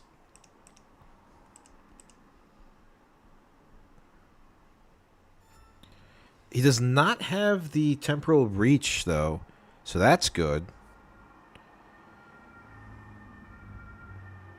What does he have, though, to kill the Kaisa? That's fine. I have to commit.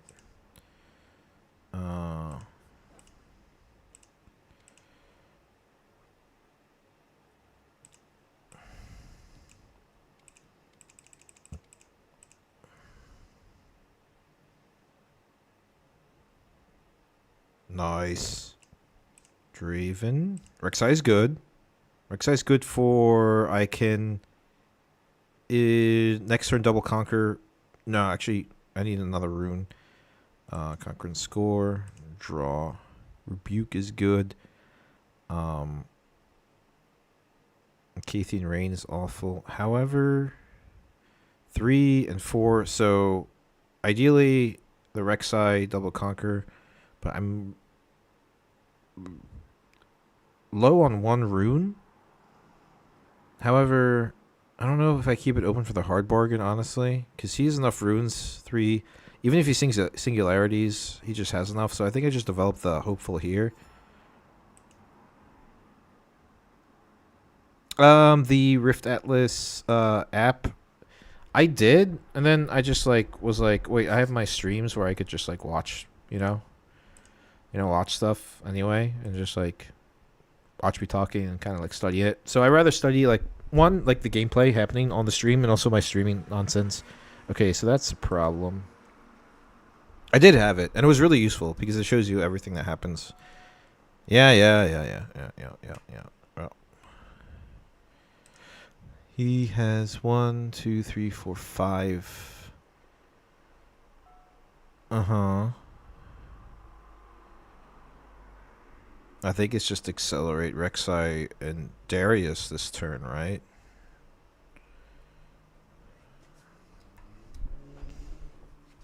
For the win. This is game 3. Did we beat Kaisa? We did it, guys. We did it. Yeah. He's all tapped out.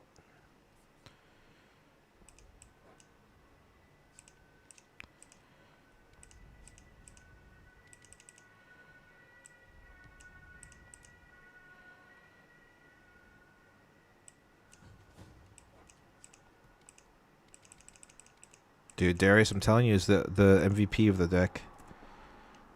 GG's. Oh, rough, dude. Rough. What a game of attrition. It's good to see each game separated to get better. I love and otherwise just delete what not needed. Yeah, that's true. We should definitely do that more often. Oh, that way we could do like some VODs, right? Where we could just go over the gameplay that I've played like off stream, right? I think that'll be really good to kind of like break down the game a little further. Let me see. All right, got some juice back in the camera. So I can say hello, and then we are technically now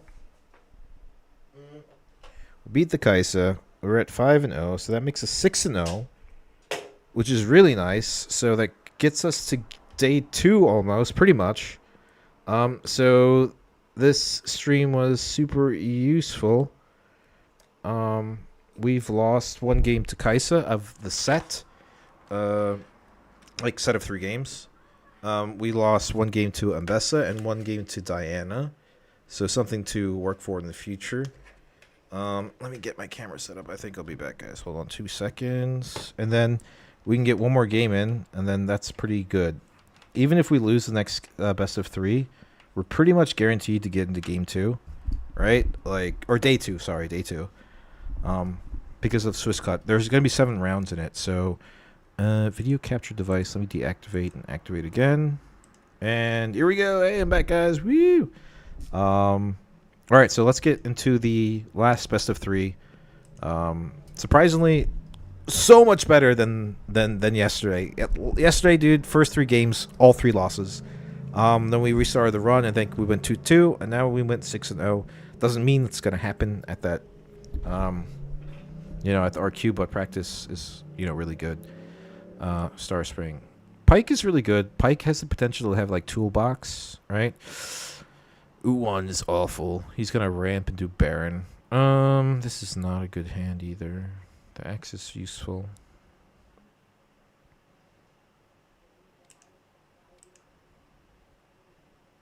We have plenty of axes in the deck. We need a Noxus Hopeful or 2-drop, but that's why we kept the... I don't know, guys. We might not get a 2-drop. Ooh, the Pouty Poro, so close. Oh, this is pack. All right, this is hand hate. This is like, oh, what is going on there? That's actually really cool. Type of a like in control matchup. I think we just Falling Star the crap out of that, right?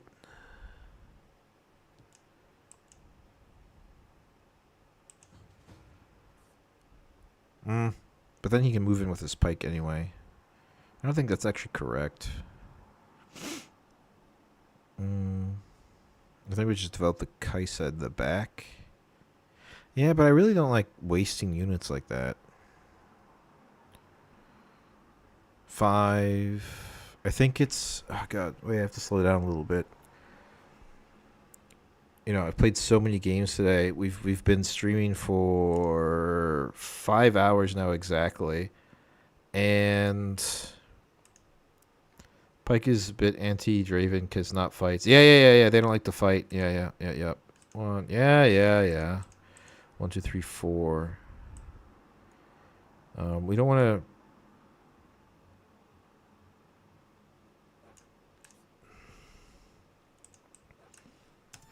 to... Yep, yep. They don't like to fight, so I have to save my Kaisa as much as possible. This is actually a really good matchup for testing. Do I move it over? No, because he's just gonna cleave. So at least we get a cleave out. No effect. Pass focus. Oh, okay. So he just trades. That's a 2-for-1. That's not good.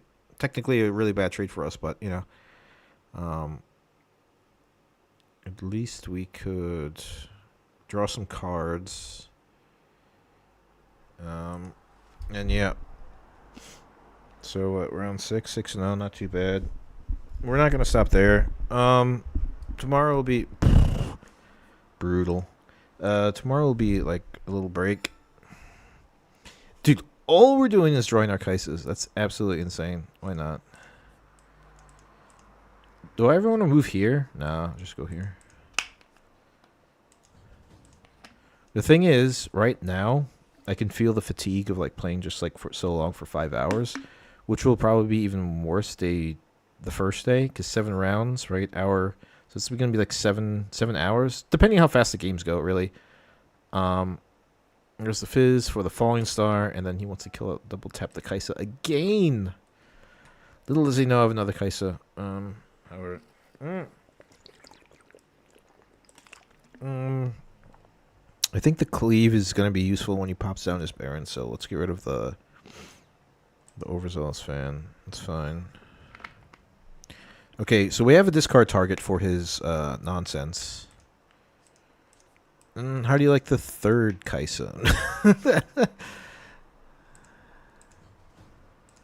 I think we just keep this. Do we kill the Fizz? What does he have? He doesn't really have much in there. He's just gonna hand shred the whole entire time. I think we kill the Fizz. I think it's... Nah, I don't want to deramp too much, and I would just pass here.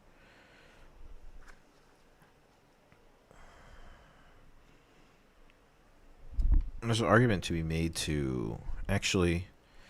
So we discard our flow card, which is... so we don't get card negative in our hands. And then he uses his things to pop both of his. Okay, that's really good. But now he's kind of like screwed. Because I'm in a really good position to do this.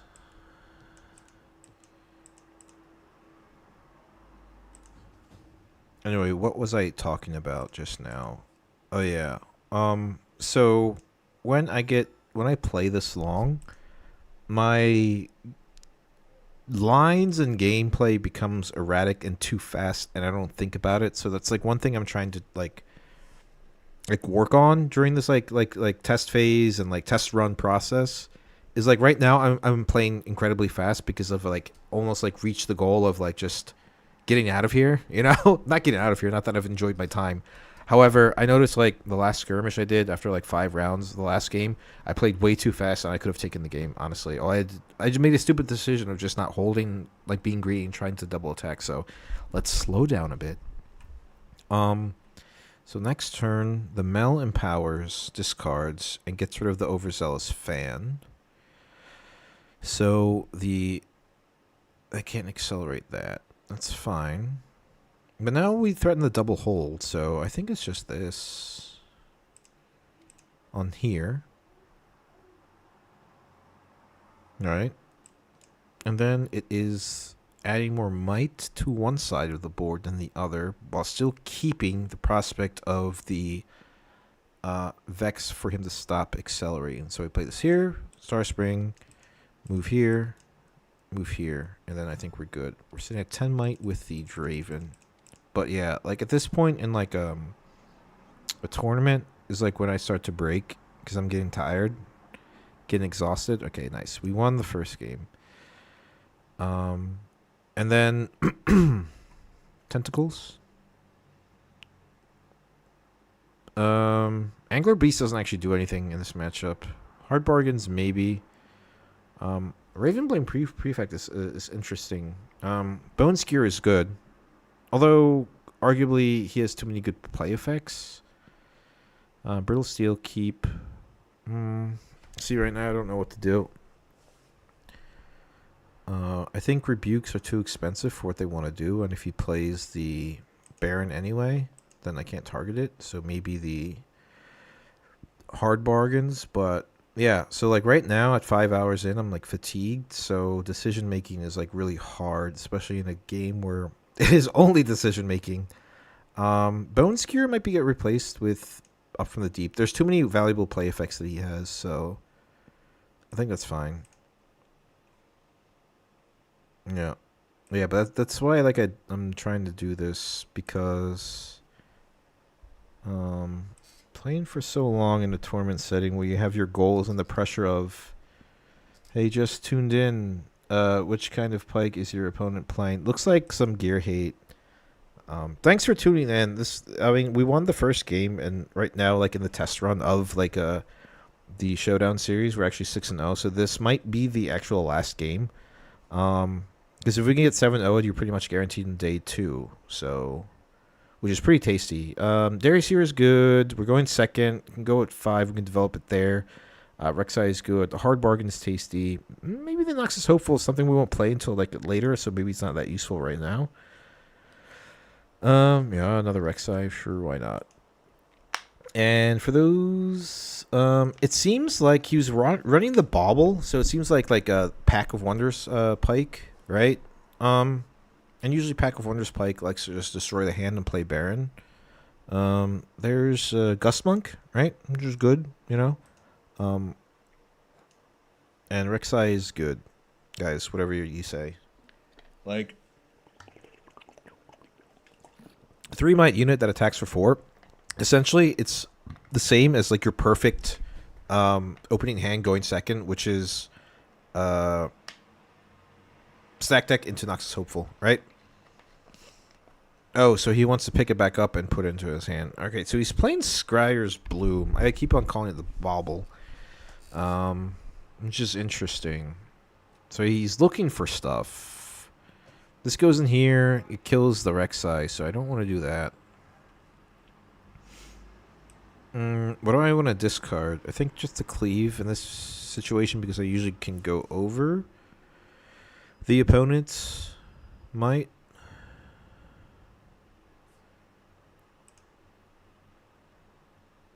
And welcome, by the way. So we conquer and score here. I think it's fine to get rid of the Cleave. I'm not too worried about the... Alright, so arguably it's like a really good... we'll play another Rek'Sai just to keep the hard bargain online. That's fine. Although, now I'm... Yep. So let's just restrict his plays. If he wants to put it in, he'll definitely pay for the 2, but honestly, other than like other spells, I'm not too worried about what he's playing, so... Yeah, so it at least like restricts his plays, and then we can always accelerate the Kaisa and draw 2. So we're not really too crazy into card negative when it comes to losing units, but that was like a stupid misplay. I should have at least like established another like 4 might unit, or just have played the Darius, and I would have only lost the 1 unit. But yeah, when you play for so long, maybe we'll meet at Speyer. We'll complete there as well. Oh, cool, awesome. Yeah, what are you bringing there, or what's your idea? Like, are you going there to win? Like, do you want to win the whole thing and get the invites to our queue, or are you just like going in for like a metal card? All right, so here's a good opportunity to play the Darius ready and just kind of move in. We have a Kaisa. We'll grab this because we want the discard draw.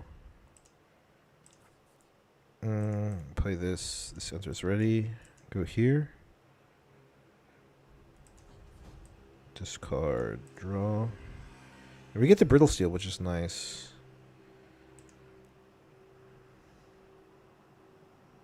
And there's the Fizz, and then there's this.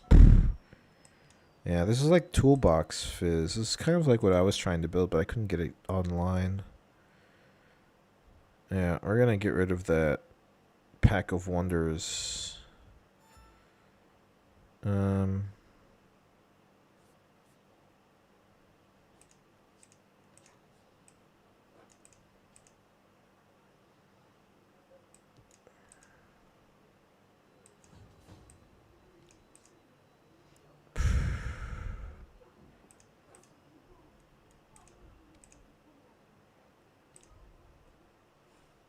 It's rough, dude. This is rough. This is not an easy game to play. I want to bring Pike, but won't bring the Pike pack version. Okay, yeah, that's fine. So he kills that. That's awful. More like a mid-range one. It's working quite well at the moment. Cool, awesome. Yeah, yeah. I hope you. What does he want? The brittle steel. Yeah, I can't figure out which one. You gotta say it. You gotta type it. It's just a stack of cards, my dude.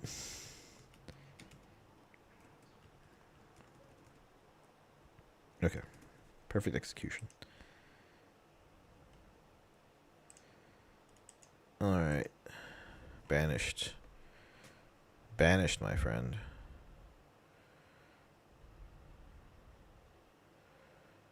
Is he gonna crack it? No. But he did something stupid, and the fact that he just didn't leave anything open is just, yeah. Okay.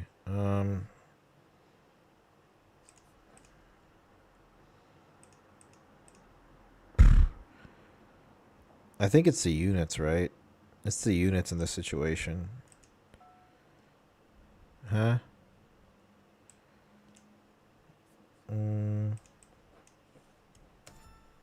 Falling Star sucks here, but I mean, this is just like we're going at it, dude, at each other. Oh my god, dude. We're going at it. And then he can play it again to discard. That's fine. Yeah, let's see. Did we run out of there's a spinning axe. That's cool.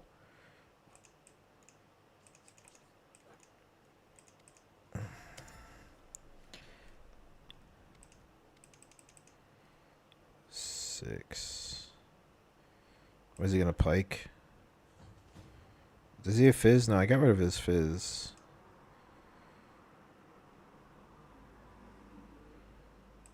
I can still brittle steel.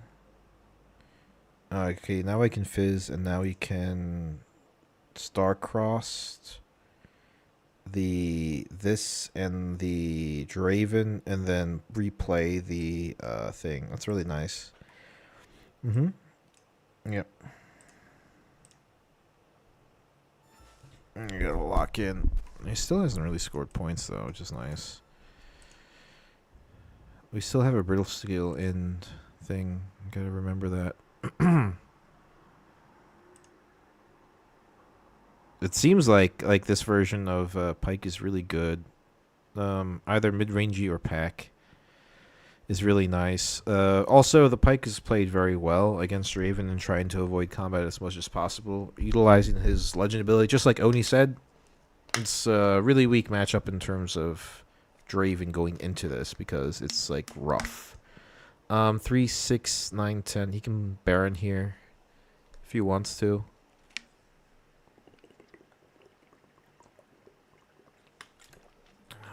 Plays the Matron again to play what? Nothing. Okay.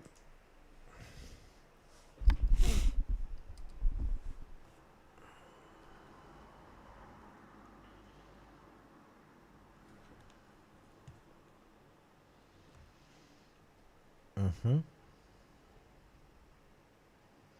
Is it really 541, dude? Holy shit. That's crazy.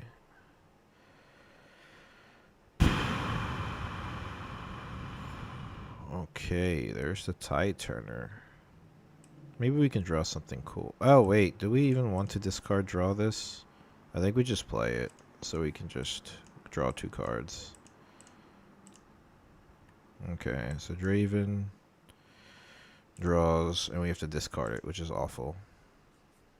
What is it? I can't read it. What? Oh, okay. Yeah. Discard, Gus, draw.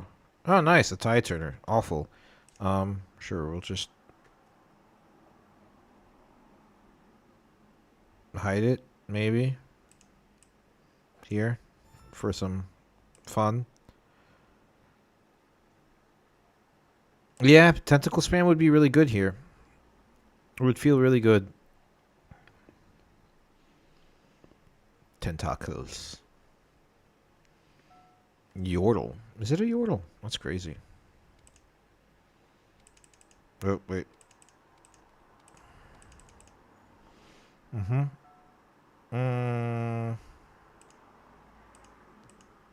It matters. The positioning.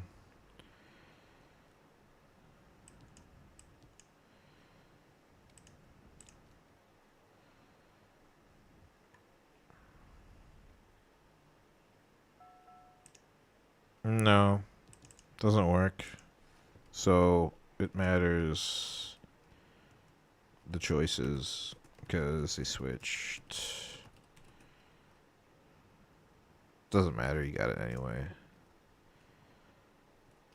Like Battlefield. Anywhere else. I choose the one behind. Of course you do. All right, fine, whatever. Yeah, you got it. After the fact, I should have. See, that's what I'm saying. Like when it's so late, I just like get so. I get so. We should have won this game. This is only game 2.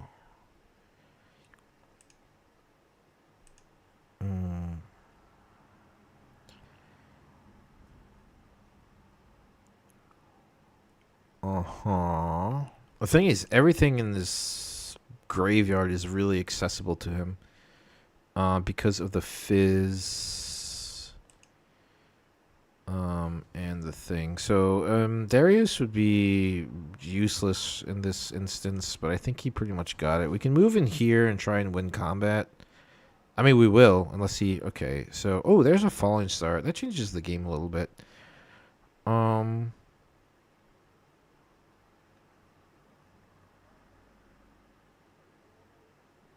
have to move here to draw, because this doesn't win me the game from here, right? So I just have to go here.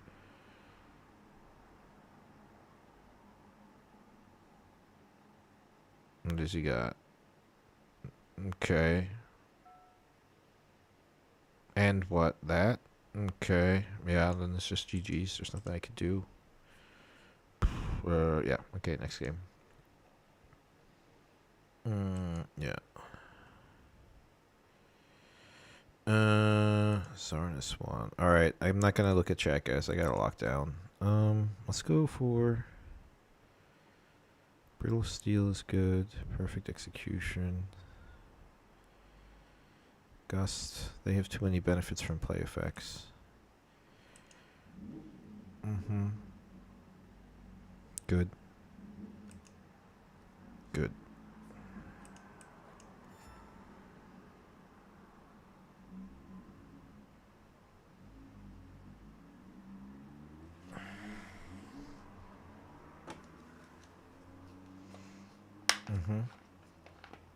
Yep. Can't place Falling Star. That's absolutely fine.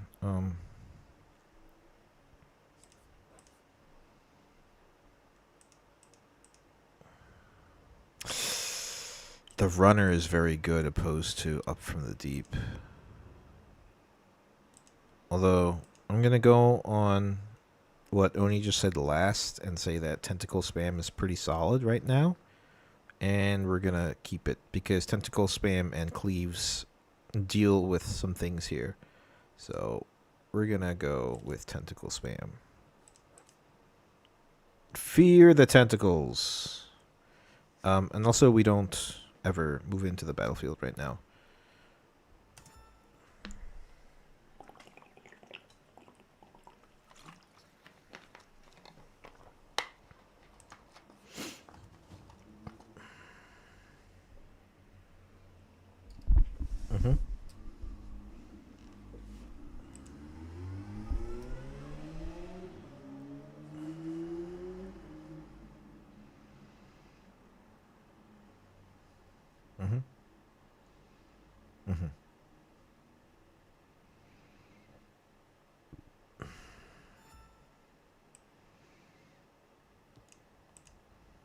Tentacle Spam. Oni, you're right.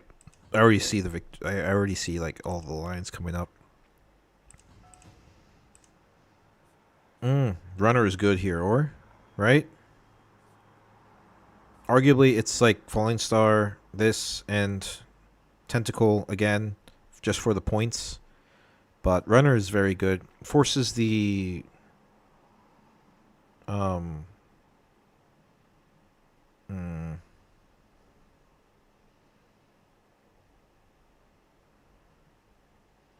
we can Runner first and then Tentacle spam. There we go. And I think we put it here.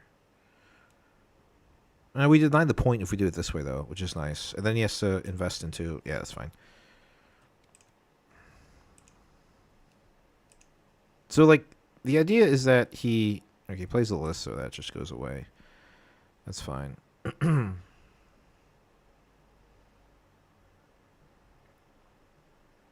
We'll definitely play Tentacles next turn. Free points. If we can steal this is like really. Oh, dude, I hope he plays something. If we can steal this game, that'd be awesome because that means we went 7-0 because we're 6-0 right now. We've lost matches throughout the game. Like, we didn't like perfect 2-0 all the matches. We lost 2 right now. Okay, so he wants to shred something. I think the cleave is probably really good to discard, but honestly, I think the Rosales fan doesn't really do much in this matchup, to be fair. We go to 3. I want to kill the Bewitching Spirit. I also want to kill the Noxus Hopeful, but I don't care about the Noxus Hopeful because I have Ferris Forerunner. So, what I can do is...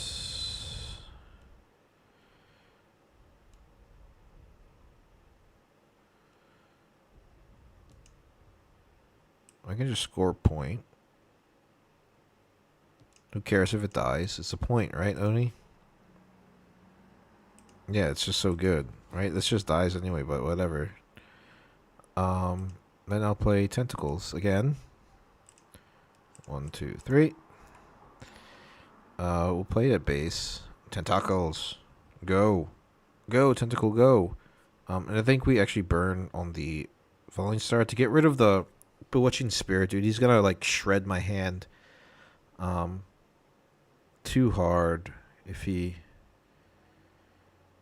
Yeah, it has to be the Bewitching Spirit. Like, we just do this and then this, but it doesn't matter. I'd just rather get rid of the Bewitching Spirit. Hold something up for Hard Bargain, and I think that seems pretty fine. But, like, also, Mech and Tentacles are really pretty crazy. That's insane. In the others, all out. You'll remember it now. Yeah, you're right. You're right. See, Oni was always been since day one, since we played on... Ah, God, another... Stupid Bewitching Spirit. Cleave goes away.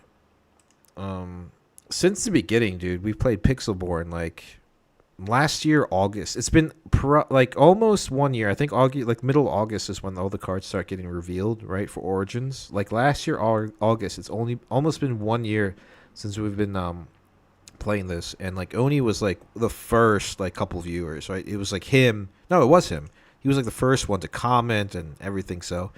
And he's helped me a lot through my Riftbound. Taught me everything, really. Taught me a lot. But I like to think we taught each other a lot, too. Yeah, pull back from the Seat of Power is probably the right pick, but I want to go to 5. So I can conquer with 6 with the Accelerated Kaisa, and then set up a double conquer because he's at 3. Yep. Or I'm sorry, with the thing. 5. 4. We just play another runner, and then we just move back.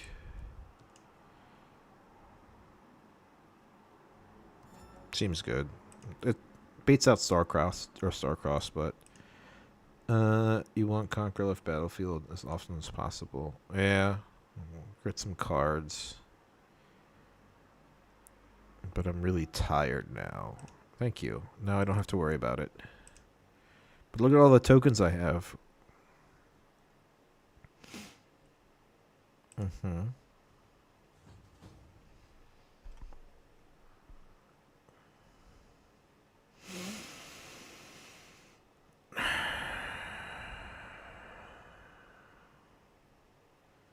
getting really tired.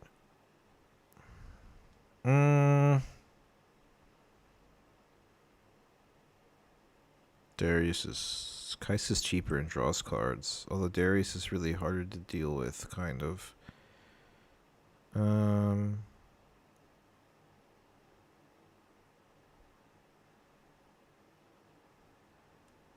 I don't think we care about the hard bargain anymore, actually. I think that's the correct choice.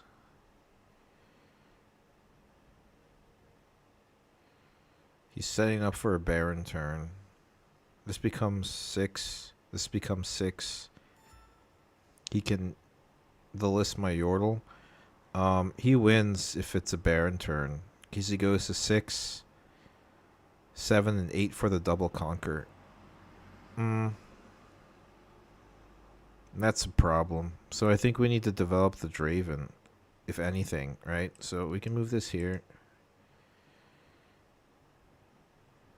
Oh, he wants a Void Seeker. That's fine.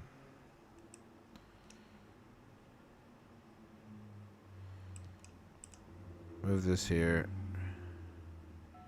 A Gust! What a cocksucker. That's fine. So we'll move here. Anything?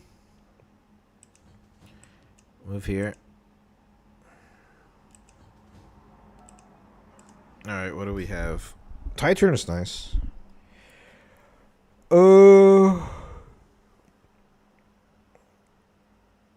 If he plays Baron, he just kind of wins, right? I have to do a double hold. The issue, I should have moved into the tentacles first. That was like super huge misplay. The Draven here is cool. He's at 10 might. Becomes a star-crossed target, but he doesn't really have much. It's already empowered. It needs to be this. It needs just to be a single hold. I can even stack deck to maybe look for Hopeful. Brittle Steel is actually kind of useful here, but I think the Overzealous Fan is better. And then we just do this, and we say, what do you have against the tentacles?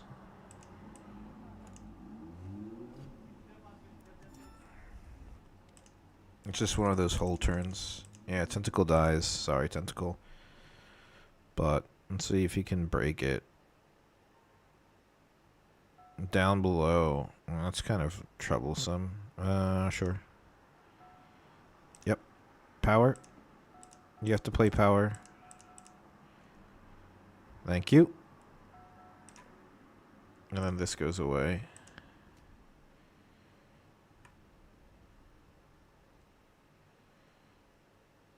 That's okay. We can still accelerate the Kai'Sa next turn if he decides to like kill this battlefield. But we still have 8 might there, so this goes to 4.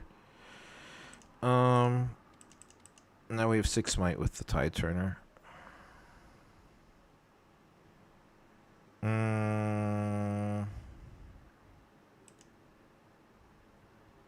So that doesn't matter. But we kill the Tail Cloak. Goes to 7. Plays Falling Star. And then I think just wins. Yeah. And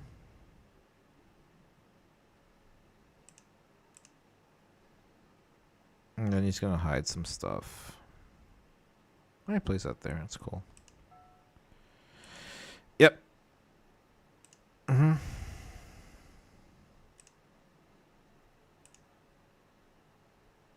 Yep. Got it. It was technically supposed to be banished anyway. Now it's not over. I still have ways to get there. I think. No, not anymore. Hard bargain doesn't do anything. I'm short 1 rune. If I didn't hide the Tide Turner there, then it would have been fine. Then I could have I think it's over. I think it's over, guys. I lost the last one. He is too open, but look at all his stuff. Void Seeker. Death from Below is so good. I I think it's just Kaisa here, right?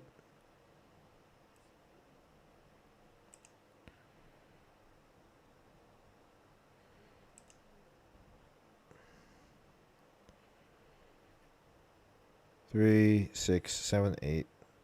I think we accelerate the Kaisa here. And it's definitely what a tide turner switcheroo nonsense. Alright, let's accelerate the Kaisa. Let's see what we draw. If not, then we lost. It's fine. So we draw from Draven. We draw from Kaisa. And then we conquer draw. That would have been cool if it was just one more damage. But that's not good. Mm-hmm.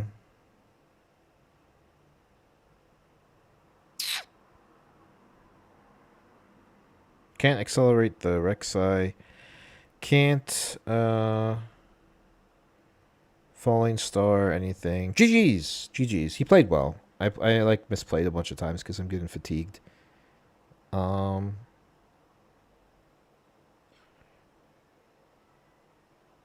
Yeah, a lot of people don't usually play that card. I play it because I think it's awesome. But again, I'm like, what, 5.5 hours deep after this is the seventh game or eighth game, even more so because we've played tons of stuff. Is there anything in my trash I could play? Because we didn't count those games that only one of. GG's.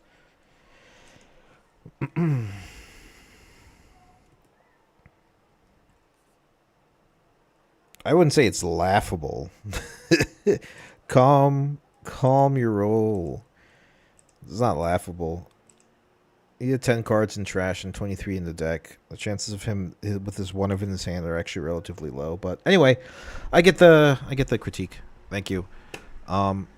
So 6-1 on the run for the test run for the Showdown, which is pretty cool. Not too shabby. Got really tired at the end, obviously, and started playing too fast, making misplays. So I have to work on that. But yeah, cool. Thank you guys so much for watching. When it comes to the list, I think some things I'm gonna touch up. The Bone Skewer main board, we tested it today. I don't think it really did much. It maybe helped one game and maybe draw 2 cards. So that goes. I'll touch up on the sideboard's good. Up from the Deep is really good. I'm going to try and find maybe a way to fit in the main board. But other than that, Angler Beast really good against Azir. Sideboard seems pretty solid.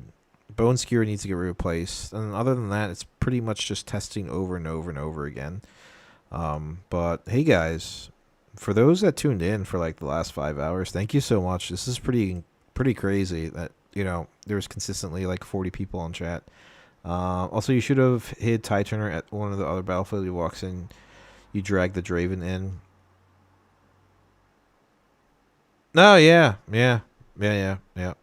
See, I got fatigued and I started doing like stupid misplays, which is something just happens. But that's why we're training, right, guys? So, all right, I'm gonna call it a day here.